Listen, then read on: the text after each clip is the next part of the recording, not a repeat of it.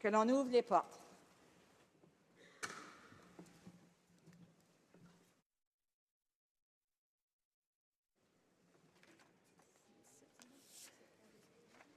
Orders of the day.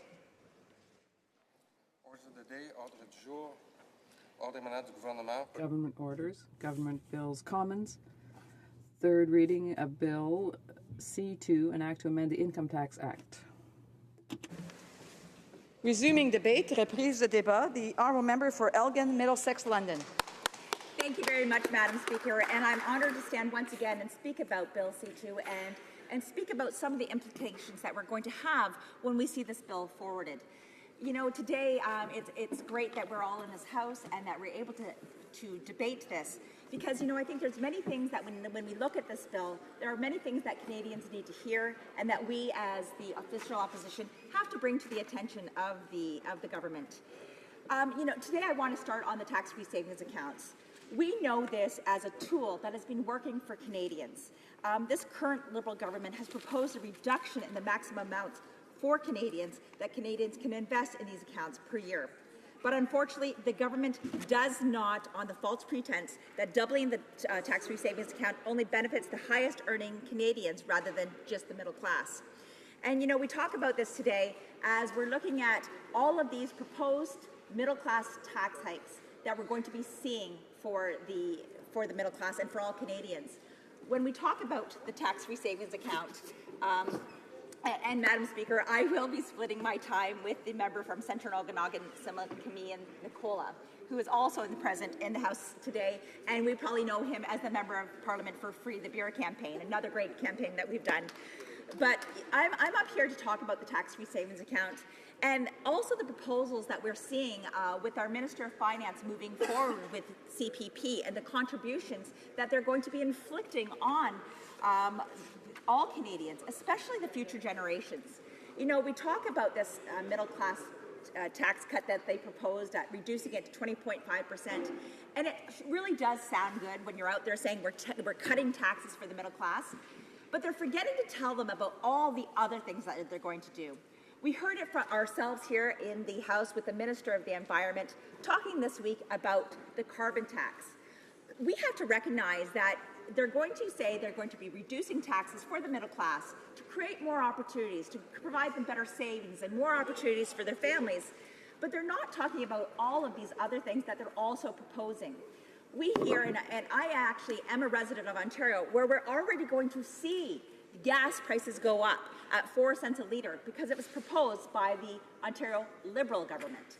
And now we see that we have our federal Liberal government once again also proposing carbon tax and CPP tax and all of these other things. So although we talk about the middle class receiving a 20.5%, they're going to be at a new bracket number 2 at 20.5, they're not letting all Canadians know that they're actually taxing us in other forms. And so it's really very unfortunate that they are saying one thing but doing another. You know, we're not decreasing the taxes when we have backdoor amendments changing the tax system that we currently have. And for those people who are living in Ontario, where we see horrible job creation and we see much unemployment just like that in Alberta, especially with the non-support that we're seeing in our energy sector, not only are Canadians not going to have jobs, but they're going to be paying more even at the gas pumps. They're going to be paying more in the grocery stores because we see governments who are putting in taxes on Canadians, whether they're in Ontario or whether they're in Canada, or all of Canada. And these are huge concerns that I have. You know, let's go on to the CPP. We talk about the tax-free savings account, which is an avenue and a vehicle for Canadians to save money. We had put that up because we had people out there in Canada saying that this is a great vehicle of saving money. And by introducing a new threshold of what they could save, it gave them the opportunity. Now, many times we will hear this government say, well, people aren't maximizing it. And now what they're doing instead is they are nanifying what we're going to be doing in Canada by introducing Canada Pension Plan increases. We have a vehicle that currently works, the tax-free savings account, which allows Canadians to save responsibly. And I think many, many Canadians are doing so. But now we see a Minister of Finance who will be out touring later on this month and trying to get all of the other provinces on board to increase our CPP contributions. Now, we have to recognize that that not only is a vehicle for savings, and that's fine, but at the same time, it is a huge burden on those small businesses that were looking forward to a decrease in their small business tax, which we have also seen that this government will not be fulfilling that promise. So what we're going to be doing is we're going to be taking the tax-free savings accounts, allowing Canadians to make the choice on how they want to save their money. And now what we're going to be doing is introducing a new tax for Canadians and for employers through the Canada Pension Plan as the nanny state tax that I see it's been doing. What's this going to do? We know that when students are coming out of university that they do have high debts, and it's something that we should be aware of as Canadians. We are asking our students to go out there and get the proper education that they need so that they can make sure that they have a brilliant future. But what we're doing is they're going to come out of those schools with debt. And now when they get their first job, not only are they going to have to contribute to the CPP, but they're going to have to double those contributions. And we're looking at an additional $3,000 out of their pockets to be putting into the CPP. Now, as a parent, I have no problem because I believe it's very, very important for people to save for their future. But at the same time, what we're doing is we're having them save for retirement when they can take that money and put it to things like their student debt. Put that money into a tax-free savings account or to the first-time homebuyers plan under the RRSPs, and they can put that money to their first home. So what we've done now is we have taken all opportunities for Canadians, and as a government, we are saying you must put into the Canada Pension Plan. Now, although I think saving for retirement is very, very important, we have to recognize that this is a Canada Pension Plan that does not help our current seniors, those seniors that we say are the most vulnerable. It's not helping them. It's going to be just an additional tax. And for those students who have come out of college and university with these enormous debts, we are going to see another tax on them. And the opportunity for them to save their own money for what they choose is being removed by this government. These are things that I am extremely, extremely concerned with. You know, this government has said, and they said many times in their campaign promises, they talked about deficit spending. And I want to talk about the middle class. The middle class that we are talking about today will be that group of people, these young families that are currently the middle class that are going to wind up with a huge debt, whether it's the debt from the deficit, whether it's the debt from the new CPP contributions, or whether it's the debt that they're going to have because we're going to be taking this carbon tax money, and are we going to be using it properly? So those are some huge concerns that I have. I am very much an environmentally friendly person, but I believe in the stewardship of our land. And I think we need to make sure that we recognize if we're taxing people, is this money actually going to be reducing our costs, reducing the climate change, as they're saying, the man-made climate change, or are we going to actually just be taking that money and putting it into general revenues and pet projects? And unfortunately, I see the latter, the pet projects, truly being the focus of this climate change plan. So we have this new carbon tax that we've now introduced in the province of Ontario. We're going to see one at the federal level as well. And all we're seeing is average Canadians, the people who are going to have to pay for this huge deficit from the 2016 line of credit or the 2016 budget, we're just going to see huge debts that these guys are going to have to pay. And you know, that is a very large concern for myself. As I said, I'm a parent, and myself, I have 3 children currently in post-secondary education. I recognize the cost of education, and I am very fortunate to be able to assist in some of those expenses. Not all families can do that. So what we've done is, once again, we have crippled the middle class by introducing so many different factors in this. Going back to the tax-free savings account, this is a vehicle, as we've said, and as this government has said many times, it is maximizing the contributions. Now, on this side, and with this party, the official opposition, we see that this is an excellent vehicle for people to save money.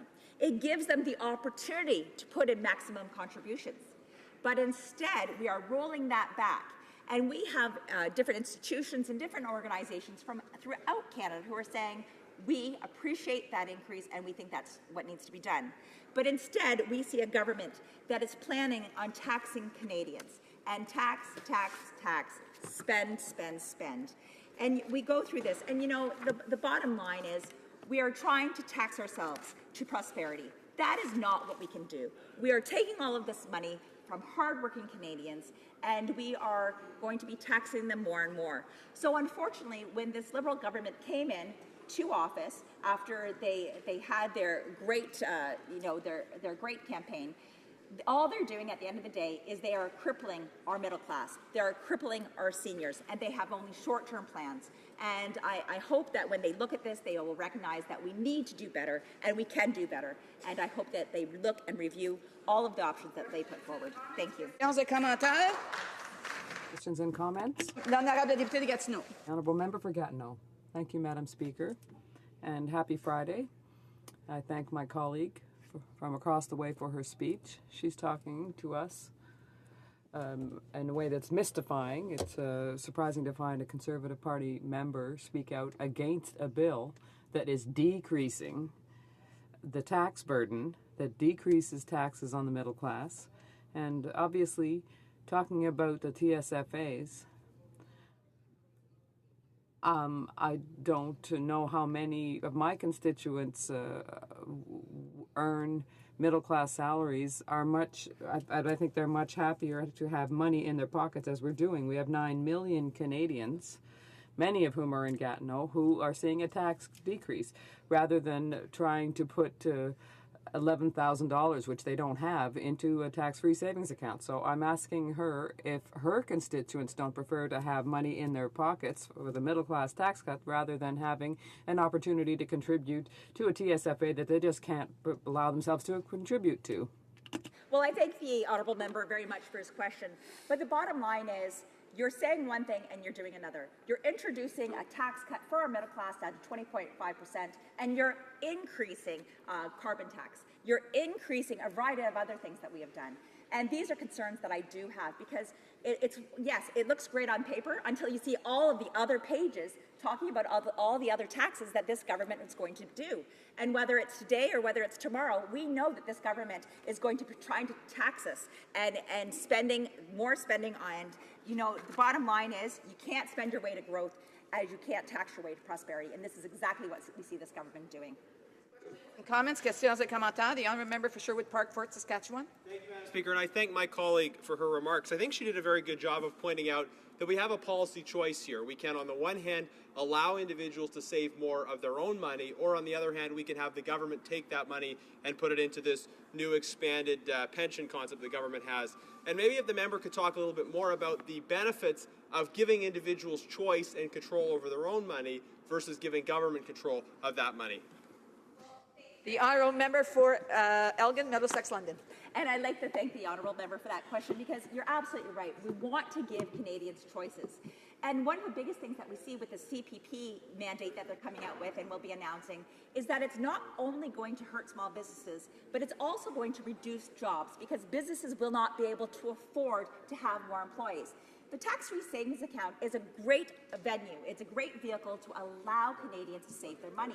They take the money that they have earned and they put it into a vehicle so that when they need that money, it is available to them. Whether it's purchasing their first-time home, whether it's going on a vacation if they can afford to, or whether it's saving for their child's future so that they can send them off to college and university. That money is there for them, and it is not under the nanny state of this Liberal government. Questions et commentaires. Questions and comments. L'honorable. The Honourable Member for Rimouski, Nejat, Témiscouata, Les Basques.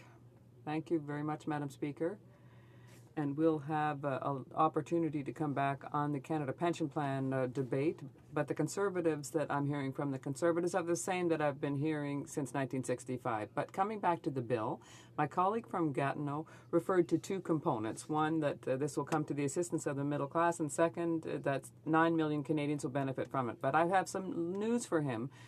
If you're talking about how many will benefit from it, it's more like 17 million people who will not benefit from this tax change, and particularly people who are earning less than $23 an hour. So I'd like to hear my colleague's comment on this tax reduction for the pseudo-middle class, because it seems to me that the definition of this government definition of the middle class is different.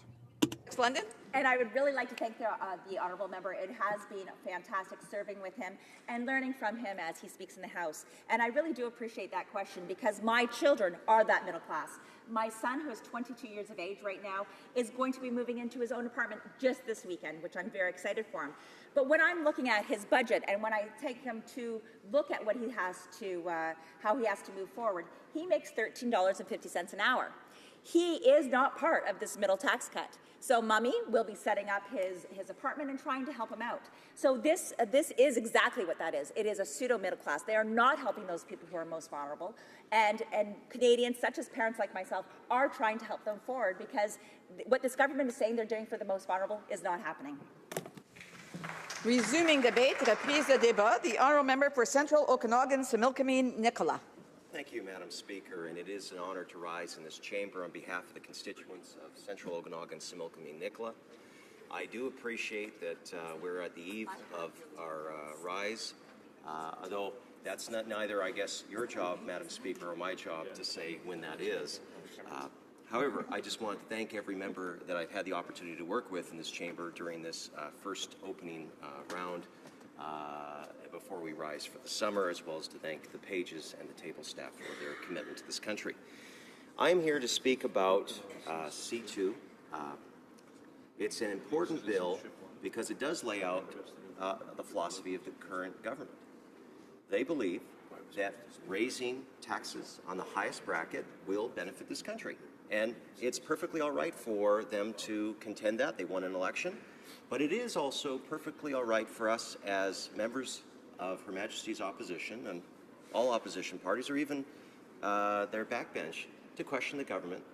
Oftentimes in our system, Madam Speaker, members of Parliament are more regulated to an approval body through this chamber rather than necessarily directing policy. But I do think one of the strengths of our system, Madam Speaker, is when governments of any stripe take the policies of their predecessors, evaluate them, and continue them if they're good for Canada.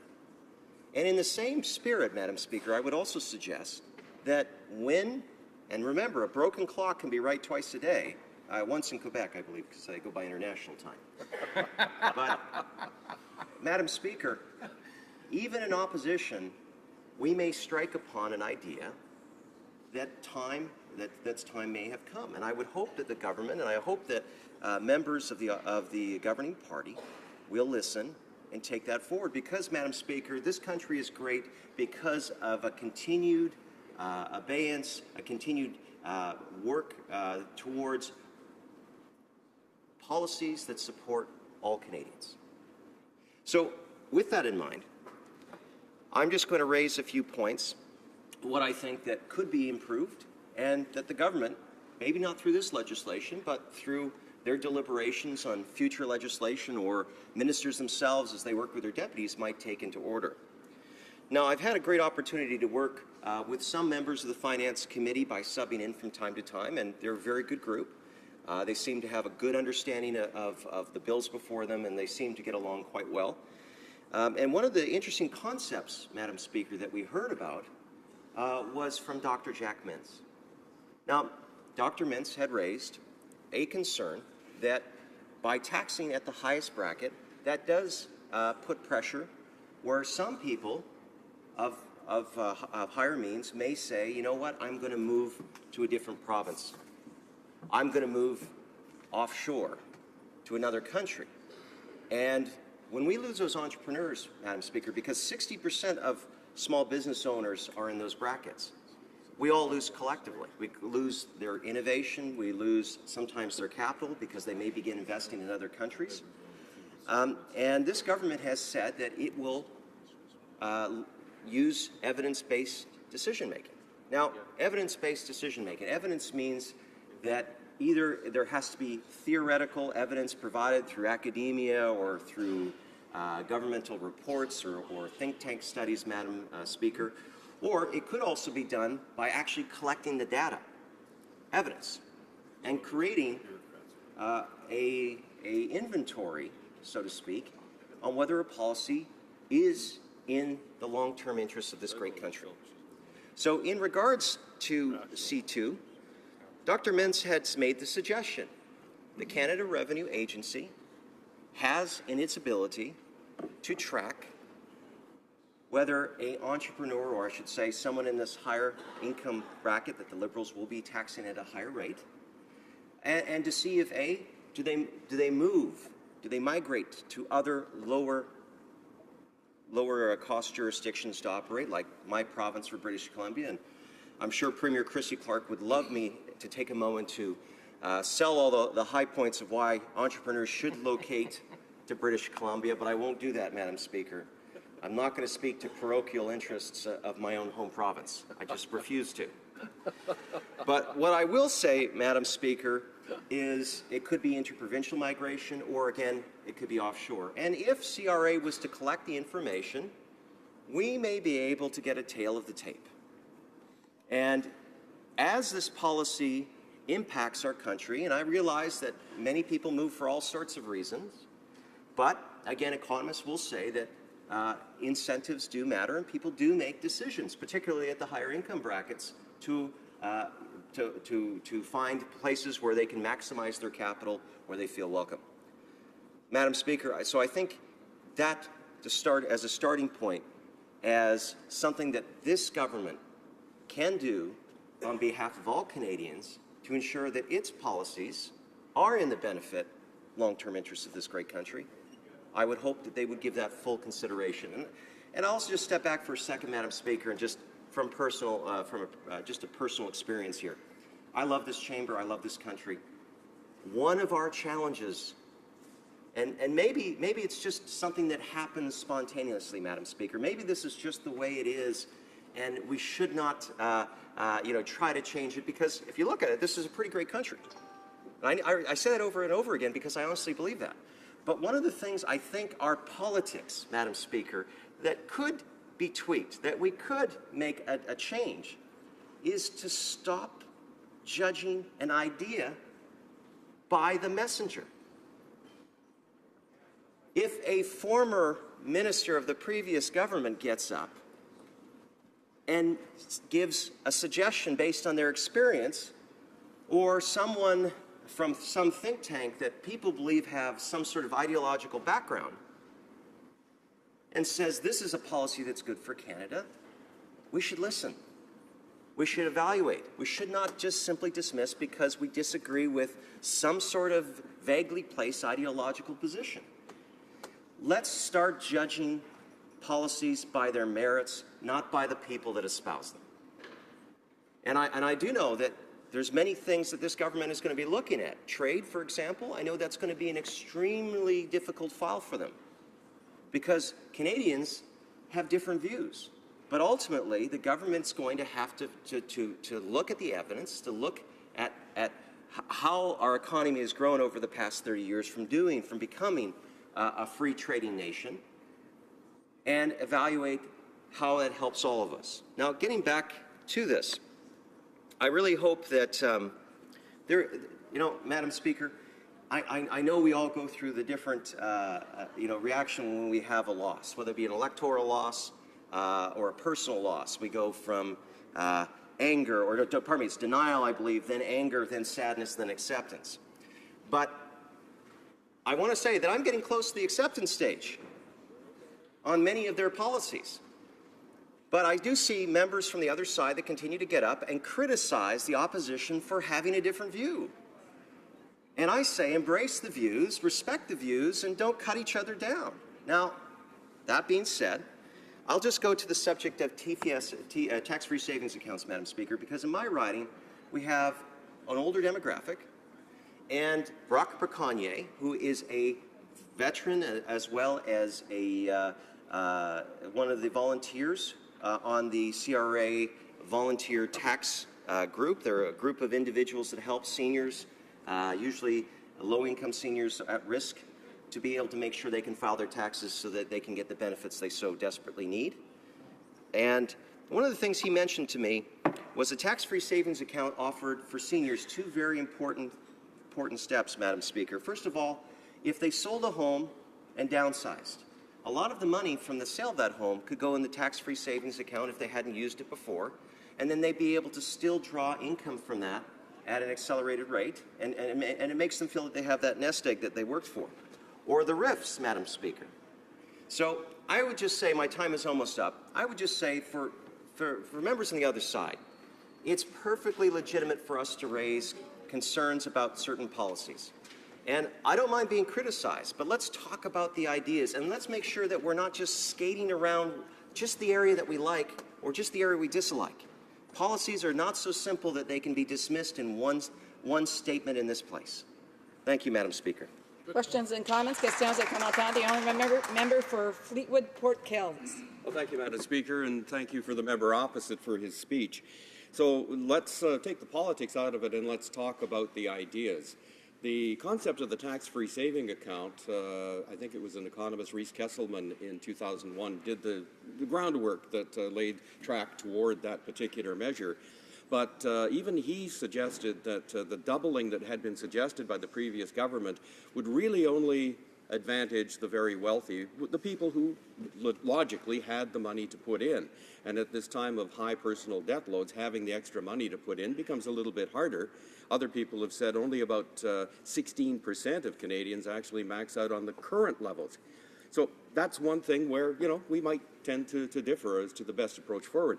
But I want to talk about pensions.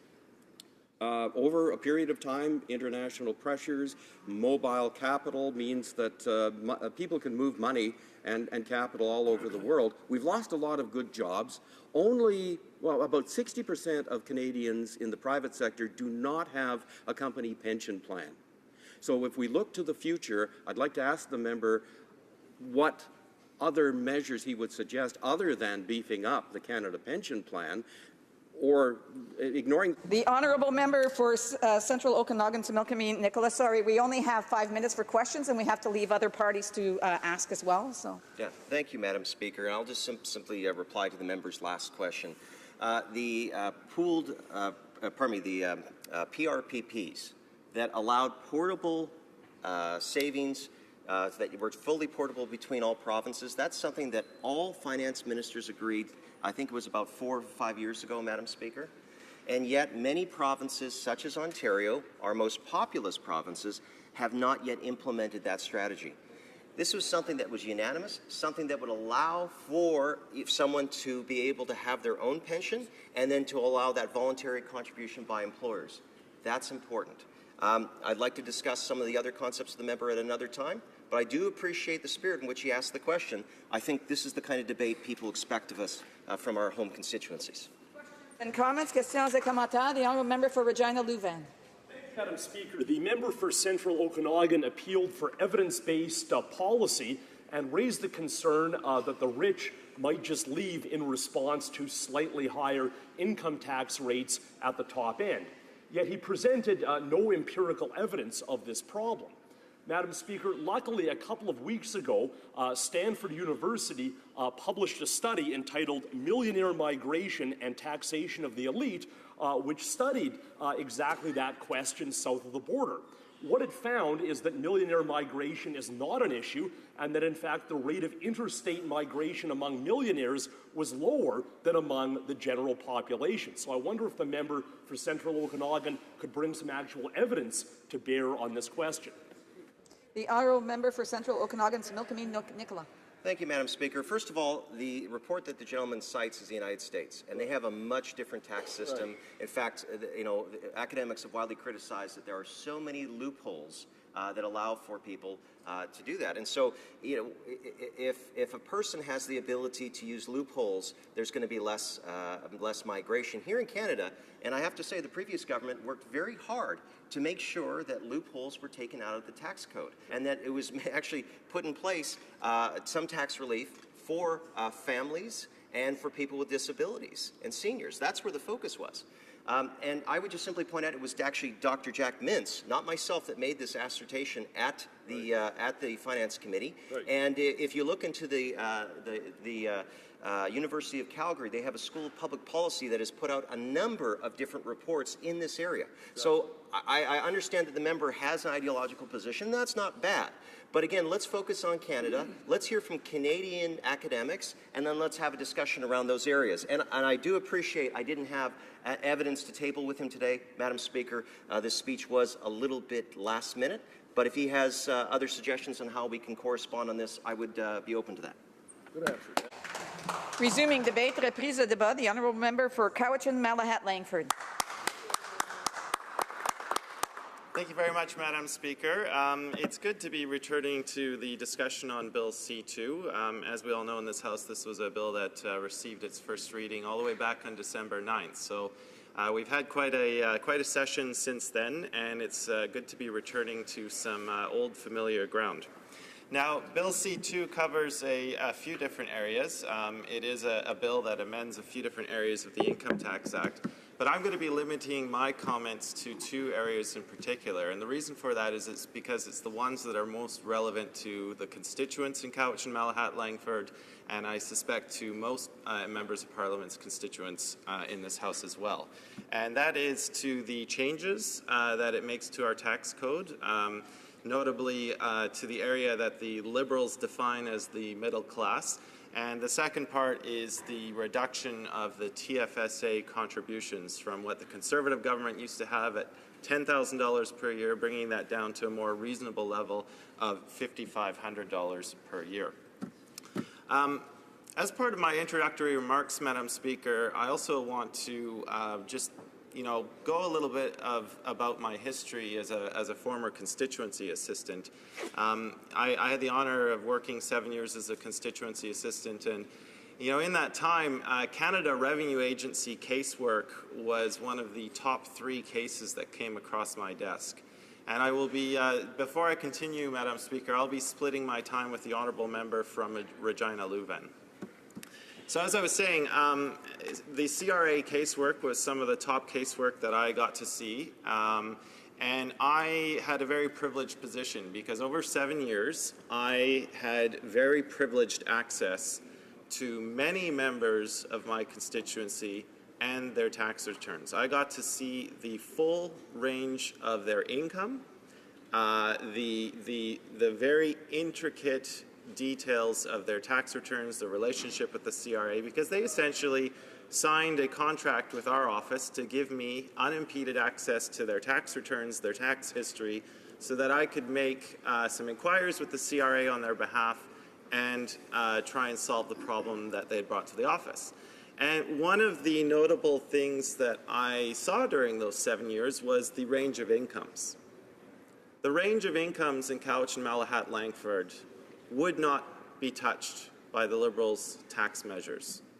They generally fell in a range of about $25,000 per year, maybe up to a high end of 50 to 60. So the people in the high end would get some benefit, but not much. But the key point I'm trying to make here, Madam Speaker, is that most constituents in my riding, and I suspect most people across Canada, would not receive any benefit from this tax cut. And yet the Liberals keep on selling this to the Canadian public, that it's a middle-class tax break. That is absolutely false. One of the points I've brought up before this, because I spoke on this bill at second reading, I think it was all the way back in February when I was still getting used to making speeches in this honourable House. One of the things I really loved to bring up during that speech, and I think I brought it up again during our discussions on C-15, was the fact that the median income in Canada is, according to Statistics Canada, $31,000 a year. And so if we take the definition of a median, which basically is the number separating the higher half of a data sample from the lower half, we could take that as a reasonable definition of where the middle class is, $31,000 a year. Yet the Liberals' so-called middle class tax break doesn't even start to begin giving benefits until you reach an income of $45,000 a year. And you max out when you get above 90 and get into $100,000 a year. So to make it perfectly clear to everyone watching this debate, every member of Parliament in this chamber who earns $170,000 a year, it's on the public record, we are all getting the maximum tax break of $670 per year. Everyone. That's what the Liberals are doing. They're giving people in very high incomes a tax break, which, frankly speaking, we do not need. And I don't know about everyone else in this chamber, but I was not elected to come to this House to give myself a tax break while the hardworking men and women of my riding get nothing. That was not what I was sent here to do. That's not the middle class that I came here to fight for.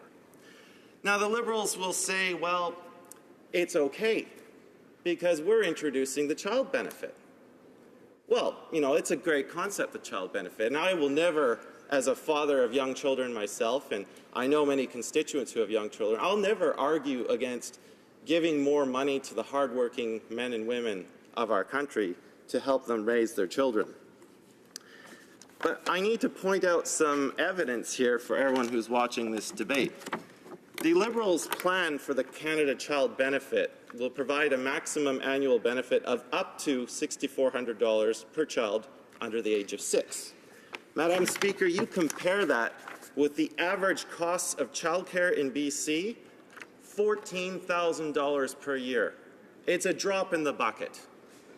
When I talk to families about the difficulties of childcare, they'll say, yes, more money would help. But you know what is really bugging us? It's the lack of affordable spaces, and it's the lack of spaces overall. And furthermore, a lot of parents come up to me and they say, you know what? My husband works or my wife works, and I'm a stay-at-home dad or a stay-at-home mom. What would really get our family ahead is if we could actually hold 2 jobs. But we can't do that, Madam Speaker. We can't do that because the costs of childcare are too high. We literally cannot afford to go and get a job. That's what I hear. That's what I heard during the election. That's what I heard during 7 years of working with constituents right where the rubber meets the road, right at the constituency office. So I don't want any member of Parliament to tell me I don't know what I'm speaking about, because I come here with evidence, I come here with testimony, I come here with 7 years of experience of working with families. And it's a shame that this Parliament is not doing anything to expand childcare spaces in this country. And furthermore, if we really wanted to give lower-income Canadians a leg up, why don't we pay attention to the wages they're receiving? Why don't we take this opportunity to show some leadership to institute a federally regulated minimum wage of $15 an hour? And a lot of people will say, well, oh, that's only going to affect a small number of jobs. That does not matter, Madam Speaker. It's about showing federal leadership. It's about having this House of Commons lead the way so that we put ourselves in the morally correct position of saying we did it first and we expect the provinces to follow. Because, you know, I don't know how families make it on $11 an hour wages. I simply don't. It's an amazing, it's a miracle that they make it by in the first place on those low wages. Now, I've spent a lot of time in my speech speaking about that particular tax change. It's a very passionate subject for me, as you can see, Madam Speaker. I do want to devote a little bit of time on the TFSA thing, because that was one change in C2 that I agree with. I think the Conservative government's plans in the previous Parliament to raise the limit to $10,000 a year was, it would have been a huge cost to our Treasury in later years. And furthermore, I don't know many families who can max out at $5,500 per year, let alone $10,000. When you're earning a median income of $31,000 a year, how on this earth are you able to save $10,000 per year extra to sock away? It's just simply not possible. That's a policy which benefits the top income earners in this country, and I think leaving the limit at $5,500 is perfectly reasonable, and it's something I can certainly support. The costs, Madam Speaker, with the TFSA increase to $10,000 a year would have risen to $132 billion by the year 2080. And, you know, Conservatives like to portray themselves as the party of low taxes, and they like to really use the phrase tax and spend. But the point I'm trying to make is if we are taking that much money out of federal revenue by those later years, that in itself is a tax on the programs that we use to support the society, to help low-income people get through. Because if you're taking that kind of revenue out of the federal revenue stream, you are going to have to make cuts to federal programs. And as much as we don't like to pay taxes, they are a part of living in our society. They're part of building our infrastructure, of building our supporting programs. So I'll conclude, Madam Speaker, by just saying that we have been proposing some truly progressive things that could have made a real difference to low-income earners. I'm sad to see that C2 did not live up to those standards, and for that reason, I will be voting against this bill at third reading. Comments, questions, et commentaires? The honourable member for Sherwood Park, Fort Saskatchewan. Thank you, Madam Speaker. I thank my colleague for his remarks. I did want to probe a little bit his comments about the minimum wage. He said that a higher minimum wage, he sees that as providing benefits. Of course, many economists believe that a higher minimum wage leads to increased unemployment, and it's not perhaps hard to understand intuitively why that would be. If you increase the cost of something, then people will purchase less of it. If you increase the cost of labor, people will hire fewer people. Now, there are things the government could do that would help people in that same situation. They could raise the base exemption people can earn before paying tax, like we did. They could lower the lowest marginal tax rate, not the middle rate, but the lowest marginal tax rate, which is also something that we did when we were in government. Would the member not agree that those types of measures would have more of a benefit and less of an economic cost because they wouldn't increase unemployment? The honourable member for Cowichan, Malahat, Langford. Well, Madam Speaker, I thank the member for his question and his comments. You know, certainly if you do raise the wages, absolutely, that's something that business will have to bear. But the part that he leaves out, Madam Speaker, is if we have low-income workers in a jurisdiction with more money in their pockets, they tend to spend it locally. And in fact, there are several examples in the United States, notably the city of Seattle, which have experimented with minimum wages, and they have shown that rather than businesses going out of business, they are actually thriving. I believe in putting more money into workers' pockets, and there are studies which show they spend that money locally, which helps all of our local businesses thrive. And comments, questions et commentaires. L'honorable The honourable member Patry. for Rosemont-la-Petite-Patrie. Thank you, Madam Speaker. I thank my colleague for an excellent speech and congratulate him. I think we have seen Liberal and Conservative governments successively give huge tax breaks, gifts really, to large corporations.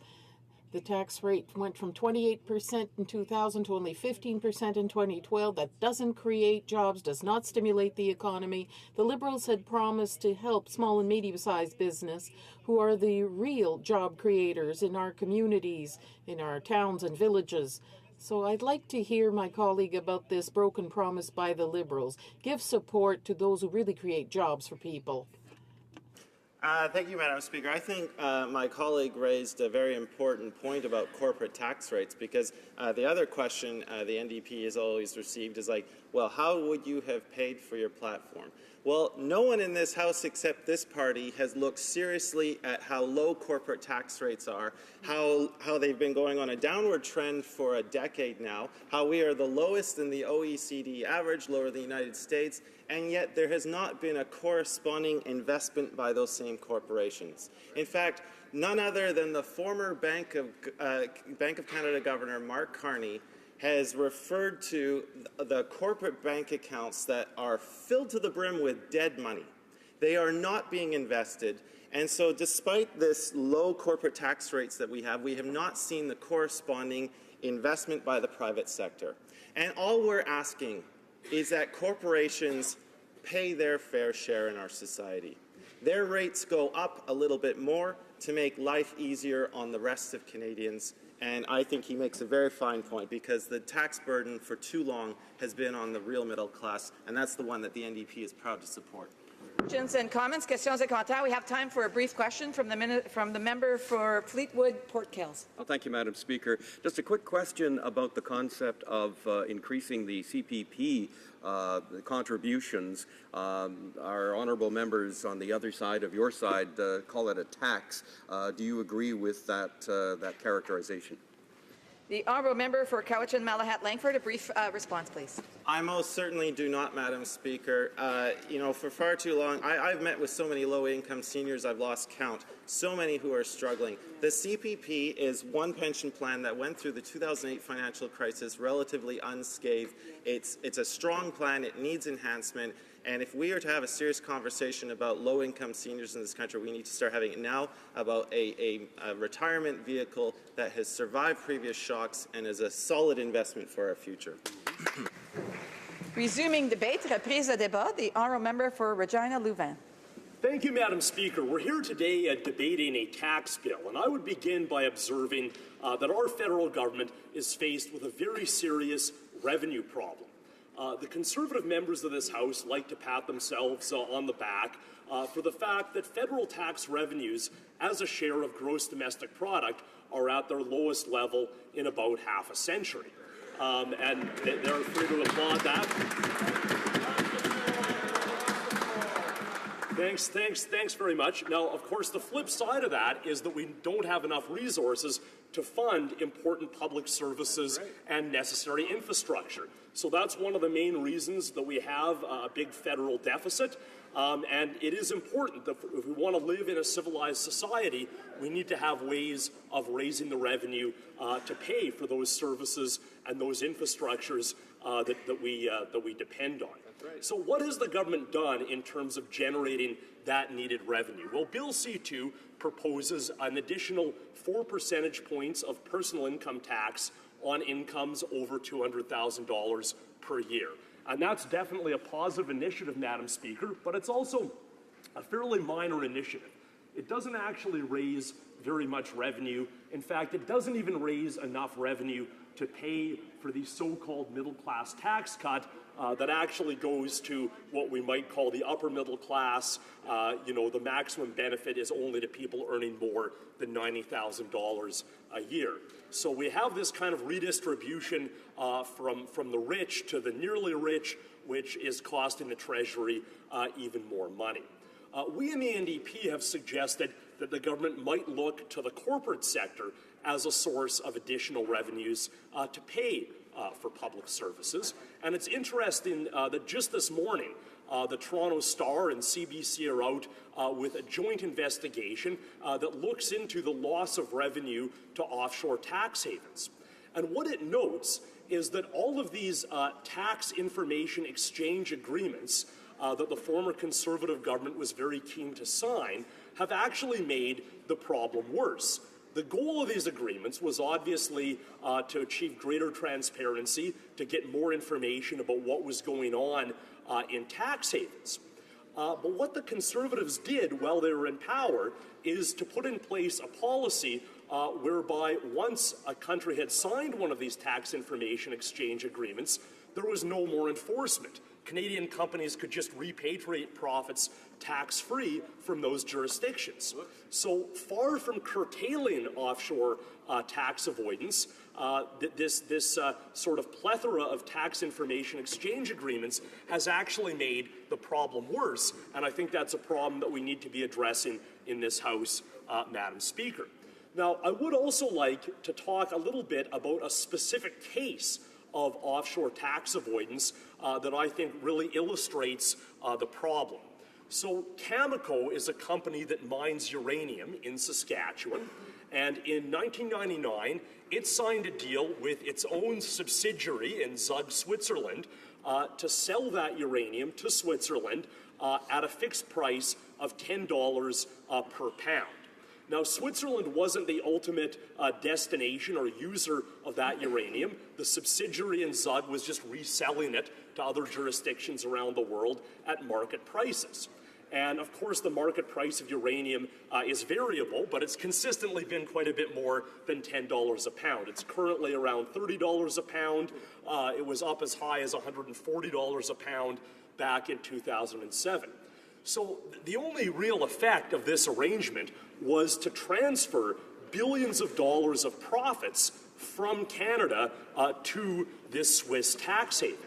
The Canada Revenue Agency has calculated that from 2003 through 2015, that cost the governments of Canada and Saskatchewan more than $2 billion in lost tax revenue. So this is a huge scandal, Madam Speaker. It first came out in 2013. At that time, I was struck by the fact that Saskatchewan's Conservative and one Liberal MP were totally silent on the matter. Fortunately, we now have some new Democratic MPs from the province who are going to speak up for tax fairness and raise issues like this.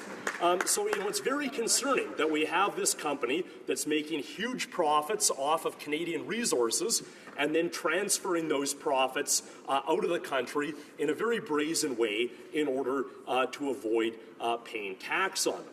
So the good news here, Madam Speaker, is that the Canada Revenue Agency has started to pursue this matter. That's the way in which it came out publicly in 2013. But the news that is a little bit more concerning is that there's been a real tradition of both Conservative and Liberal governments not actually following through on these cases and instead kind of signing these deals that let the tax cheats off the hook. So part of the reason that I want to bring forward the Cameco case in this House is to put it on record, is to make sure that the Government of Canada is actually going to follow up on this and is not going to just let the company get away with this scam.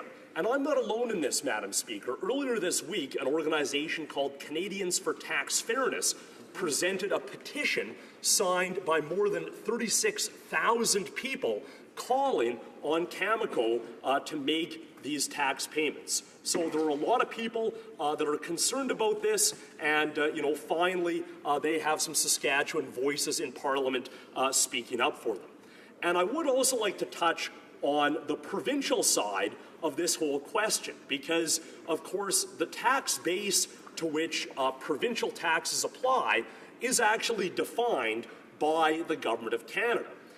So when you have a company like Cameco shifting taxable profits out of the country, it's not just the federal government that loses out, it's also the Government of Saskatchewan that's no longer able to collect the appropriate taxes on that money. And this is a really pressing concern because, of course, the Government of Saskatchewan is running a huge deficit right now. The Government of Saskatchewan really needs that money to maintain important public programs in our province. So this is kind of a critical issue, and it's just come to light recently. The kind of small C Conservative government in Saskatchewan refused to present a budget prior to the recent provincial election because, of course, they wanted to kind of conceal the fact that they were running this big deficit. But, Madam Speaker, now we know that there's a huge deficit there, and we know how important it would be for the province of Saskatchewan to be able to collect fair corporate taxes from the profits generated off of our province's resources. And it's not just about Cameco. This point is applicable to the whole question of offshore tax avoidance. If the federal government were to do a better job of preventing this tax avoidance and tax evasion and actually making sure that the correct amount of profits were subject to federal corporate income tax, that would also mean those same profits could be subject to provincial corporate income tax. So, I think almost all provincial governments are in deficit right now, and one of the best things that this Parliament could do to help our provincial governments to generate the revenues that they need for health care and education and social services would be to get our tax system in order and make sure that appropriate reporting is being done so that not only do we have adequate revenues for the federal government, but so that our provincial counterparts can fund their operations in an appropriate way as well. Good idea. So, Madam Speaker, we're facing a huge revenue problem in this country. We've got tax rates down at these historic lows, which just aren't sufficient to fund the important services and the necessary infrastructure on which Canadians rely. And you know, why is this happening? Well, obviously, one of the problems is that the general corporate tax rate has been cut, and as my colleague pointed out, that's led to a huge loss of revenue and hasn't actually produced investment in our economy. But the other issue is that whatever the tax rate is, it's not actually being applied because of these offshore tax schemes, which were aggravated by the recent Conservative government, and of which Cameco in Saskatchewan is a particularly egregious example. So, Madam Speaker, we need to focus on this problem and come up with concrete solutions to collect appropriate revenues. Thank you. Questions and comments? Questions et commentaires? The honourable member for Edmonton Manning. He's on over $200,000 income. I think was not supposed to be was supposed to be to raise votes, not to raise revenue. Does the honourable member agree to that? Member for Regina Louvain. Well, thank you, Madam Speaker. I mean, as I said in my speech, I do believe that this modest tax increase for the very wealthiest Canadians is a good and desirable policy, and it will raise some needed revenue.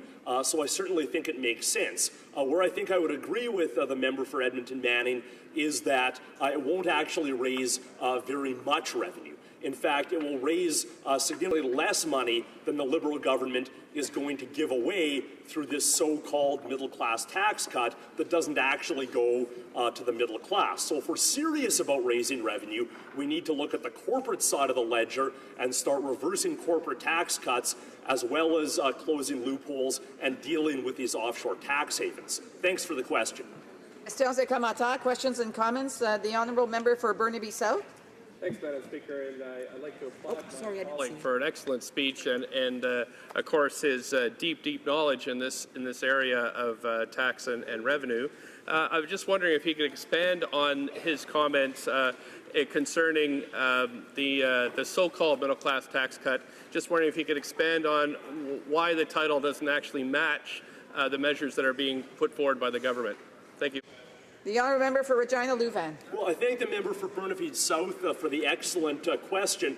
I think on the Liberal side of this House there might have been some confusion between a middle-class tax cut and the middle tax bracket. What the government has done is to cut the middle bracket, which actually only applies to incomes in excess of $45,000. And it goes all the way up to incomes of $90,000. So, Madam Speaker, to receive the maximum benefit from this supposed middle-class tax cut, one would need to be earning an income of more than $90,000 a year, which I believe most Canadians would consider to be certainly the upper middle class. So that's the reason I don't think that the title middle-class tax cut is very accurate. Thanks. And comments, questions et commentaires. The honourable parliamentary secretary to the government House Leader. Yes, Madam Speaker, I would totally disagree with the member. This middle-class tax cut is going to provide tax relief to over 9 million Canadians, hundreds of millions of dollars. We're talking about farmers, teachers, all sorts of professions, Madam Speaker. And my question to the member is, why does this member choose, or the NDP choose, to disagree and allow for Canada's middle class, those teachers and manufacturer workers, that hard-working middle class, to have a tax break? Very brief answer from the member from Regina Louvain, and he would still have about a minute and a half to after the next time he speaks on this. Well, thank you, Madam Speaker. I mean, if 9 million Canadians are getting some benefit from the tax change, that means that 20-odd million Canadians are getting no benefit at all. And of course, many of those 9 million Canadians aren't receiving much benefit at all, and I look forward to debating this matter again after question period. Thank you, Madam Speaker. Statements by members. Déclaration de pétition de député. The honourable member for Repentigny. Madam Speaker, in a few days' time we will be celebrating Quebec's National Day. Of course, there will be a great deal of pride and joie de vivre. But we are made up of a great family basking in the values of freedom, solidarity, secularism, and fairness. the fireworks will blaze brilliantly, reminding us of the colors of our common identity. Made richer by the men and women coming from all four corners of the world, he make Quebec a prosperous land with its many different flavors. From Val d'Or to Baie-Comeau, we will paint Quebec blue and white, solidifying the bedrock of the only Francophone nation in America. But above all, we will think of the day when our flag will fly proudly alongside the others in the community of nations. Long live Quebec, as varied as we are, and vive Quebec, made up of men and women from around the world. We will have our country. It's only a matter of time. Madam Speaker, May 31st marked the end of the annual 6-month lobster fishing season in Lobster Fishing Area 34, located primarily in my riding of West Nova. This past season was one of the most successful ones in history, with roughly 55 million pounds of lobster caught off our shores, the best prices in about a decade, and increasing demand from emerging markets in Asia. With LFA 34 being the largest and most lucrative lobster area on the continent, accounting for 40% of Canadian catches and 23% of all North American landings, a great lobster season is the lifeblood of so many rural communities in West Nova. I wish the roughly 5,000 fishers who participated in this year's season a wonderful summer as they prepare for the upcoming season starting in November. And I would invite all Canadians to come visit us in Atlantic Canada this summer because there is nowhere else in the world to enjoy better lobster. Thank you, Madam Speaker. The honourable member for Edmonton West. Thank you, Madam Speaker. I rise today to pay tribute to my good friend Gord McElroy, who passed away recently just short of his 91st birthday. Gord enlisted in the RCAF at age 17 at the height of World War II and was in active service between 43 and 45. Gord and I spent many hours over drinks discussing every topic under the stars, but never his own wartime service. Some guys just don't want to talk about what happened, he would say. Now, Gord was born and raised in Winnipeg, but he made up for it by moving to Edmonton after the war, where he settled with his family and flew with 418 City of Edmonton Squadron. Always a troublemaker, Gord pranged a B-25 once while trying to fly between fence posts that were just 6 feet off the ground, mind you. Gord never stopped. At 65, he earned a bachelor's degree, and well into his 80s, his MBA. He always signed his emails, and Gord sent thousands and thousands of emails, opinionated ones to the dismay of many recipients, as Gord, the Bulge, the Sage, the Seer, and that he was. Gord, thank you for your service to Canada. The honourable member for Ottawa West. Madam Speaker, recently I attended Girls World, an annual celebration of the United Sisters program based out of West Ottawa that was founded in 1994 by the Pinecrest Queensway Community Health Centre. This year's theme, I Am Who I Am, was about identity, a key part of the program's mandate to empower young girls aged 10 to 15. During weekly sessions, girls with their team leaders learn and share about healthy self-esteem, confidence, and teamwork. I want to thank the organizer, Fadouma Youssef, for having invited me to the Young Girls Celebration in our community, as well as the Minister for the Status of Women, who also joined us and took the opportunity to inspire these young girls, telling them that they are not only the leaders of the future, but also of today. Our job is to ensure that these young girls achieve their full potential. The honourable member for Burnaby South. Thank you, Madam Speaker. There's a housing crisis in Burnaby. There's a housing crisis in Metro Vancouver, and indeed there's a housing crisis in many communities in British Columbia. And the sad fact is, Madam Speaker, that this government doesn't seem to care about it at all. Housing prices are so high that young people are leaving Greater Vancouver in droves. This according to a recent study by the Greater Vancouver Board of Trade. Seniors are worried about their future housing, especially those in rental housing that are on fixed incomes. And of course, Madam Speaker, what's starting to happen is that the housing crisis is so intense that local employers are very worried that they won't be able to retain their current staff. Now, Madam Speaker, I know about these stresses. In the late 1970s, my family lost their home because of high interest rates. And not only did it shatter our family for that period of time, it actually had a ripple effect through our entire lives. And so, Madam Speaker, what I'm very concerned about is that the impact of these high housing prices are going to have on people. The honourable member for Scarborough Rouge Park. Madam Speaker, I'm truly humbled and pleased to recognize my friend and teacher, mentor, and one of Canada's sharpest legal minds, Barbara Jackman. In recognition of her important contributions to the law and human rights, Ms. Jackman will receive an honorary doctorate degree from the University of Ottawa this evening. In 1985, in one of the first charter cases to go before the courts, Ms. Jackman successfully argued the Singh decision. In that case, the Supreme Court of Canada found that the rights of fundamental justice, including the right to life, liberty, and security of the person, applies to everyone within our borders, including refugee claimants. For 4 decades, she has advocated either as counsel, intervener, or friend of the court on many seminal decisions. Prime Minister Pierre Trudeau enshrined the Canadian Charter of Rights and Freedoms in 1981. Yet it is the likes of Barbara Jackman who have given life to those important rights. I would like to thank Barbara, who is visiting Parliament today, for her sacrifice and work in helping Canada make Canada a fairer, more just, and humane society. Member for Oshawa.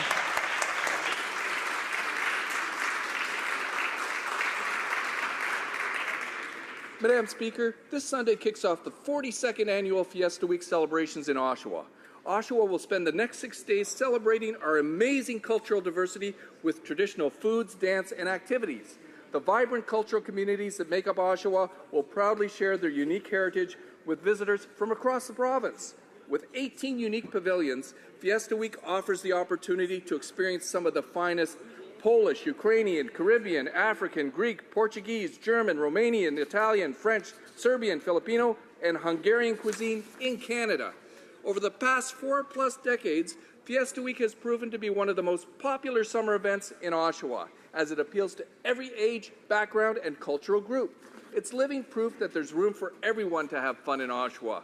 Madam Speaker, I'd like to thank the hundreds of volunteers who have made Fiesta Week an annual success for more than 40 years, and I encourage everyone to stop by Oshawa and check out our pavilions during the 2016 Fiesta Week celebrations. The honourable member for Egmont. Madam Speaker, I rise today to congratulate this year's graduating class at Holland College, Prince Edward Island's community college. Its West Prince campus opened in my riding in 2011 and has quickly become a major asset to the community.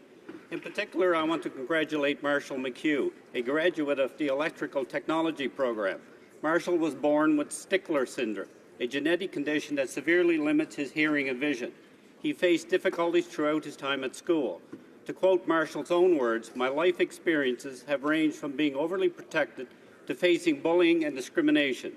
I have known Marshall and his family for all of his life, and I have witnessed the care and patience of his parents, Barry and Gail, and his determination to succeed.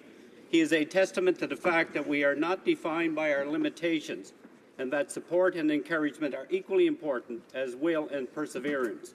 Congratulations, Marshall, and all 2016 Holland College graduates." The honourable member for Don Valley North. Madam Speaker, my Spring Festival motion was passed on June the 1st, 2016. Therefore, beginning in spring 2017, the Government of Canada will proclaim the first day of the lunar year as the beginning of the 15th-day Spring Festival. I thank all my colleagues, including the Minister of Heritage, for their unanimous support. Now we can really make a difference, something solid. I would invite each of my colleagues to do something special in his or her own writing to celebrate Spring Festival 2017. If you organize or participate in the Spring Festival celebration, I can assure you that it will be well received by all Canadians, including Asian Canadians. Next year marks Canada's 150th anniversary. Let's make it a great year for everyone. Let's spring into action. Thanks. The honourable member for Elgin, Middlesex, London. Madam Speaker, countless Canadians learned the great game of hockey on a homemade backyard rink. In my riding, one small rink has produced a future Hall of Famer. Jumbo Joe Thornton of the San Jose Sharks is one of the best players in the NHL today, and I am proud to note that he hails from my wonderful community of Lyndhurst. From leading the Elgin Middlesex Chiefs and St. Thomas Junior Stars to many championships, he then earned the OHL and CHL Rookie of the Year with the Sioux Greyhounds. Joe was selected first overall in the 1997 NHL entry draft by the Boston Bruins. In 2006, he won the Art Ross Trophy for leading the league in scoring and was named the Hart Memorial Trophy winner as league MVP. Joe's recent run for the Stanley Cup created a real buzz in my hometown. And although he and his teammates came up a bit short, on behalf of my family of Sharks fans and my entire riding, I would like to congratulate Joe and his family on a fantastic season. I am St. Thomas proud. The Honourable Member for Nepean. Thank you, Madam Speaker. This is National Public Service Week, with the theme Proudly Serving Canadians. I have had several meetings with public service unions, including PIPS and PSAC and others, to discuss and better understand their issues. This kind of dialogue is critical to revitalizing our government's relationship with the federal public service. Many of my personal friends who are very highly qualified are public servants. I know they and thousands of other residents of Nepean and Ottawa work very hard in delivering services to Canadians. As Prime Minister has said, public servants help us tackle the real challenges that we face as a country. They serve a vital role in our democracy and are a source of pride and model to other countries and governments. It is truly a privilege to work with our public servants every single day. You're here.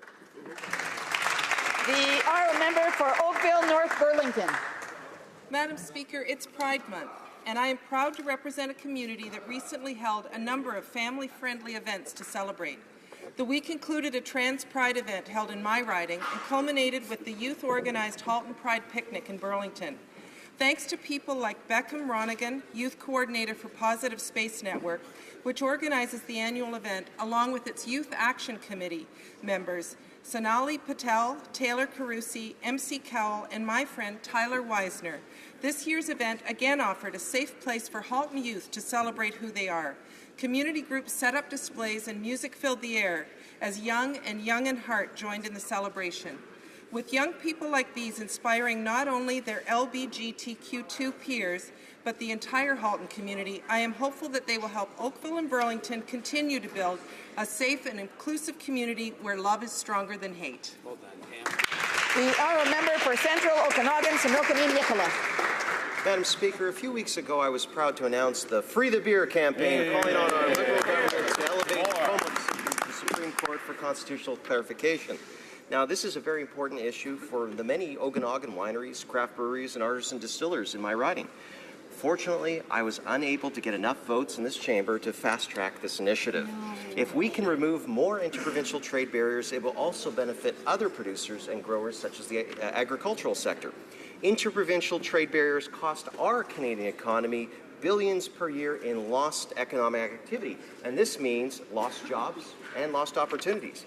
On behalf of the citizens in Central Okanagan, Similkameen Nicola, I will continue to make the case to the government to elevate the Como decision to the Supreme Court and support our local economies. Stay tuned, Madam Speaker. The Honourable Member for Argenteuil-La Petite Nation. Madam Speaker, I rise today to speak about the month for raising awareness of the causes and effects of brain injuries across Canada. In our country, generally speaking, can lead to serious reductions in consciousness for those who suffer them. These changes generally lead to physical, cognitive, and emotional degeneration. And the cause of such ailments can be as mundane as a sporting or biking incident. Imagine the consequences on such an incident on the life and family and mental health of an individual.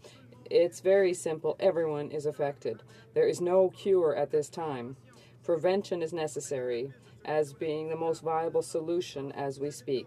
I invite you, therefore, to join the Minister of Sports and Persons with Disabilities and myself in order to work together under the banner of awareness and in this way guide the important stakeholders in taking the right decisions. Thank you, Madam Speaker.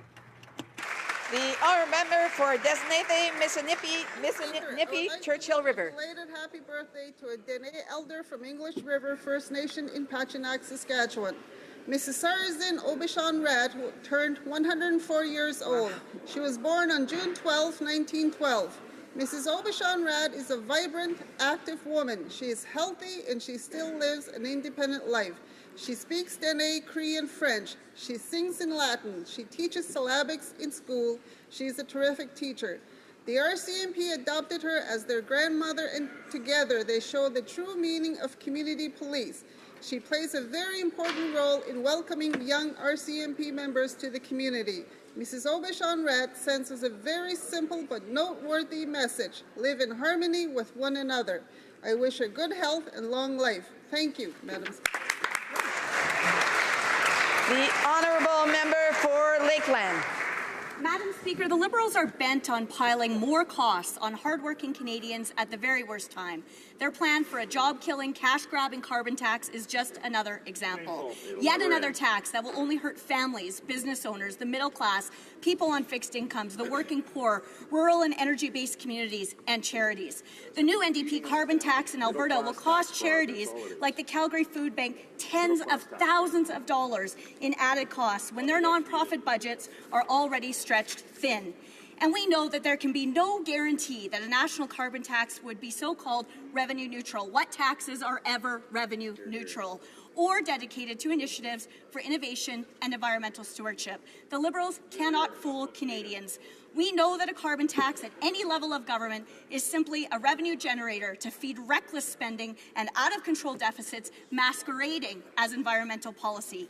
Canadians can't afford another tax, Madam Speaker. Hear, hear. The honourable member for Saint-Boniface, Saint-Vital. Madam Speaker. That we are on the traditional territory of the Algonquin people. Next Tuesday is National Aboriginal Day, and for 20 years, June 21st has provided an annual opportunity to celebrate the heritage, the diverse cultures, and the outstanding achievements of First Nations, Métis, and Inuit people of Canada. Au cours de la semaine. Over the next week, there are many activities that will be taking place across the country, leading up to June 21st, National Aboriginal Day. It's not just about reflecting on our past, but renewing the relationship between Indigenous and non-Indigenous people on the basis of respect and genuine partnership. Vous avez tous...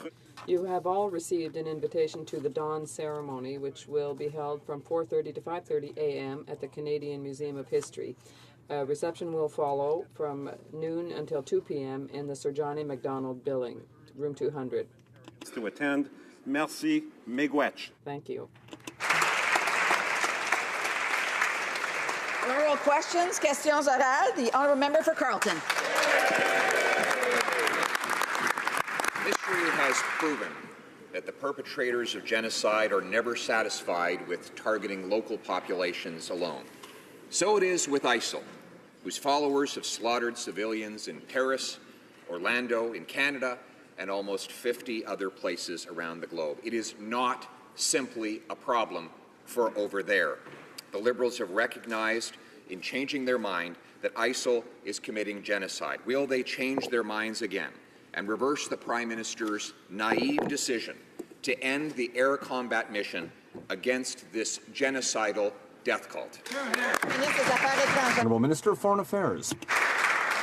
Madam Speaker, this House was right to decide that in order to be sure that atrocities are a genocide, we need to follow the most highest standard possible. And it's why we act after we have seen a report of the United Nations. But this is not the main point. The main point is that Canada is on the ground. We triple our effort to train the Peshmerga to be sure that we'll eradicate this terrible terrorist group and will rescue these populations. Honourable member for Carleton.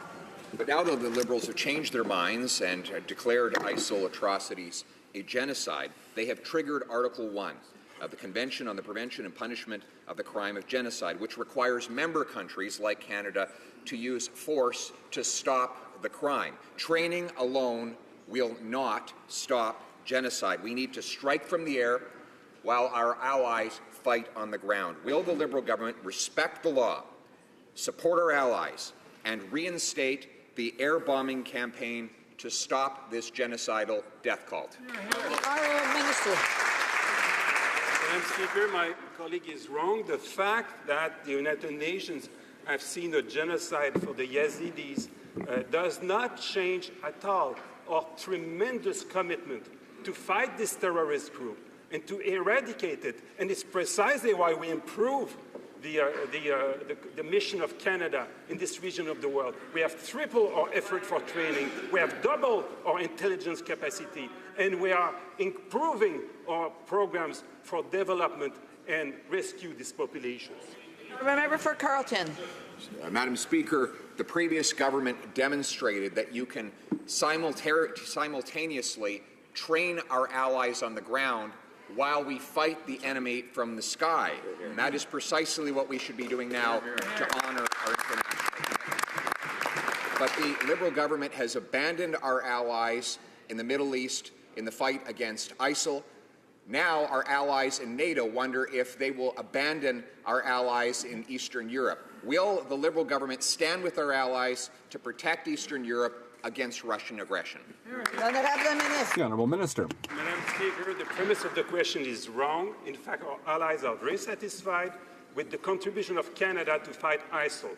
It's an improvement if you compare with the past, since we have tripled our ability to train, we have doubled our ability to have intelligence capacity, and we have improved the support not only for Iran, for Iraq, but also for Jordan and for Lebanon. And we'll be very, very strong at NATO with our allies for the east part of Europe. Canada is back everywhere, Madam Speaker. The Honourable Member for Charlebourg-Haute-Saint-Charles. Madam Speaker, in Canada, well, we've always stood up with our allies when they're attacked, be it in the First World War, the Second World War, or the Korean War. Now, our allies in NATO, in Eastern Europe, are facing Russian aggression. They're asking for 1,000 NATO soldiers in the region to ensure the protection of the region. The Liberals, well, is it their position to abandon our allies? Is that the right thing to do? The Honourable Minister. Madam Speaker, my colleague's premise is completely false. We will support our allies in NATO, as we did in Iraq, in Syria, as we've done around the world, and it's true that we will also strengthen our capacity in the peace mission of the United Nations. We will be present everywhere. Canada is back everywhere, including with NATO, and my colleague will be very happy to see our contribution to NATO. The Honourable Member for Charlebourg-Haute-Saint-Charles. Madam Speaker, well, if we want to defend instead of defending our Eastern European allies, the Liberals are focusing elsewhere. This goes against what Canada is. Can the Prime Minister confirm that Canada will deploy troops to support our allies? Honourable Parliamentary Secretary. Madam Speaker, our government is committed to actively contributing to greater security and peace throughout the world. NATO is Canada's key collective defence alliance, and we take our commitment to our NATO allies very seriously. NATO allies have now agreed to increase the alliance presence in the Baltic states and in Poland to face the changed security environment in Europe. As a committed NATO ally, Canada is actively considering options to effectively contribute to this effort. Thank you. The Honourable Member for Hochelaga. Canadians are facing a retirement security crisis. The Minister has been briefed on the fact Canada spends significantly less on public pensions than other OECD countries. He has been briefed on the reality that young people today simply aren't able to save enough for retirement. So, when he meets with the provinces, will the Minister make it crystal clear that the federal government believes CPP must be expanded so Canadians can retire in dignity and security? The Honourable Parliamentary Secretary to the Minister of Finance. I'd like to thank my honourable colleague for a question. Madam Speaker, every Canadian shares the goal of a secured retirement. That's why our Minister of Finance, in one of his first acts, was to convey with the Provincial Minister of Finance in order to look at CPP enhancement, Madam Speaker. And I'm proud to say that under his leadership, on Monday, the Minister of Finance of the provinces will meet with him in order to ensure a secure and having our retirees in Canada retire in dignity. Madam Speaker, this government is going to pursue that policy because retiring in dignity is one of our priorities. The Honourable Member for Hochelaga. Madam Speaker, vague answers on pensions, well, that's very concerning. Yesterday, the Minister of Finance wanted to be reassuring. The problem is that he ended his response by saying, and I quote, "I hope to have something positive to report to this House in the coming days." Living on hope alone, well, that's not going to give anyone a comfortable retirement. So I'll ask him again, will the Minister commit to concluding the meeting with the provinces with an agreement to improve the CPP, nothing less. The Honourable Parliamentary Secretary to the Minister of Finance. Madam Speaker, I'd like to thank my colleague for her question. Madam Speaker, my colleague should be happy. Indeed, the Minister of Finance is working on pensions in Canada. And presupposing the result would be pretentious, Madam Speaker, this government is open to work with our, in cooperation. The Minister of Finance will be meeting with his counterparts Monday in Vancouver. Madam Speaker, we will continue to work very hard to ensure that all retirees in Canada have a good retirement. The Honourable Member for Rimouski, Nejet-Témiscouata-Les-Basques. Speak louder than words, so we'll see after that meeting. The fact is, while Canadians struggle to make ends meet in retirement, wealthy corporations continue to profit from generous tax loopholes. Offshore tax agreements signed by the government are allowing companies to stash away money offshore instead of paying what they owe in Canada.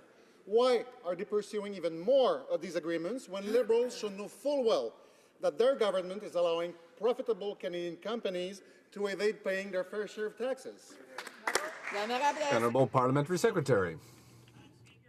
I'd like to thank my honourable colleague for his question. Our government believes that all Canadians should pay their fair share of taxes, and the honourable member knows that in the jurisdiction in which they earn their revenue and profits. The last agreement that was signed, Madam Speaker, was signed by the previous government on June 15, 2015. International tax evasion and tax avoidance has been the subject of discussion at the G7 and G20. We're going to continue to work with our partners to have cooperation internationally. And let me remind this House, Madam Speaker, that we invested $444 million to give the tools, the system, and technology to Syria to combat tax evasion. The Honourable Member for Rimouski, Nejet-Témiscouata-Les-Basques. Well, Madam Speaker, for this government, fighting taxes and tax havens is something that they do with two eyes wide shut. The CRA is giving amnesty to fraudsters. The government's doing nothing to fight KPMG, the great master of tax evasion. Cases before the courts are delayed again and again while the government sits on its hands. All that's lacking at the end of the day is an all-inclusive trip to Barbados for the 1%. And yet it was the middle class that the Liberals said they were going to help and not the 1%. Will there be a public inquiry on KPMG? Will the government finally act seriously to fight tax evasion? The Honourable Parliamentary Secretary. Madam Speaker, I'd like to thank my colleague for his question. Madam Speaker, the government, the Liberal government, is the government that committed in the recent election campaign to fight tax evasion, Madam Speaker. We've put historic money into that, $444 million at the CRA, to give the CRA the tools, the technology, and the teams that it needs to inquire, to prevent and stop tax evasion and tax avoidance. Madam Speaker, I think that the actions taken by the CRA will allow us to do that, and we will continue to work for that, Madam Speaker. Beth Ardrey. Mr. Speaker, Liberals claim they're listening to Canadians, but all their actions point to arrogant Liberal political self-interest. Changing the way we vote shouldn't be about a committee of politicians, it shouldn't be about the Prime Minister, and it shouldn't be about the self-interest of political parties. It has to start being about what Canadians want. So will they give each and every Canadian a direct say through a referendum, yes or no? The Honourable Minister. Madam Speaker, it's a privilege to be here on this traditional Algonquin territory with my colleagues on this fine Friday. I do believe that the member opposite and I agree that we need to listen to Canadians, that we need to hear from them. This is about them. This is their electoral system that we're trying to modernize, and we will do that by leveraging the commitment and the options that the members in this House have to reach out to their constituents and bring their voices into this effort. Honourable Member for Banff Airdrie. Well, those are fine words, Madam Speaker, but it has to be more about the actions than the words, and we're not seeing it in the actions. Liberals set up a committee that is made up by politicians, of politicians, and for politicians, and that's all we keep hearing from them. And we've actually seen them actually start to charge people entrance into their so-called open town halls. So newsflash to the Liberals, this shouldn't be about their self-interest, this should be about all Canadians and their interests. So will they give Canadians, each and every one of them, a direct say in a referendum? Yes or no? Honourable Minister of Democratic Reform. Girl, I thank the parties in this House who have brought forward the names of the individuals they'd like to see represented on the All-Party Committee to reach out to Canadians, to hear from experts and academics, to hear from those who have come before us in this place, and also to reach out to our constituents and make sure their voices are heard. I hope that the party opposite has had the time to put the names of their representatives forward, and I look forward to the committee beginning its work as early as next week. The honourable member for Lanark, Frontenac, Kingston. Thank you, Madam Speaker. Today I'll quote a Liberal to the Liberals. Our democracy belongs to its citizens, and it is the voters of this province that should decide how the representatives should be elected. Mr. Speaker, Madam Speaker, that was the Liberal Minister for Democratic Renewal announcing almost 10 years ago today the Ontario referendum on changing the province's voting system, after conducting a far more credible consultation process than that proposed by the Liberal government. Those Liberals still held a referendum. Why won't these Liberals hold a referendum? Honourable Minister of Democratic Reform. Madam Speaker, I thank the honourable member for his question, and I note that he's wearing a plaid tie on this very important day, raising awareness about prostate cancer. I would like to assure him that the efforts we're about to undertake to reach out to constituents across this great country will involve listening and involve reflecting their wishes in this process. I'm counting on the member opposite to hear from his constituents, especially, and bring all voices, a range of diverse opinions into this conversation. The honourable member for Lanark, Frontenac, Kingston. Thank you, Madam Speaker. It's a much shorter name than the old one, believe me. Madam Speaker, I'll continue with the same referendum announcement from June 20th, 2006. Quote, the adoption of a new electoral system would represent a foundational change to Ontario's democracy. This is an important decision that would require the support of a solid majority of Ontarians. Madam Speaker, holding a referendum is what we do in Canada before we change how the people get to exercise their franchise. When the Liberal cabinet finally proposes its new voting system in 2017, will the Liberals allow Canadians to make the final say in a referendum? Yes or no? Honourable Minister. Speaker, if that is truly what the member opposite believes, where was this push for good process and referenda when his government pushed through the Fair Elections Act? The honourable member for North Okanagan, Shuswap. Thank you, Madam Speaker. Madam Speaker, the Ontario Liberal government 10 years ago announced a referendum on electoral reform. A quote from the committee at the time stated, legitimacy must apply to the process by which electoral reform is achieved. A key ingredient to that process will be measuring public support through a plebiscite or referendum, end quote. Will the minister agree to hold a referendum on electoral reform to make the process legitimate? Yes or no? Honourable Minister of Democratic Reform. Mr. Speaker, I thank the honourable member for his question. I believe this is the first time he's asked me a question in this House, and I can assure him that in 2016, we will use all the tools and options available to us to ensure that the process is legitimate, that we hear from Canadians, and we will not move forward with any reforms without the broad support of the people of this country. The honourable member for Leeds, Grenville, Thousand Island and Rideau Lakes. Madam Speaker, the Ontario Liberal minister who headed up the Ontario referendum process 10 years ago still supports having a referendum. She recently said that if you're going to totally change the election system, and I quote her, I think it would have to be a referendum. Madam Speaker, will the Liberals hold a referendum on any changes to how Canadians vote, yes or no? The Honourable Minister of Democratic Reform. Madam Speaker, I thank the honourable member for his question. I can assure him that we are about to undertake a thorough conversation with Canadians, hearing from them what reforms they'd like to see reflected in their electoral system. Should we consider online voting? Should we consider mandatory voting?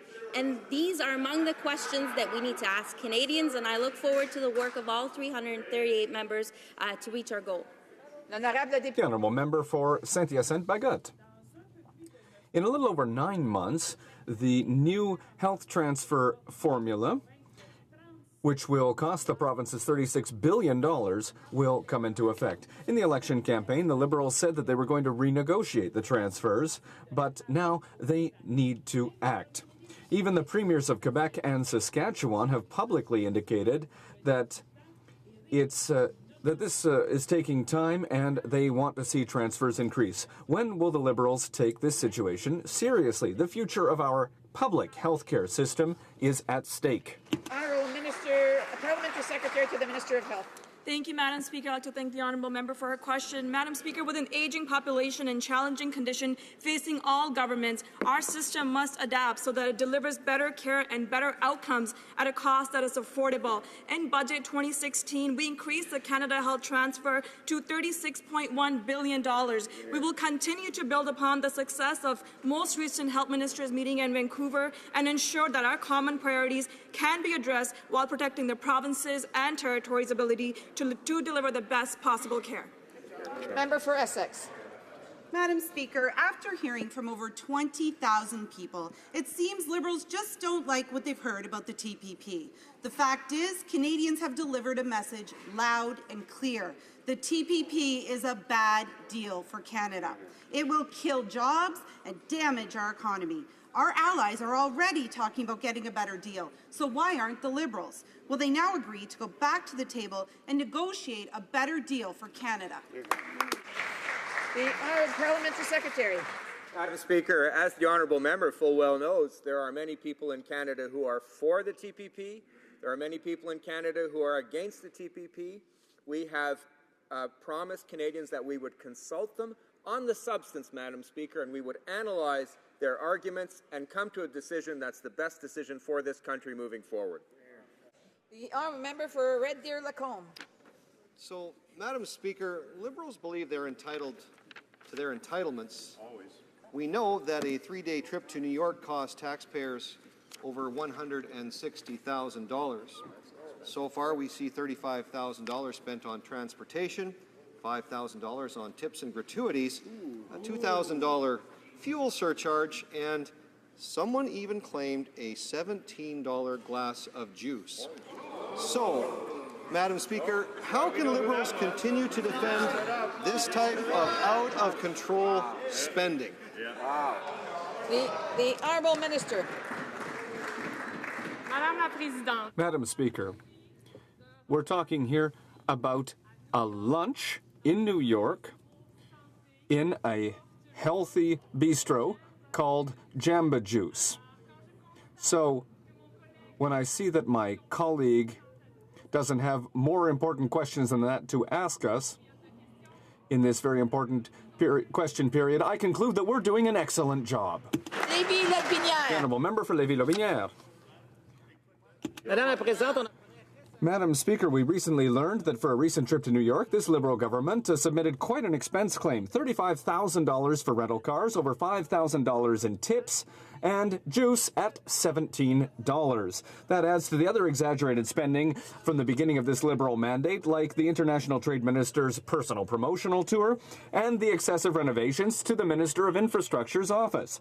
When will they finally understand that it's not their money, Madam Speaker? When will they finally act responsibly with Canadians' money? The Honourable Minister. Madam Speaker, please allow me to remind my colleague that I am indeed Minister of International Development and La Francophonie. Here we're talking about a lunch in New York in a healthy restaurant called Jamba Juice. So if my colleague believes this question of $17 so important to use their precious time here in question period, I conclude that we colleagues are doing a great job. Member for Elgin, Middlesex, London. Madam Speaker, $304 on floral arrangements to spice up a meeting room, over $35,000 for cars, over $2,000 on fuel surcharges, and over $5,443 on tips. This is just the start of wasteful spending on the Liberal vanity trip to New York. Why do the Liberals need to be reminded that this is taxpayers' money? And what size was that Jamba Juice? The Honourable Minister. Madam Speaker, our delegation did extremely important work in New York, and once again, my colleagues are fixated on a lunch taken in a healthy restaurant,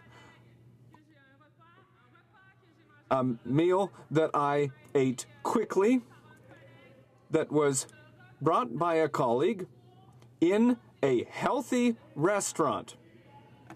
I want to remind members to please keep it down.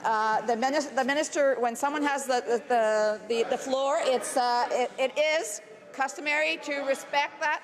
Je demanderai. I would ask, please, the House to be quiet when others speak. We should show them respect. Member for Moose Jaw Lake Centre, Lanigan.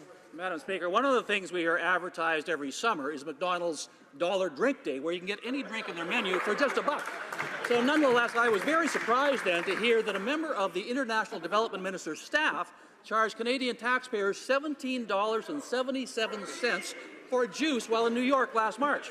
Now, we all know New York's a very expensive city, but can the minister explain how her staffer managed to spend that much money on juice?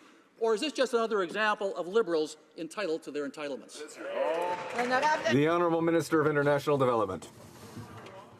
Madam Speaker, I would invite my colleague to do a little Google research and look at the menu at Jamba Juice, and he will see that you can buy many things to eat for a quick lunch in New York. Thank you, Madam Speaker. Honorable député de Berthier-Masquinongé. Madame la Présidente, après Neuville-Mascouche, c'est au tour de... After Mascouche, it's up to Saint-Hubert to get an airport. Citizens have said no. The elected officials said no. The UPA said no. The National Assembly unanimously said no. The Minister of Transport refuses to intervene, knowing that this is not socially acceptable. The process has been a mess from the start. Can the minister do the right thing, listen to the elected officials and residents of Saint-Hubert who are asking for a ministerial decree and cancellation of a project nobody wants? The Honourable Minister. Madam Speaker, in the case of Saint-Hubert, I certainly encourage the promoter to consult the population in the region. That is what he undertook to do, and I'll see the results of that consultation. Of course, I'm prepared to listen to the residents of Saint-Hubert as well, Saint-Hubert rather, but we have to realize that in some circumstances, regulations have to be imposed, and I want to know the results of the consultations first. The Honourable Member for Abitibi, Bay James, Nunavik, EU. Others supported by community members are gathering here on this hill to remind parliamentarians of a sacred place near here. The Algonquins have asked politicians at all levels to respect our rights regarding important matters that affect our community, and yet the ZB development project continues ahead. This government has committed to a new nation-to-nation relationship. So I ask again, Madam Speaker, when will this government honour its promises and commitments to Indigenous peoples and move forward by supporting Bill 262 to adopt and implement the UN Declaration? The Honourable Minister of Indigenous and Northern Affairs. Thank you, Madam Speaker. And we do recognize and support the public's right to engage in peaceful protests, and it is our hope that the parties involved, including the Windmill Development Group, local municipalities, the Algonquins of Quebec, the Algonquins of Ontario, can work together to find a constructive and respectful and positive way forward. And as always, we thank the member opposite for his ongoing work in not only the writing and development of the UN Declaration of the Rights of Indigenous People, but making sure that it's implemented properly. Member for York South Weston. The complex in Kenya constitutes the world's largest refugee camp. The government of Kenya recently announced that they will close this camp, thereby breaching its international obligations to protect asylum seekers and refugees. This is not only inhumane, but it puts in danger people who often will make positive contributions to economic growth. The United Nations has stated clearly that the closure of this camp will be devastating and have asked for this decision to be reconsidered. What is Canada's position on Kenya's decision to close the Dadaab refugee camp? L'Honorable Ministre. The Honourable Minister. I thank my colleague from York South-Western for his question. Our government is very concerned about the government of Kenya's decision to disband its Department of Refugee Affairs and its intention to close the refugee camp at Dadaab. International refugee law and refugees' rights must be protected. All returns must be voluntary and conducted in accordance with domestic and international laws. Refugees need to be protected. Honourable member for Lakeland. Madam Speaker, Alberta's unemployment rate is the highest it's been in 20 years. 24,000 jobs were lost last month alone. Albertans are wondering how they're going to pay their bills. They're not buying $17 juice. Businesses from Fort Mac to Clarkston and everywhere in between are struggling. But the Liberals just continue to talk a big game and have done nothing but incite uncertainty and delay critical job-creating projects. Will the Liberals finally stop interfering and start getting Albertans back to work? The Honourable Parliamentary Secretary. Thank you, Madam Speaker. And as we've said many times in the House, we feel for the residents and communities that are struggling with the downturn in commodity prices. Our government believes that major energy projects must be reviewed by a process that carries the confidence of Canadians.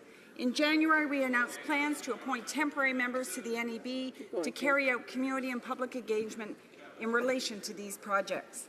After 21 months, the National Energy Board will make a recommendation to the government, and we will determine whether the project is in the overall Canadian public interest. Thank you. Member for Foothills.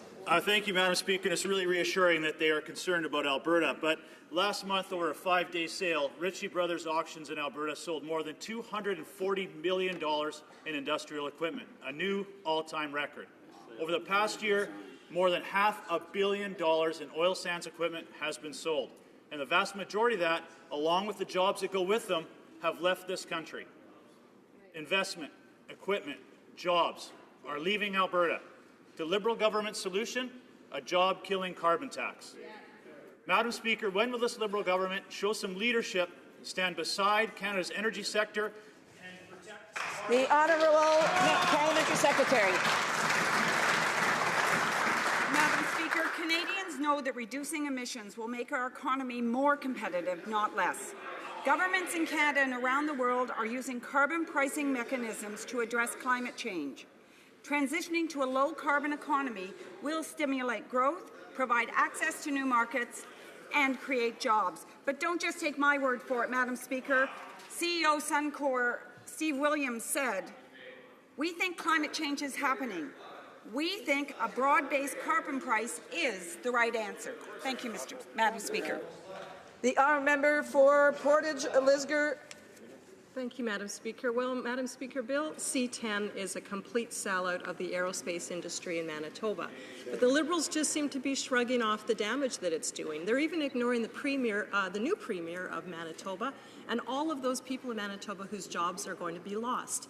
My question is, will even one member of Parliament from Manitoba, one Liberal member of Parliament, there's 7 of them, stand up and speak on behalf of the aerospace industry and those important jobs in our province? The Honourable Minister of Transport. My colleague couldn't be more wrong. We are focused on growing the economy of this country and creating jobs, and that includes in the aerospace sector. Now, we know that the government of Manitoba and Air Canada came to an agreement to create at least 150 jobs in the aerospace sectors in Manitoba starting in 2017. It's a good start, but we want to go further than that. We want to grow the economy in this country, including speaking with the people of Manitoba and the government of Manitoba to help to build their aerospace industry. That's what we're going to do. The Honourable Member for Louis Saint Laurent. Thank you, Madam Speaker. For the past 8 months, we know that this government has plans. One, to put Canadians in more debt, to have deficits one after the other, increasing taxes for Canadians with the carbon tax. Do these people have a plan to help entrepreneurs and create jobs? No. That is the track record 8 months later. This is probably one of the last days in the House. Could the government tell us why it doesn't have a plan to create wealth and jobs and help entrepreneurship in this country? The Honourable Parliamentary Secretary. I thank my honourable colleague for his question, Madam Speaker. I'd invite him to read the budget for 2016 because the plan we presented to Canadians is one for growth, Madam Speaker. We talked about infrastructure, investment, historic levels, $120 million over 10 years for infrastructure. We have a plan for innovation. Even the Parliamentary Budget Officer says that growth will be 1% next year and 100,000 jobs will be created. That's a responsible government that works for Canadians, the Canadian industry and middle class. Burnaby South. Thank you, Madam Speaker. There's a housing crisis in British Columbia, and during the last election, the Liberals promised to build more affordable housing. They promised to remove GST on new capital investments. Now, Madam Speaker, since then, housing prices in Vancouver have grown by 30% in the last year alone, and the rental vacancy rate is under 1%. The housing crisis in BC and across Canada grows increasingly urgent, yet the Liberals broke their promise to provide much-needed help. Cities like Vancouver and Burnaby need action now. So why are the Liberals breaking their promise to remove the GST on new housing investments? The Honourable Parliamentary Secretary. I'd like to thank the member for this very important question, Madam Speaker. We are very aware of the challenge faced by hardworking families who call cities like Vancouver and Toronto home. The very first action of the Finance Minister, Madam Speaker, barely a month after being sworn in, was to take measures to address pockets of risk in markets like Vancouver and Toronto by increasing the minimum down payment of insured mortgages above $500,000. In Budget 2016, Madam Speaker, we increased the amounts that we're going to give to Statistics Canada to study the impact of foreign ownership on... The honourable member for Cowichan, Malahat, Langford. Last year, it was this Liberal Party that supported an NDP motion confirming Canada's solemn covenant with our veterans. But this Liberal government is betraying our veterans by breaking campaign promises on pensions, dragging injured veterans back into court, and shutting down vital long-term veterans care facilities. The NDP, like Canadians, think veterans deserve our help through the service that they have done to our country. So why is this government continuing to shamefully fight our veterans in court? Why are they depriving veterans of the benefits that they deserve? The Honourable Parliamentary Secretary. Madam Speaker, I'd like to thank the Honourable Member for his concern for veterans. This government made a significant commitment to veterans, and that commitment will be fulfilled. We have heard loud and clear from veterans that caring for veterans, including their families, whose service has left them ill or injured, should be our first priority. Madam Speaker, we know that rebuilding relationships, rebuilding supports and service takes effort and commitment, and will continue to invest the need. The Honourable Member for Edmonton Manning.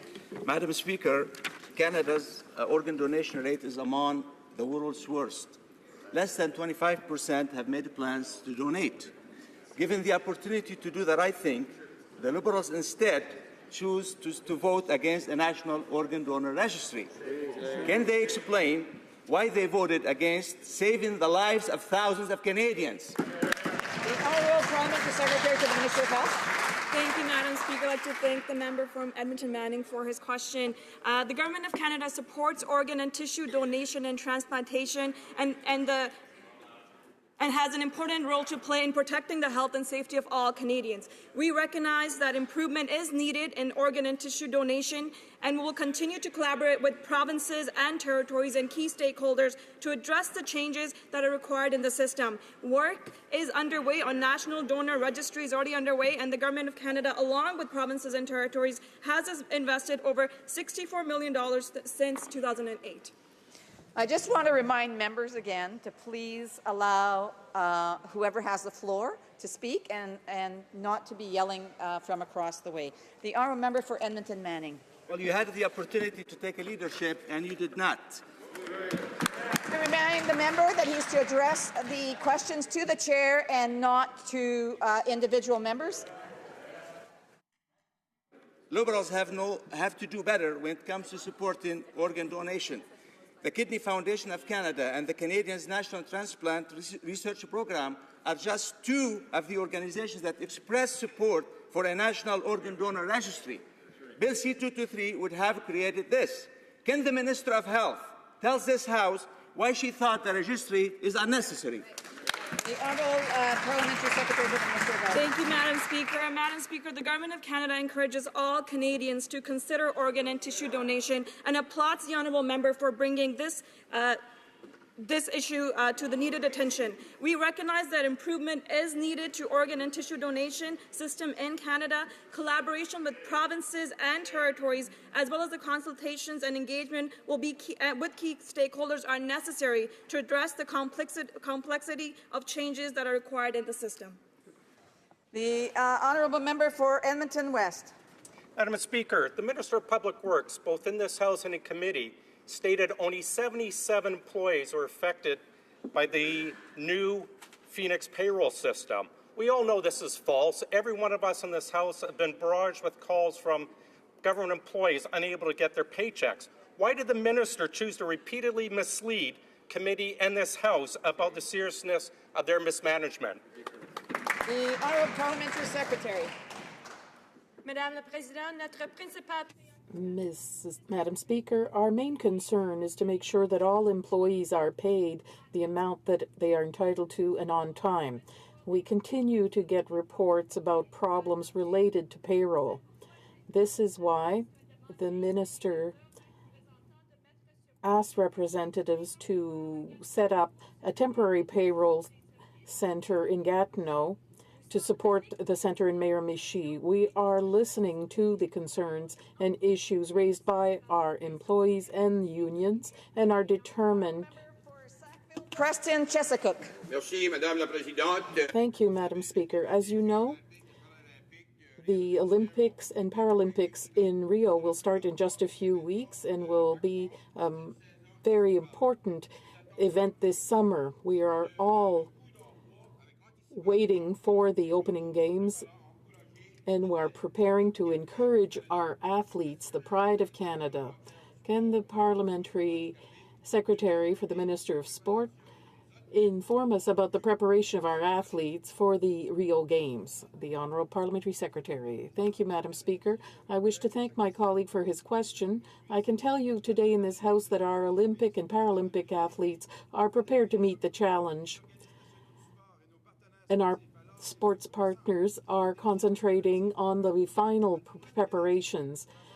Canadian Heritage is working in cooperation with Foreign Affairs, the RCMP, and others responsible for the Rio mission to put in place appropriate plans to ensure the game's success. I encourage all Canadians to support our athletes who are a source of inspiration for Canada.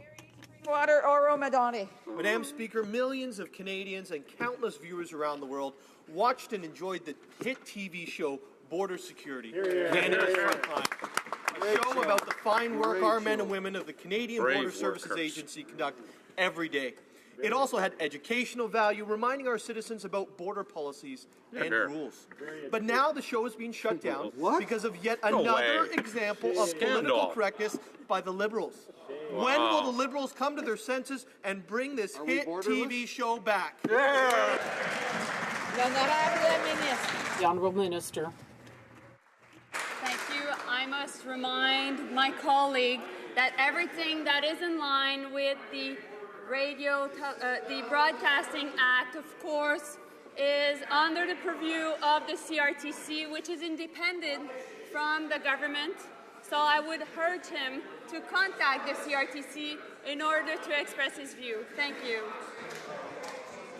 Once again, I'd like to remind the members of the official opposition I know that it's a Friday, and I know that some people are hoping that maybe this might be the last day in the House. However, I think that we still owe the respect. I want to make sure that there's no more heckling and that you keep your voices down in order to allow so that we can hear the answers. The honourable member for Cumberland Colchester. Thank you, Madam Speaker. As many know, there's an allied veteran of the Norwegian Navy in Halifax seeking long-term care. We promised Canadians we'd repair the damaged relationship with our veterans. Can the government assure Nova Scotia members of Parliament and this House that every measure is in place for this veteran and all veterans like him? Hear, hear. The Honourable Parliamentary Secretary. Not only do I want to thank the member for Cumberland Colchester and all Nova Scotia MPs, I also want to thank all members of this House for their concern and for their advocacy for veterans. I can confirm that Veterans Affairs works with all veterans, including allied veterans, to ensure they get the long-term care they need. Veterans Affairs supports 6,000 veterans in 1,500 facilities right across the country, and we will continue to ensure all veterans get the care they need, regardless of where they live. Thank you, Madam Speaker. The honourable member for Central Okanagan, Similkameen, Nicola. Madame la Présidente, les libéraux... Madam Speaker, the Liberals say that they are supporting the neutrality of the internet, and the Quebec government has said that provinces will follow their example. If that's true, the federal government should act first. Will the government defend the rights of Canadians or Lotto Quebec's monopoly? The Parliamentary Secretary. Madame la Présidente. Madam Speaker, I thank my honourable colleague for his question. The Government of Canada supports the principle of an open, neutral internet and will help Canadians consult the content they want in compliance with the law. I once again thank my colleague for having put this question in the language of Molière, the honourable member for Joliette. Madam Speaker, the government is bragging about the millions it's spending to fight tax evasion, and yet not a penny is attacking the core of the problem. Most of the money siphoned off to tax havens benefits the banks and multinationals. We're talking about $55 billion in unpaid taxes over 5 years, and this is completely legal because the regulations were modified behind the scenes. No one was consulted.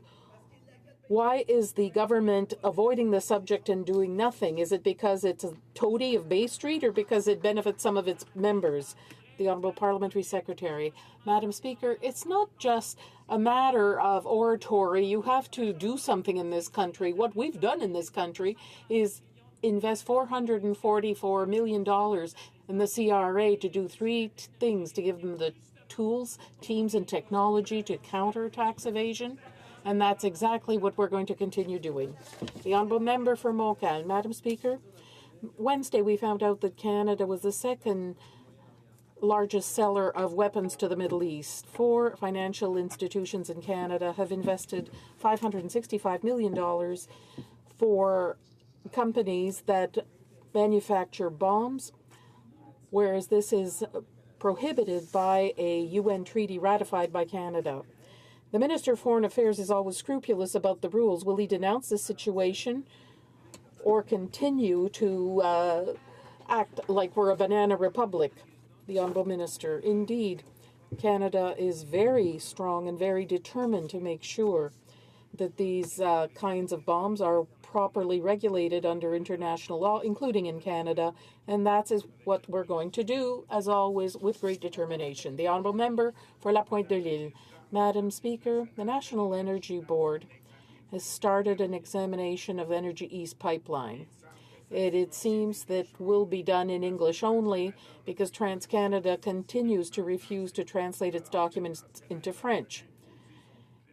TransCanada wants to impose its pipeline by force on Quebecers, but is arrogant enough to make sure that the review will not be done in French. Today, the board has officially approved the contempt TransCanada has for Quebecers. Will the government call the board to order? The Honourable Minister. Thank you, Madam Speaker. We clearly indicated to TransCanada that it was absolutely fundamental that they translate the documents related to the Energy East pipeline into French. Under the circumstances, there's 32,000 pages of English documents that have been translated, and it is a point of honor for us to make sure that this translation is completed.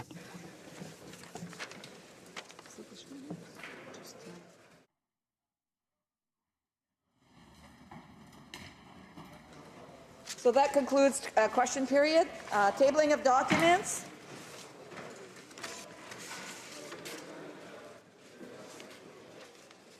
I have the honour, pursuant to Section 38 of the Public Servants Disclosure Protection Act, to lay upon the table the report of the Public Sector Integrity Commissioner for the fiscal year ended March 31st, 2016.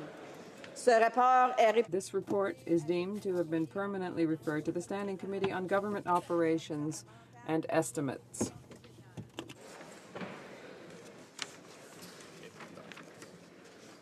Tabling of documents.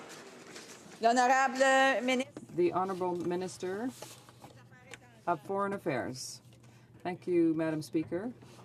Madam Speaker, pursuant to paragraph 322 of the standing orders, I am honored to table in both official languages the 2014 and 2015 reports on exports of military goods from Canada, the annual report to Parliament on the administration of the Export and Import Permits Acts. Treaty done at New York on April 2, 2013, and an explanatory memorandum is included with this treaty. Merci beaucoup.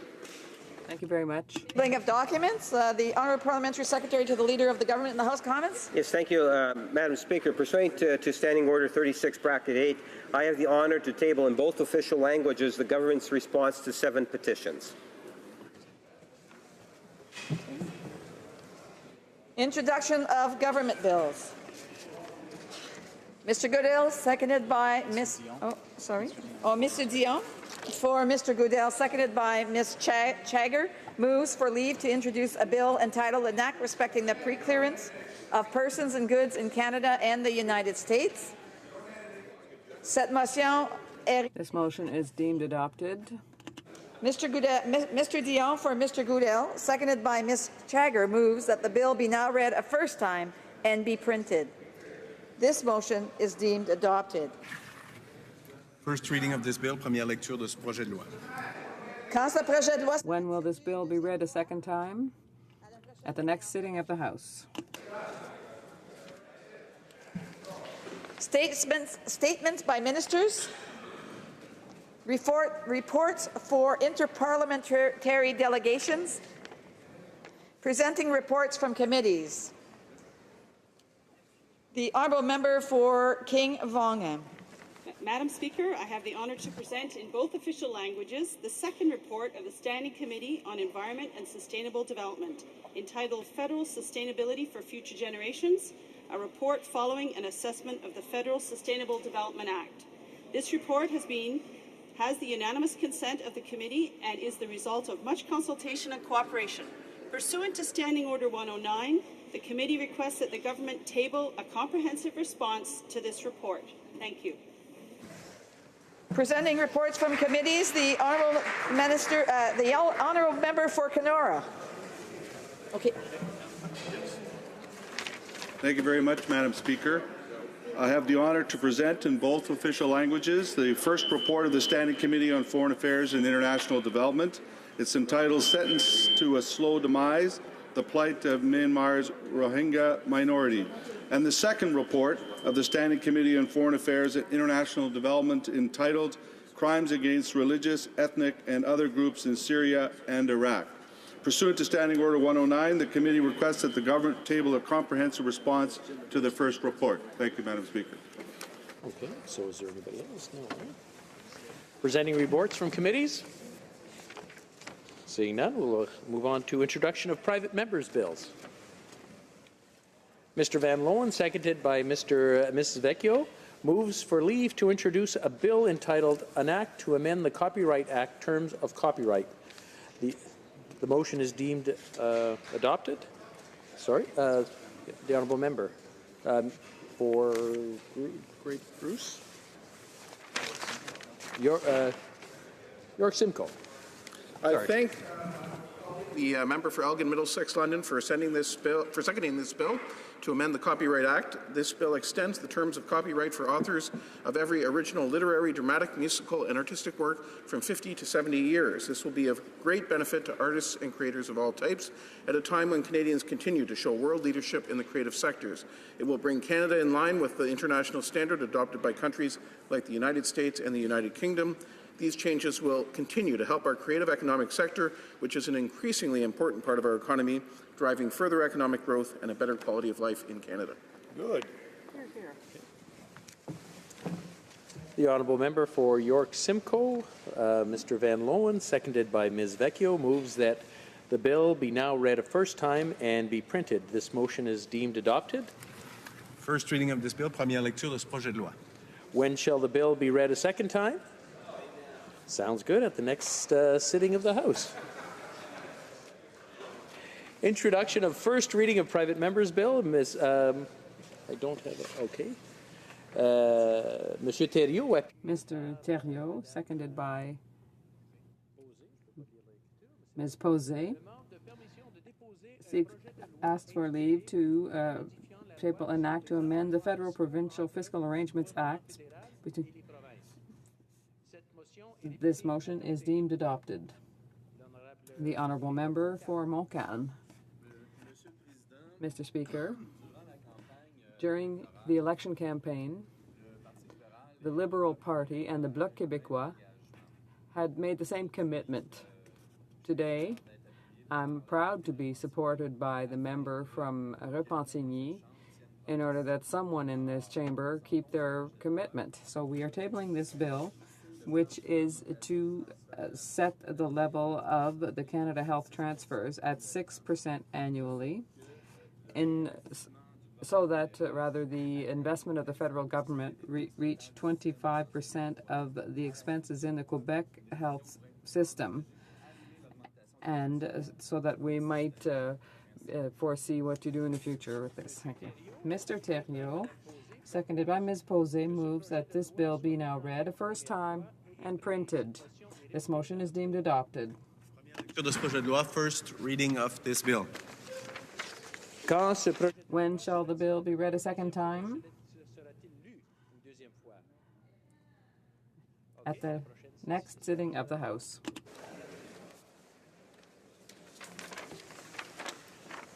First reading of Senate public bills. Motions. The honourable member for Orleans. Mr. Speaker, should you seek it, I believe you'll find unanimous consent for the following travel motions. And colleagues, please bear with me. That concerning its study on wild salmon and cod, northern cod stocks, so the Fisheries and Oceans Committee be given permission to go to St. John's, Mount Fogo, and Miramichi in the fall of 2016, and that the necessary personnel staff accompany the committee. Areas and conservation objectives, 7 members of the Standing Committee on Environment and Sustainable Development be authorized to travel to Vancouver, Masset, Queen Charlotte, Sandspit, Victoria, and Sydney, British Columbia, and to Calgary, Banff, Lake Louise, Jasper, and Edmonton, Alberta, in the summer-fall of 2016, and that the necessary staff accompany the committee. That concerning its study on national security in Canada, 7 members of the Standing Committee on Public Safety be authorized to go to Vancouver, Calgary, Toronto, Montreal, and Halifax in the fall of 2006, and that the necessary staff accompany the committee. Budget consultations in advance of 2017 budget. 7 members of the Standing Committee on Finance be authorized to travel to Kelowna, Edmonton, Regina, Winnipeg, Quebec, Toronto, Fredericton, New Brunswick, Charlottetown, Prince Edward Island, and to Halifax in the fall of 2016, and that the necessary staff accompany the committee. That concerning its study on women, peace, and security, in order to get bilateral assistance for development, 7 members of the Foreign Affairs Committee be authorized to travel to Guatemala, Bogota, Villavicencio in the summer and fall of 2016, and that the necessary staff accompany the committee. And in relation to its study of the next agricultural policy framework, 7 members of the Standing Committee on Agriculture and Agri-Food be authorized to travel to Vancouver and Chilliwack, to Calgary, Winnipeg, Toronto, Guelph, St. Hyacinthe, Quebec, and to Kentville, Nova Scotia in the fall of 2016, that the necessary staff accompany the committee. That concerning its study on Aboriginal communities, 7 members of the Aboriginal and Communities and Northern Affairs Committee be authorized to travel to Saskatoon, Nelson House and Thompson, Sioux Lookout and Thunder Bay, Iqaluit, Kuujjuaq, Inuvik, Prince George, Happy Valley, Sept-Îles, and Escachini in the fall of 2016, winter 2017, and that the necessary staff accompany the committee.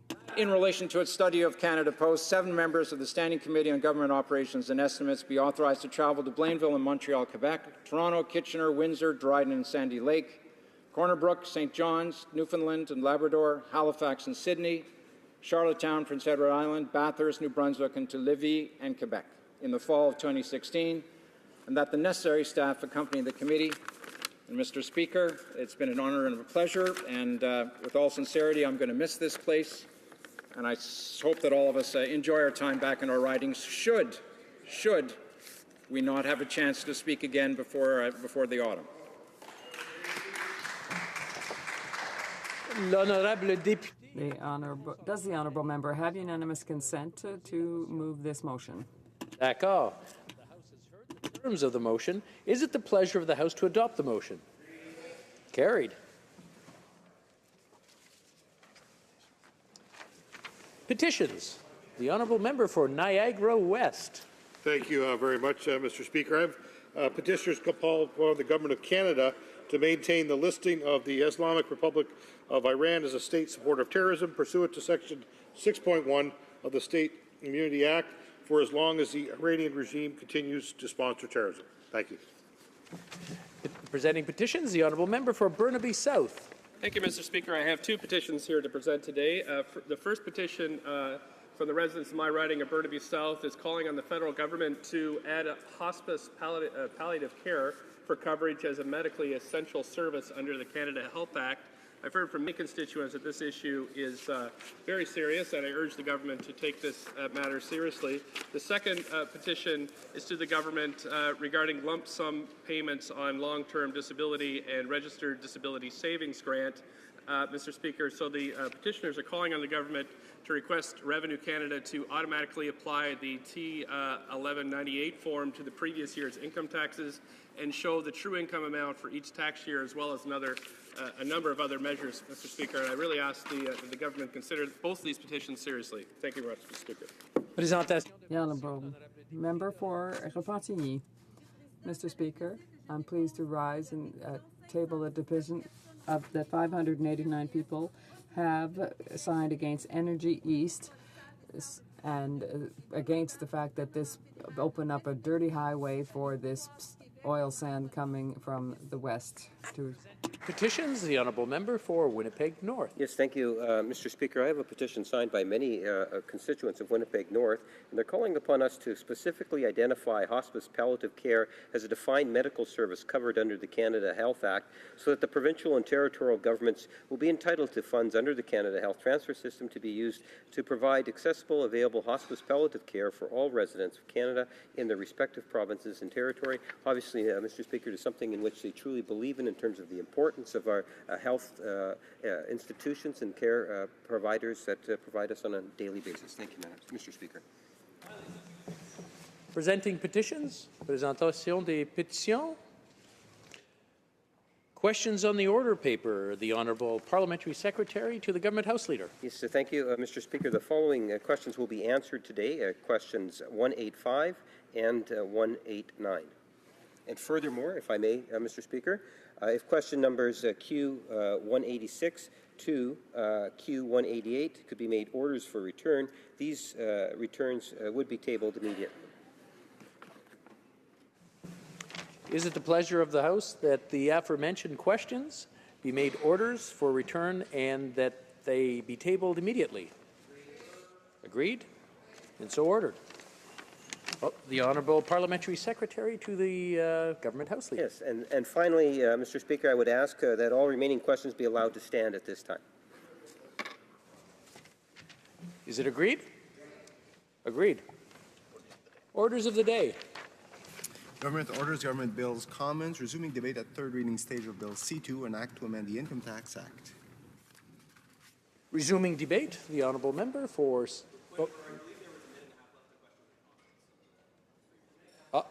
I'll have to check that out with the table officers to confirm that.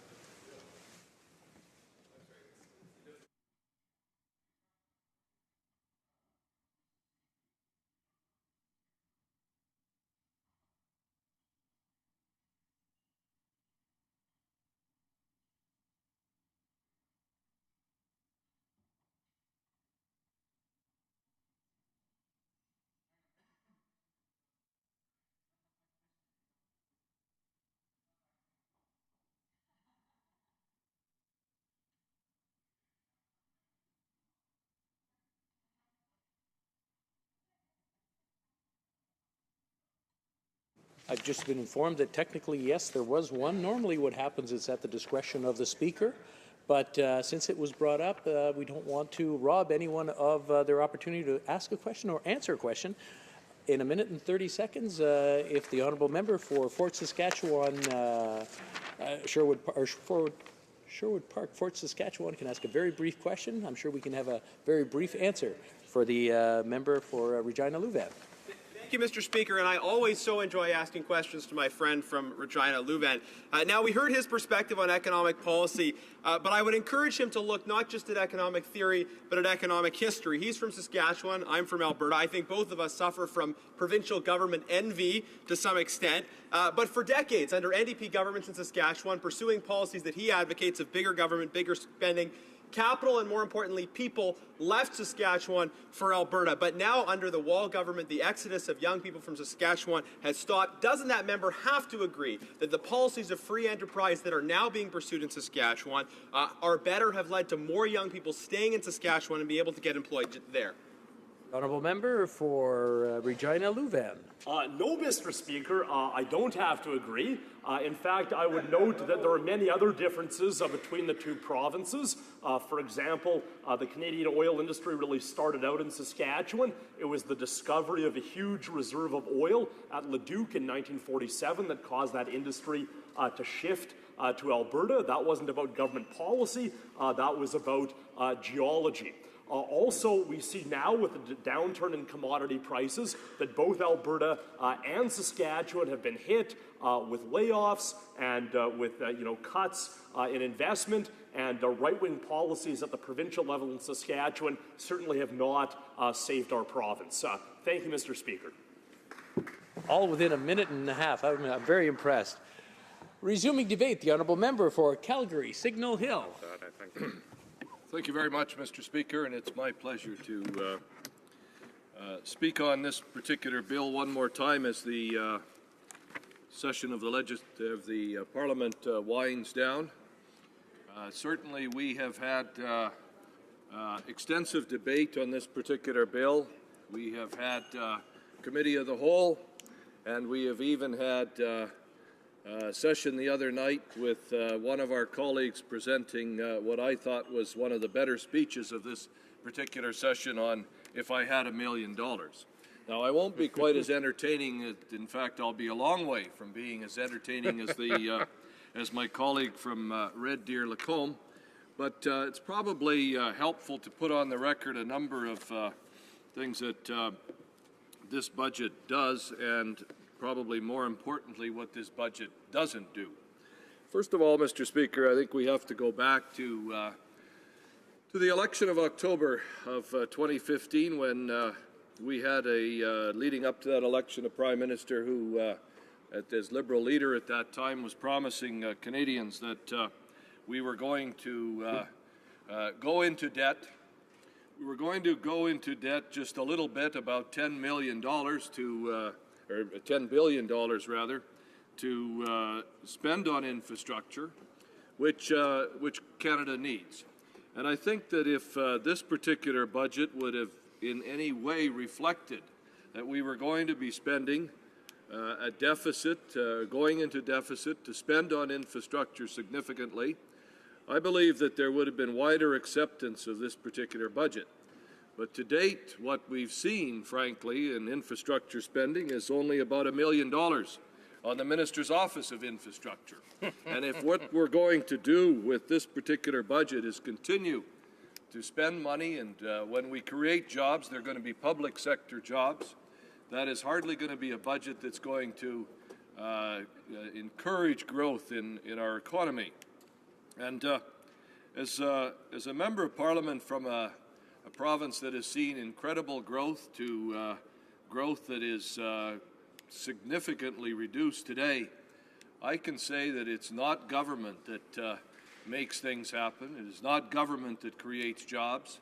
It is the private sector.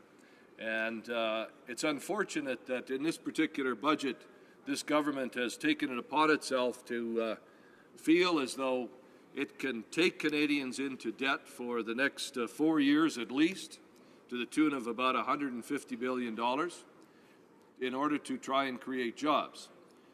Clearly, it would be my feeling and my view, and I believe most of the colleagues in my caucus, that if we were to work as hard on creating a tax structure that created jobs, rather than government trying to create these jobs, Mr. Speaker, we would be far better off at the end of the 4-year mandate. But it is this government that is going to have to answer for that at the end of 4 years. So, quite honestly, while I don't support this budget in any manner, I believe it is this kind of budgeting that will ensure that after the next election we'll be rid of this government, Mr. Speaker, and we'll have a Conservative government back that will allow the private sector to create jobs.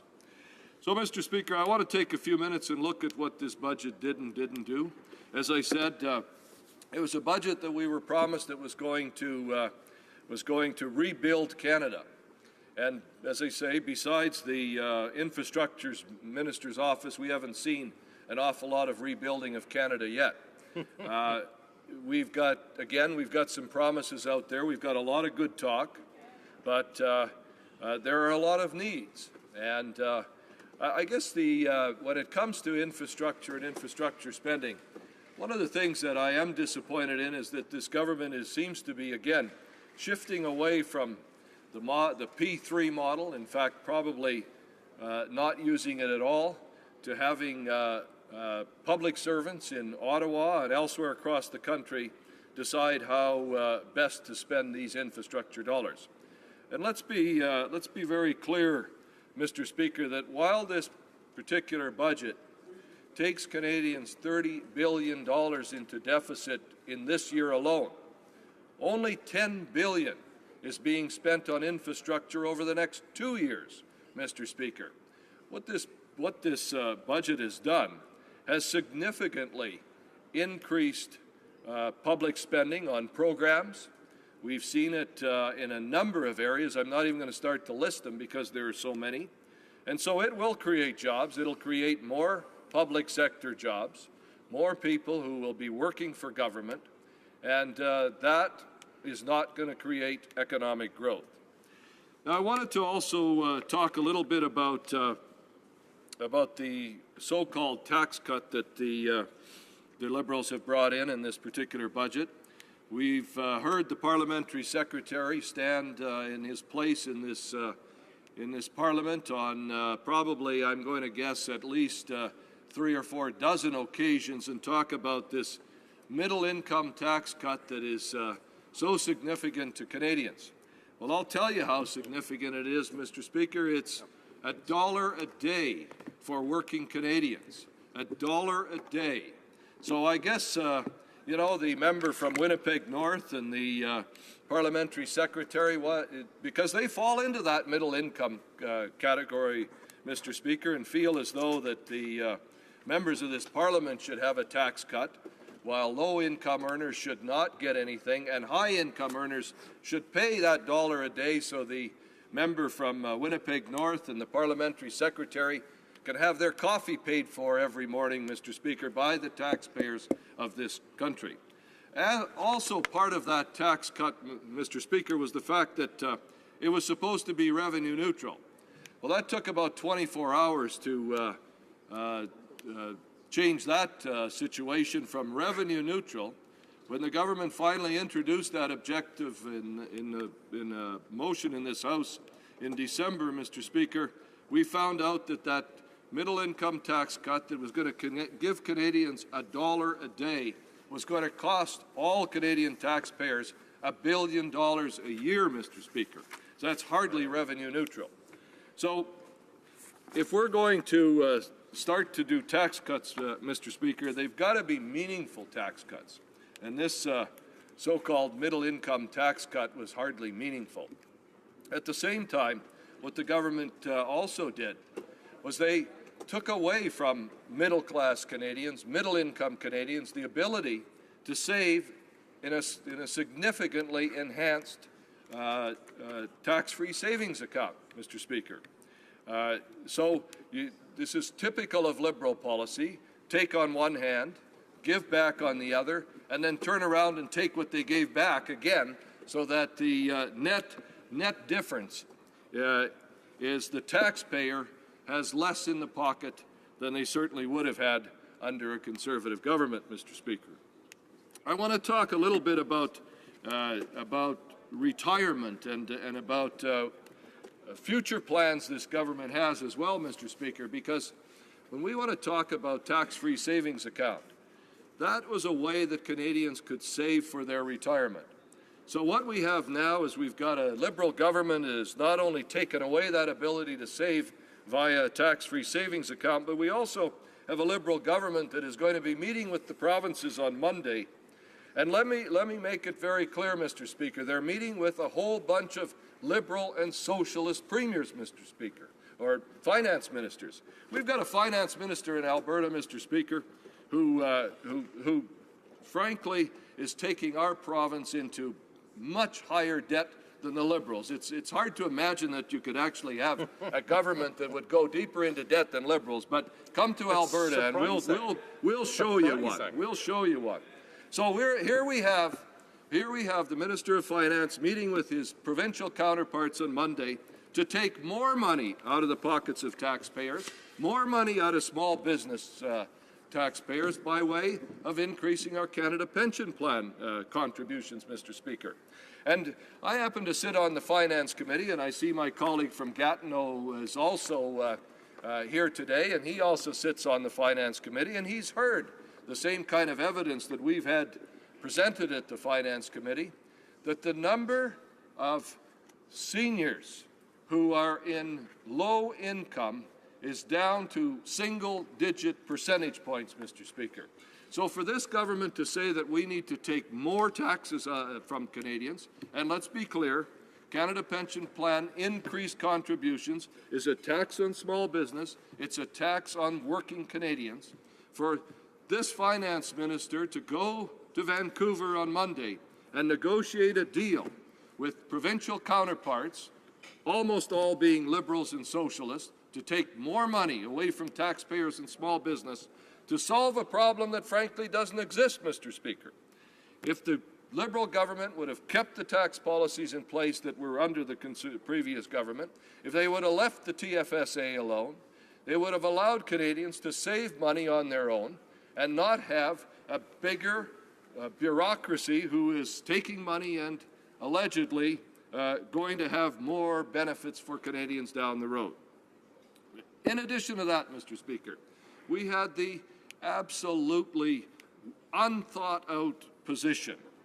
And I say that because I believe that, like so many promises that were made by the Liberals during the campaign, we had a Liberal leader running around the country making a promise in every stop. And there was one particular visit that he wasn't quite sure what to promise, so he said, what the heck, we'll drop the eligible age for benefits from 67 to 65. So then it became something that when they formed government, which I don't think they really thought they were going to do, Mr. Speaker, this was a surprise to them, and then they had to try and keep all those promises. Well, this is one they should have broken, Mr. Speaker. Of the litany of promises that this government broke, they should have added that to the list of promises broken, because there is no way that we should be lowering the age from 67 to 65 some 10 years into the future, Mr. Speaker, because that is going to cost Canadian taxpayers an extra $11 billion a year. And so let's just put that into perspective. That's 25% of the equivalent deficit, or 30% of the equivalent deficit that this government is putting us into right now. So, Mr. Speaker, there's a campaign promise that should have been broken. So I guess, Mr. Speaker, I'd like to spend just a few more minutes in talking about some of the things that this government could be doing that could be important for my province in Alberta and neighboring provinces, Saskatchewan and British Columbia, and I think clearly Newfoundland and Labrador. But I would also venture to say, Mr. Speaker, it's also important for other Atlantic provinces. And I know we've got at least a couple of members in the House here today from Atlantic Canada who I hope will take up the challenge of putting pressure on this government to speed up the process and at least give an indication that this government is going to take seriously the hearings that are underway today, that started yesterday on the Energy East pipeline, because we know that in 2019, if this government decides not to approve that Energy East pipeline, members like the member from St. John are not going to be sitting in this particular House, Mr. Speaker, because they're going to be thrown out of office if that Energy East pipeline is not approved by this particular government, Mr. Speaker. And then there's the members from British Columbia in that Liberal caucus who are going to have a very difficult time, Mr. Speaker, because Kinder Morgan pipeline to the West Coast is absolutely essential for this country, Mr. Speaker.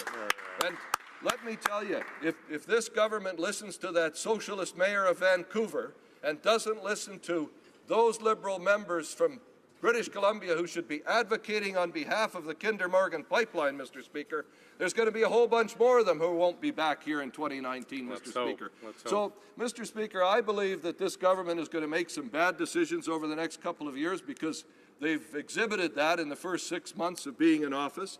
And if they continue to make those bad decisions, Mr. Speaker, I'm going to look forward to 2019 when this government can be a Conservative government again, allow the private sector to create jobs, not drive us into deficit, not take money out of taxpayers and small business pockets.